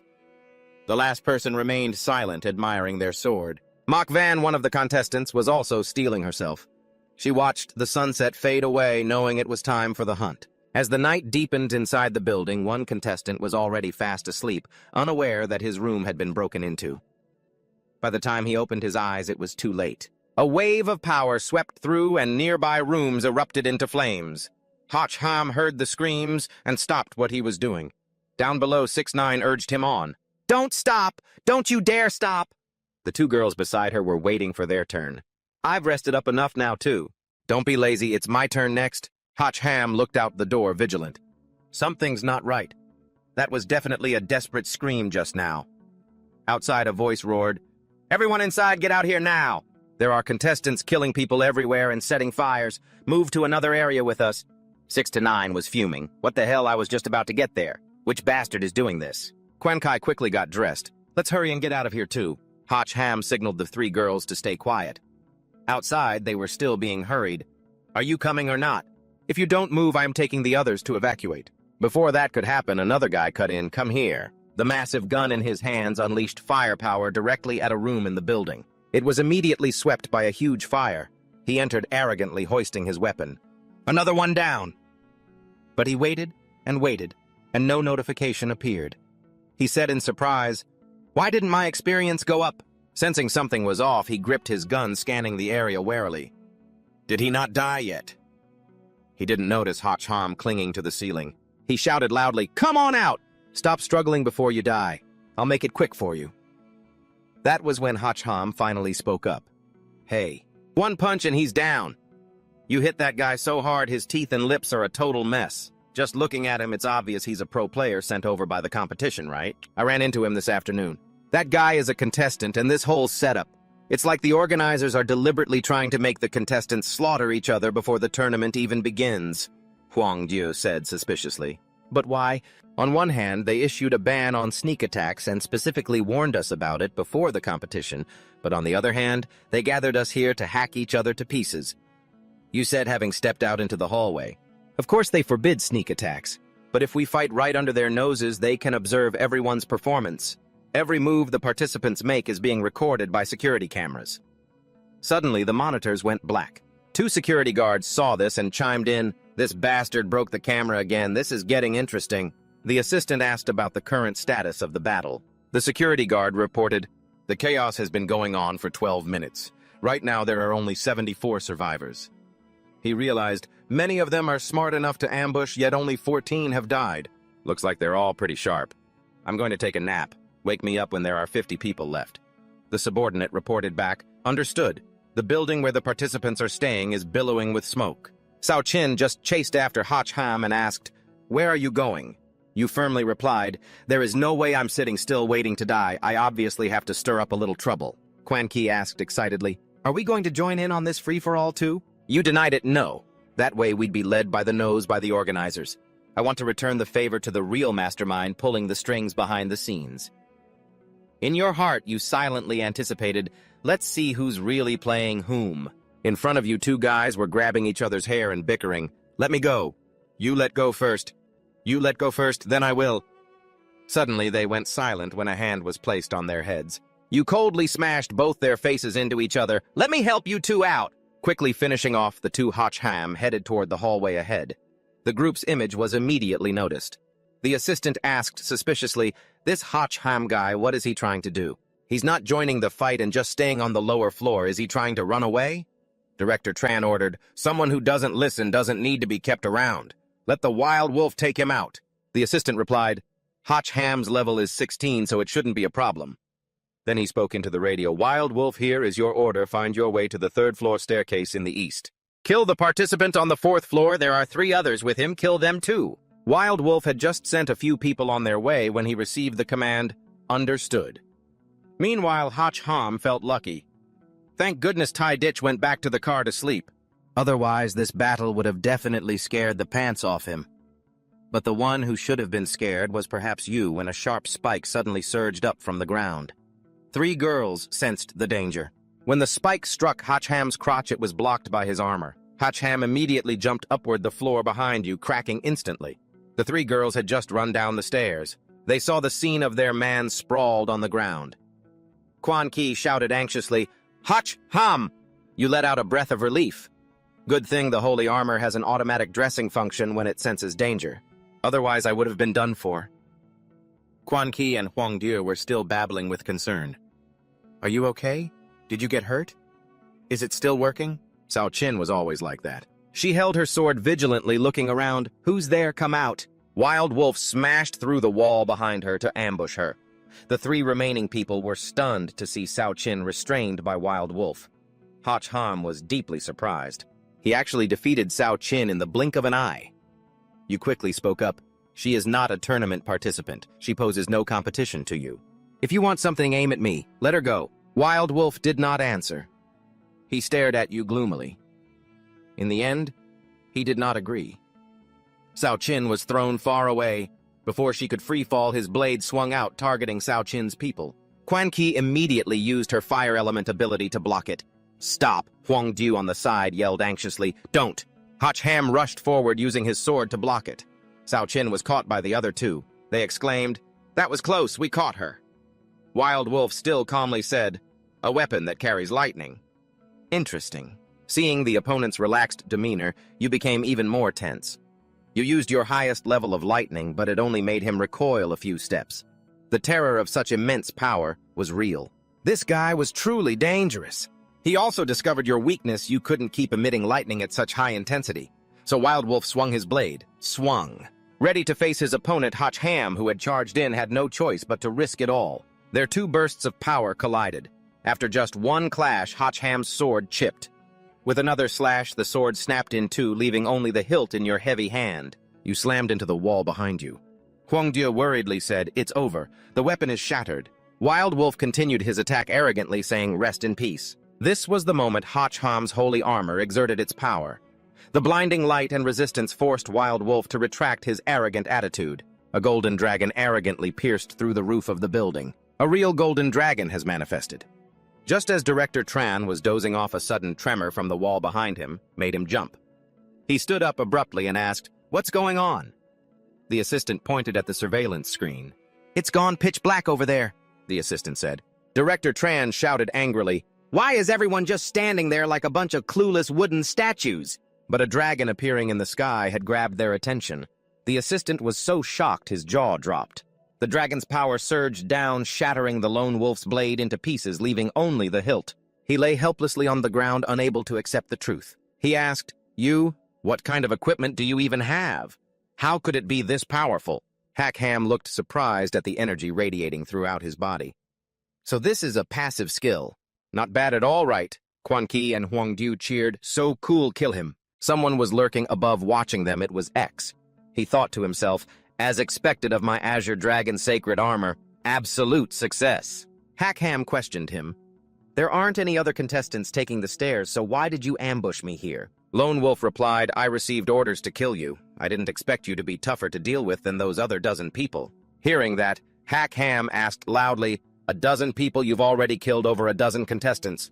Who ordered you, X?" Lone Wolf struggled to stand up and retorted, "I don't know any X. If you want answers, defeat me first." As the opponent prepared to attack, his armor activated its power. He thought, "It's coming again." The Azure Dragon materialized and lunged ferociously at the opponent.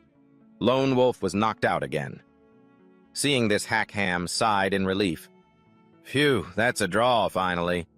The system updated. He had reached level 16. Hack Ham cheered happily. "Oh, finally leveled up." Quan Kai reminded him 6-9 is awake now, but she was still very weak. He calculated silently, "First I have to find a way to stop this chaos. The senseless mutual slaughter can't be allowed to continue like this. But as soon as I leave this building, they'll just send more assassins to stop me. What do I do?" After some thought, Hack Ham came up with a plan. He met with the group and said, "I have a crazy idea. You guys head to that hole in the wall over there." Huangdiu asked curiously, "What are you trying to do?" He replied, "End this chaos." In Director Tran's office, someone brought him tea and invited him to drink. Director Tran asked bluntly, "Has the lone wolf been killed?" The assistant replied, "Yes, that Hack Ham's equipment is truly far beyond our expectations." The director remained very calm. "It's fine. The doors have already been welded shut. There's also a surveillance team outside watching. He won't dare to take any risks, as long as he's still inside the building. He'll definitely have to participate in the slaughter game, whether he's the prey or the hunter. After all, our goal is to reduce the head count." The assistant flattered him immediately. "Director Tran, your strategy is brilliant. This subordinate is filled with admiration." He was just about to crawl forward to bow when a massive explosion rocked the opposite building. Director Tran roared in a rage, "I only wanted to reduce the number of contestants, not wipe them all out."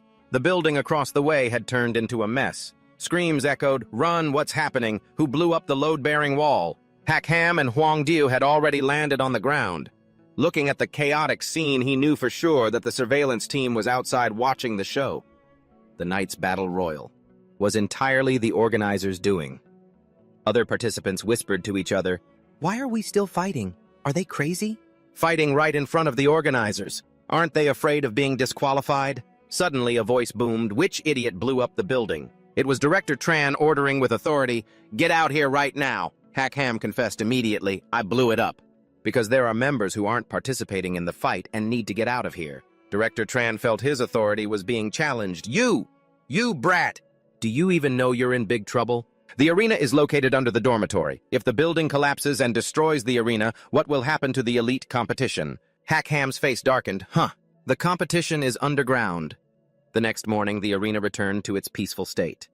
When Hack Ham arrived, the other participants looked at him with hostile gazes. One guy was casually playing with a knife in his hand. Hack Ham laughed it off. "Ha ha, I just punched it a little, how could it have collapsed?" "It'll definitely be fine." 6ix9ine complained. "You didn't even look like you were using that much strength." As we were about to call out, the supervisors arrived. Someone shouted, "They're here! Director Tran is here!" Director Tran immediately noticed Hotch Ham. Hotch Ham kept whistling casually as they walked coldly past him. Director Tran stepped onto the platform and announced, "Attention contestants! We've just evaluated the arena and the damage is negligible so the competition can proceed." Hotch Ham clutched his chest in relief. "Scared the life out of me. Good thing it didn't affect anything." "Why make such a huge deal out of it then?" He continued, "However, the act of sabotage has indeed caused instability in the magnetic field, which may lead to unforeseen dangers. Everyone must be aware of this." Tian Fong chimed in, "For example." The director replied, "Our understanding of this world is limited. I cannot predict the specific scenarios. Anything could happen to you." The rest of the group reacted. There was a stir. "What, that world? What kind of competition is this exactly?" The assistant also spoke up. "Yes." Director Tran continued, "According to the original plan, details could be revealed before the competition, but due to unexpected circumstances, I will give you an advance briefing on the first stage survival. We are currently standing at a mine that has existed for nearly 100 years. 3 months ago, shortly after the first landing, alien monsters began appearing inside. The government immediately took over and sealed the entrance. According to our internal investigation, there are over 100 types of alien creatures inside, making it the most dangerous place in the world. Your goal is to enter the cave. Reach the deepest level, find the amethyst crystals placed by the robots, and bring them out safely to pass the first assessment." Tianmin asked directly, "How many crystals are there in total?" He answered, "Considering potential losses during the journey back, we've included a surplus. There are 16 crystals in total, but there are only 8 slots for contestants. Only 8 who bring a crystal to the surface will advance to the next round." Hotch Ham calculated, "At a 50% mortality rate plus the journey back for the survivors, there might not even be 8 people left." Quan Ki added, "Furthermore, it's not just the monsters. The contestants will be competing against each other. It's likely to be a bloodbath." Mok Van questioned the supervisors. "If you've already scouted it, why did you say you didn't know much about the world below? What exactly did that sabotage do to the mine?" Director Tran revealed, "The original structure of the mine was normal. But I must tell you, those monsters didn't break in from the outside. They crawled out from within." Hotch Ham was shocked. "What? Are there other passages inside the cave?" Hotch Ham asked the system, "What on earth is going on?" Van Tuong replied, "I just found out myself." "Could there be a rift between dimensions?" He looked silently at Van Tuong. "Looks like you're in big trouble." She smiled wryly. "I'm fixing it. It'll be back to normal soon." 6ix9ine asked directly, "If there really is a rift at the entrance, what will happen?" Van Tuong revealed, "Hotch Ham's punch might have triggered it, causing the rift to widen and bring in even stronger monsters. After all, rifts are quite temperamental." Director Tran reminded everyone, "In any case, the competition is about to begin. The entrance is active and everyone is about to depart. Remember, the mine is very unstable. If you don't want to be buried alive, tread carefully before you make a move." The participants realized the gravity of the situation. They glared at Hotch Ham. He looked around confused. "Why are you all staring at me?" Director Tran announced that the entrance was open. "Contestants, please prepare to enter. You have been given support equipment, a wristband to monitor your vitals. If the signal disappears, command will assume you are dead. Good luck to you all." Hotch Ham said goodbye to the 3 girls. "I'm heading in. You guys wait for me outside, okay?" The announcement sounded, "Approaching the branch cave, contestants, please disperse. The competition begins in 3 minutes." Huang Ruo said worriedly outside. 3 minutes delay is just to give everyone time to prepare, otherwise they might just start killing each other in the cave immediately. 6ix9ine also knew the situation was bad. Hotch Ham is likely in danger from the start. The other 2 were skeptical. "Why?" She explained the strength he showed earlier. "We'll make the other contestants see him as a threat that must be eliminated first. Plus, his attacks could cause the cave to collapse, whether to win or survive. They have to take Hotch Ham out first."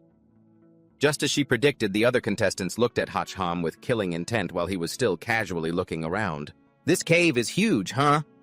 Outside, the underground gate slammed shut. The assistant reported, "Director, the exit is sealed." Director Tran said, "Life and death are up to fate. Success is up to heaven. From now on, it's all up to them. But I hope they bring us some pleasant surprises. Inside the cave, a mysterious light emanated. A group of people saw it and guessed, the cave walls are glowing. Must be some kind of ore. Tin Feng spoke up.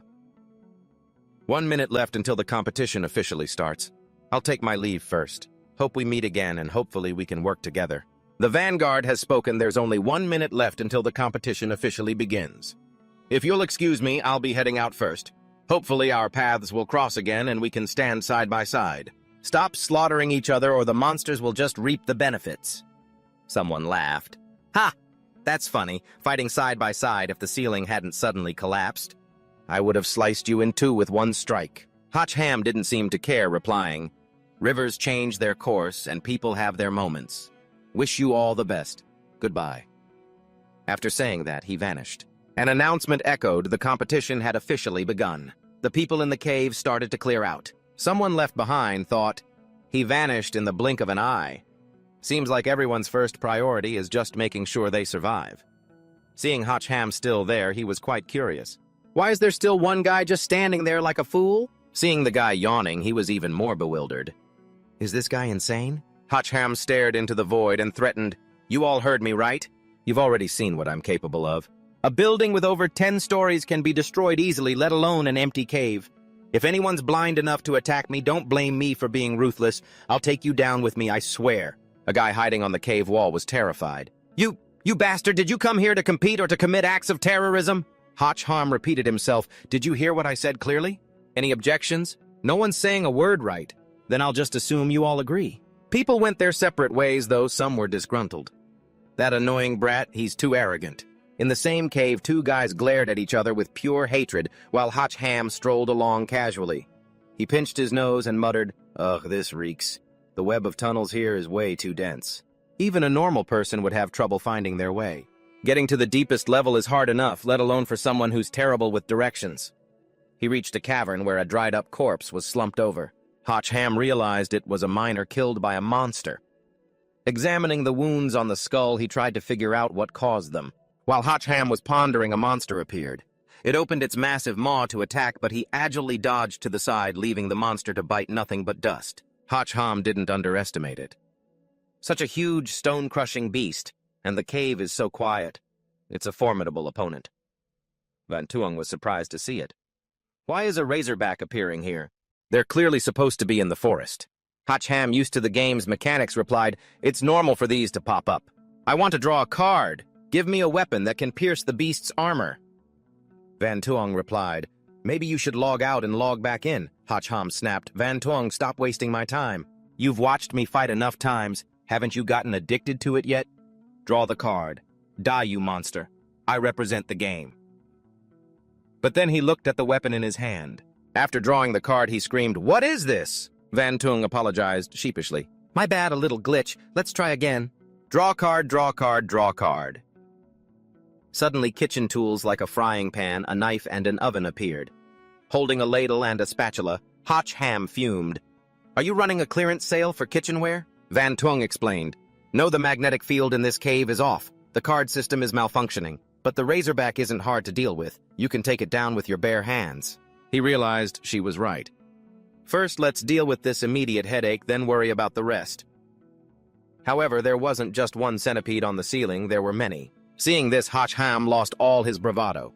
Well, this is actually a disaster. A centipede lunged at him and Hotch Ham had no choice but to block it with the frying pan. When the centipede was sent flying into the cave wall, he stared at the item in his hand, stunned. Whoa. Van Tuong was also surprised. This frying pan actually packs a punch. The pan in his hand gave him a burst of confidence and hope. Come here! With one swing, he sent the centipede flying. It immediately opened its mouth and spat out potent venom. Hotch Ham quickly used the pan to block it. Seeing the pan being corroded by the toxins until only the rim remained, Hotch Ham was shocked. This! The centipedes fired their venom in unison and the holy armor was activated. Every drop of venom was blocked. He scoffed, Are you joking? The toxicity is terrifying. Van Tuong warned, You can't hold them off. Think of a way to retreat. Hotch Ham gritted his teeth and clenched his fist. Do you think I need you to tell me that? At the same time, another player was smugly running away. I successfully dodged 5 monsters and 3 other players. As long as I'm careful enough, nothing should go wrong. Easy pickings. But as the saying goes, man proposes, God disposes. A rock hole appeared above his head and debris rained down. He was flattened by something impossible to identify. It turned out to be Hotch Ham. He groaned, "Damn it, that hurts." Suddenly, a notification popped up. Level 17 reached. He was caught off guard. Wait, why did I level up? Van Tuong saw the centipedes pouring down from the hole above and shouted, "Look out!" "Stop standing there, run." Struggling to escape the pursuit of the centipedes, he cursed, "These things are like ghosts that just won't leave me alone." Just as he reached the cave entrance, a blue light radiated from within, forcing Hotch Ham to stop. He didn't know what it was, but in his eyes a magnificent flash of a blade was reflected. The sheer power of this blade forced Hotch Ham to arch his back and dodge, leaving the swarm of centipedes behind him completely caught off guard. He stood there stunned, watching as the centipedes were wiped out in one hit. "That move, that's just absurd." A voice rang out. It was none other than the Trouble King himself, Mo Van level 18. She asked bluntly, "Do you want to stay in this mine?" Hotch Ham, now annoyed, snapped back, "Don't look at me with such a biased perspective, all right? I'm just trying to escape." Mo Van's blade twitched. Without a second thought, she lunged at Hotch Ham. He raised his hand to activate his holy armor to block. Wait! Are you just going to ignore my warnings? Are you trying to pick a fight with me?" Mo Van remained silent, her eyes locked on the dragon spirit swirling within his holy armor. I see, she thought, that's how it is. That dragon strike attack that destroyed everything, it's the armor's passive skill. When you're in life or death danger, it triggers automatically. You handle yourself. If you're in danger, take a detour. Don't go making more trouble for others, Mo Van retorted. Hotch Ham replied, "It sounds like I'm doing this on purpose." Mo Van warned him with good intentions. "The deeper you go, the more dangerous it gets. You'd better prepare yourself." He shrugged. "Then I can't guarantee anything. Whatever happens, that's on you. If I accidentally trigger that passive skill again, don't blame me if you end up, well, you know." Mo Van frowned. "What are you trying to say?" He proactively suggested, "How about we team up? When danger strikes, you block for me. How about that?" Realizing his true intentions, Mo Van grew even more irritated. "You want me to be your bodyguard?" Hotch Ham, thick-skinned as ever, insisted, "Of course not, we'll protect each other. You handle the regular enemies and I'll take care of the tough ones." Mo Van didn't want to waste any more time with him. She turned and walked away, cold and dismissive. "I wouldn't dream of relying on you." Suddenly a scream rang out, stopping her in her tracks. She froze. "Was that?" Hotch Ham said in a low voice. "That was a player's dying scream." "Looks like there's something pretty intense up ahead." A player in the distance was screaming incessantly, "Help! I don't want to die, I don't!" But a wave of burning red killing intent from behind him cut him down. Another player gone. The last one standing was pointing his magic staff at the mysterious beast, trying to threaten it. "Go to hell!" He channeled all his energy into his staff to strike the creature. It didn't even flinch. It pounced on the player and the ground exploded. Hotch Ham and Mo Van, hiding in a corner, were left speechless. The monster's glowing red claws stomped into the earth. It was a Crimson Peak Dragon level 15. It let out a roar, its pressure filling the cavern. The two of them had to cover their ears tightly. "That power, it's too much," Mo Van gasped. Hotch Ham whispered, "This guy is bad news. Let's go take another route." But she seemed interested in the dragon. "I want to test it out." Hotch Ham was horrified. "Are you serious? Are you insane? Didn't you see how it just shredded that guy?" Mo Van was already moving. "This has nothing to do with you. You go." Hotch Ham tried to call out, "Hey!" Mo Van activated her title, the Silent Night Reaper, increasing her attack speed by 50%. Hotch Ham was surprised. "She has a title, too," Van Tuong replied calmly. "For participants at this level, having a title is pretty standard, isn't it?" The Peak Dragon was busy savoring its latest kill. Mo Van seized the chance for a sneak attack. Hotch Ham realized immediately, "That's not right. She's going to be in trouble," Van Tuong asked. "What do you mean?" Mo Van's blade slashed down, but it didn't do a single point of damage. Even she was shocked. "Are you kidding me? I'm a speed-based fighter, so why is this armor so hard?" The dragon noticed her and let out a furious roar. Mo Van realized the surprise attack had failed. "Guess I have to fight it head-on." She activated her title, Queen of the Sixth Sense. allowing her to perceive enemy movements 1 second before they happen.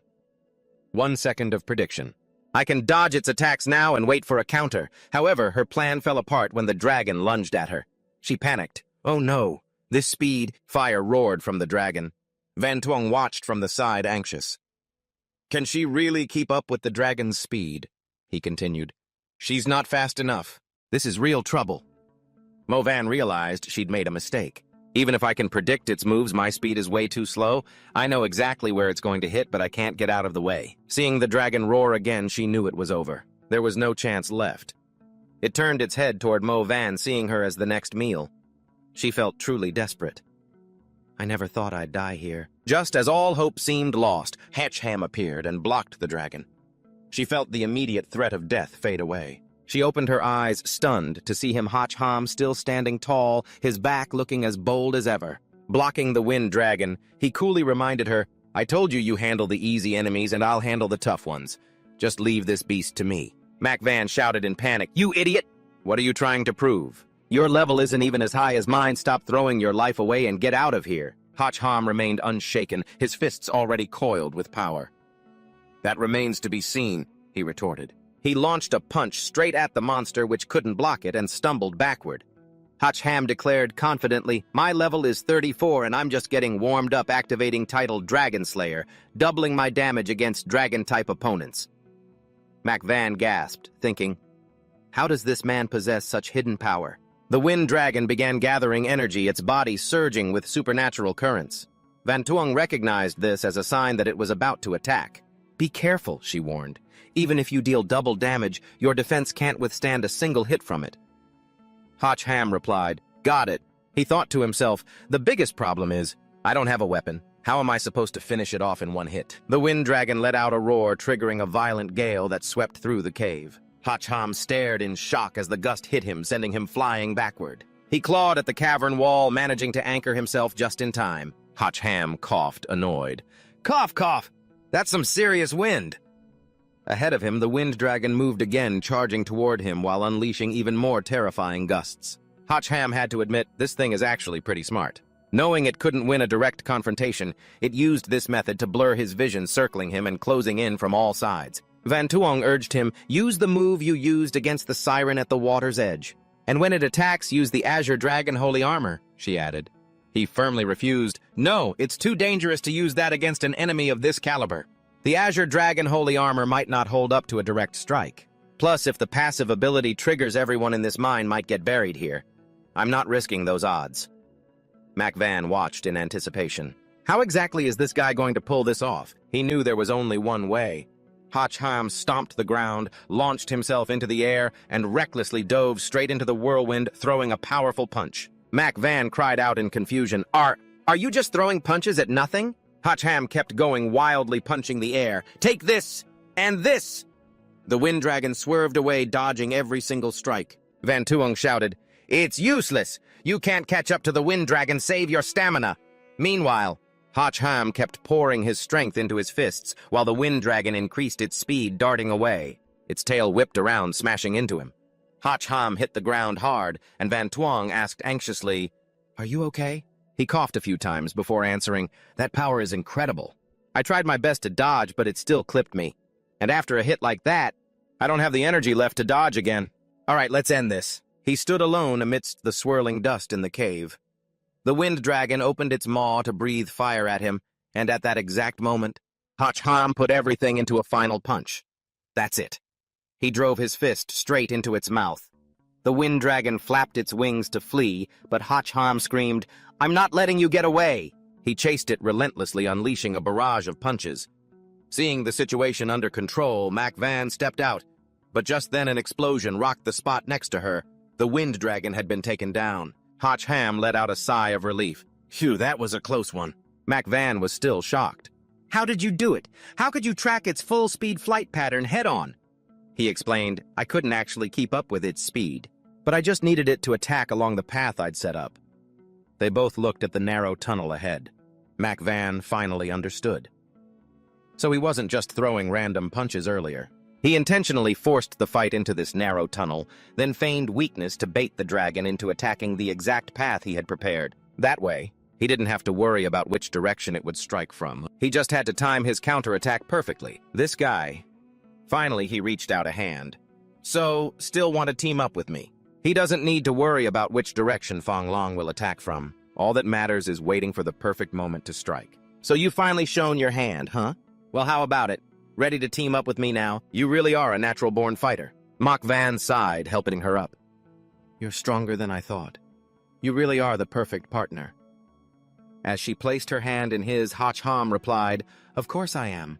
Scanning the surroundings, he realized, looks like the only way is down from here. Mok Van said, I'm worried about what exactly might be lurking down there.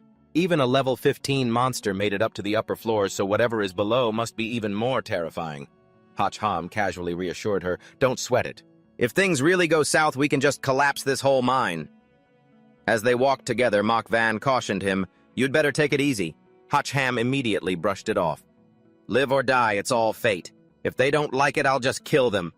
As the two of them slid down the passageway, Hoch Ham shouted with high spirits, Let's do this! At the same time, someone arrived at the upper level and spotted the remains of the wind dragon. The person stopped in their tracks. It was Tian Fong. He guessed, looks like we're a step too late. Tian Min kicked a stone in frustration. Someone not only beat us to it, but they also took out the gatekeeper dragon with ease. Lo Mang coughed a few times before speaking up, cough, cough. Doesn't look like things are in our favor, huh? Tian Fong replied. Seems there are people who aren't afraid of dying. They know how dangerous this place is and still chose to take the risk. Tian Min reminded his companion, Liu Mang, Boss, I heard you've got a time-piercing skill. Why don't you try using it so we can find out who the hell killed that dragon? Liu Mang replied wearily, Are you out of your mind? Why on earth would I reveal my skills just to make things easier for you guys? Tian Fong stepped in to mediate. All right. Given the current situation, trying to finish this mission solo is almost impossible. The only way we have a chance is by teaming up. Since we've crossed paths, it must be destiny. How about the three of us join forces? It'll be easier to handle what's next. Liu Mang, use your ability to check who did this. It'll help us gather intel, and since there's a chance we'll run into them, it's actually better for you, too. Convinced by his words, Liu Mang agreed, Fine. For you guys, I'll take a peek just this once. Tian Ming was annoyed by that. What do you mean, for us? Tian Fong had to remind him, All right, enough. Don't pester him. Liu Mang used his skill and reported back, The one who defeated the wind dragon is Hoch Ham. He lured the wind dragon into a narrow path to trap it, then killed it in one blow. Tian Min's jaw dropped when he heard this. Him again. That brat sure is getting famous, isn't he? Tian Fong added, Looks like he's become a massive threat.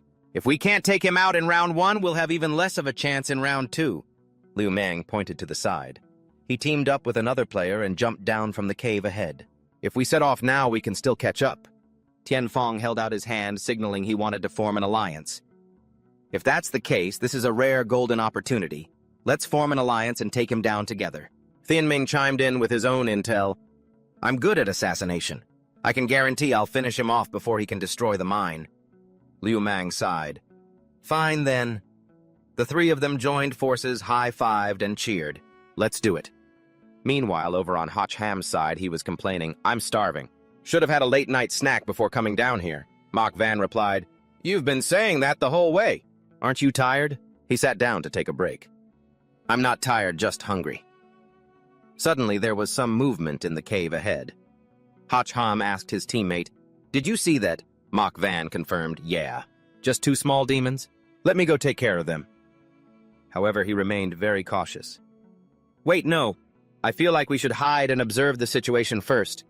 So the two of them hid. The 2 demons were walking out holding staffs and glancing around nervously. Hiding silently in a corner, Mok Van threatened him, You'd better have an explanation for this. Why are we hiding here? He replied, Didn't you notice something unusual? She frowned. They're just level 3 monsters. What's so unusual about that? Hoch Ham countered, Have you ever seen level 3 beasts patrol in a formation? That's when it finally dawned on her. You mean, they're an organized group. The 2 of them left their hiding spot once the monsters had moved on. Mok Van asked, Do you want to go over and take a look? Hoch Ham answered, No, let's keep moving. Just wait, how come your clothes changed back? She explained, It's just the effect of an item, but it did get a bit damaged earlier. Just then something strange whizzed past, and the sacred armor automatically activated. Mach Van saw this and was startled. Are you losing your mind? Why did you suddenly put on your armor? He looked nervously in one direction. I didn't do it on purpose. The Azure Dragon sacred armor activated on its own. It sensed danger nearby. Mach Van was stunned again. What? The cave ahead remained dark and silent. Mach Van whispered, Are you finally done? Why are we going in? Hach Ham signaled her to be quiet. Shh. Footsteps echoed through the silence. Both of them stared in that direction, alert. A giant monster clad in imposing iron armor walked past them. They peeked out from their hiding spot and watched the creature's silhouette fade away. Hach Ham exclaimed, I honestly didn't expect you to have the ability to warn us. How thoughtful of you. Mach Van stuttered in fear. The pressure is terrifying. Just what level of monster is this? Hach Ham replied calmly. I'm going to check it out. Mach Van cried out, Are you crazy? Facing an enemy of that level going over there is just begging for death, Hach Ham explained. The big bosses have all moved to the upper levels. The enemies left down here are even harder to deal with. We might as well take this chance to wipe it out, then leveling up will make the dangers on the lower floors easier to handle. Hearing his advice, Mach Van hesitated. He continued to coax her. It didn't notice us earlier, which means its sensory perception isn't very strong. Just follow me and take a look. If things don't look good, we can just run away. No harm done. Seeing him calmly walking inside, she called out, Wait for me. The two of them entered the cave together. The 3 members of the Vanguard team arrived just then. Liu Mang reminded them, Hey, you two, I feel like something isn't right. The Vanguard asked suspiciously, What do you mean? He explained his theory. Hach Ham should have been just a little way ahead of us, right? Why would he let those 2 low-level mobs pass through here? Thien Min thought perhaps there was a side path they had missed, but Liu Mang flatly denied it. No way. We walked this whole way. There were no side paths at all. The Vanguard asked, Are you suggesting he intentionally let them pass to deal with us? Just as he finished speaking, his face was struck by something. Watching the Vanguard collapse to the ground with a blackened face, the other 2 realized, What, we fell into a trap. Thien Min pointed in one direction. Over there, the very monster Hach Ham had seen earlier appeared. Liu Mang couldn't identify it. It's not Hach Ham. Could it be a level 1 monster? Thien Min rushed in to attack, not caring about anything else. He quickly formed a barrier around the monster and unleashed his strike. Thien Min was very confident in his extreme speed, believing he could easily kill enemies above his level without much effort. But the monster just casually raised one hand and his face turned pale. What? One strike like a giant arrow shot toward its target. Thien Min only realized it just as he was hit. He still couldn't believe it. Impossible. His whole body had to endure the force of that impact. Liu Mang acted quickly, activating his skill, and countless streams of energy radiated from his fingertips. The barrier closed in from all sides, and the whole cave lit up with that power. Finally, Thien Min was released. He lay flat on the ground, his whole body in too much pain to move. Seeing this, Liu Mang grew tense. The monster calmly walked toward them. Hiding in a corner, Mach Van whispered, So strong. It doesn't give the opponent any chance to fight back at all. Hach Ham was curious. How strange, with such powerful force. The wounds it causes are so minor. He added, Look, even after that shocking attack, the target is still alive. Mach Van understood his point.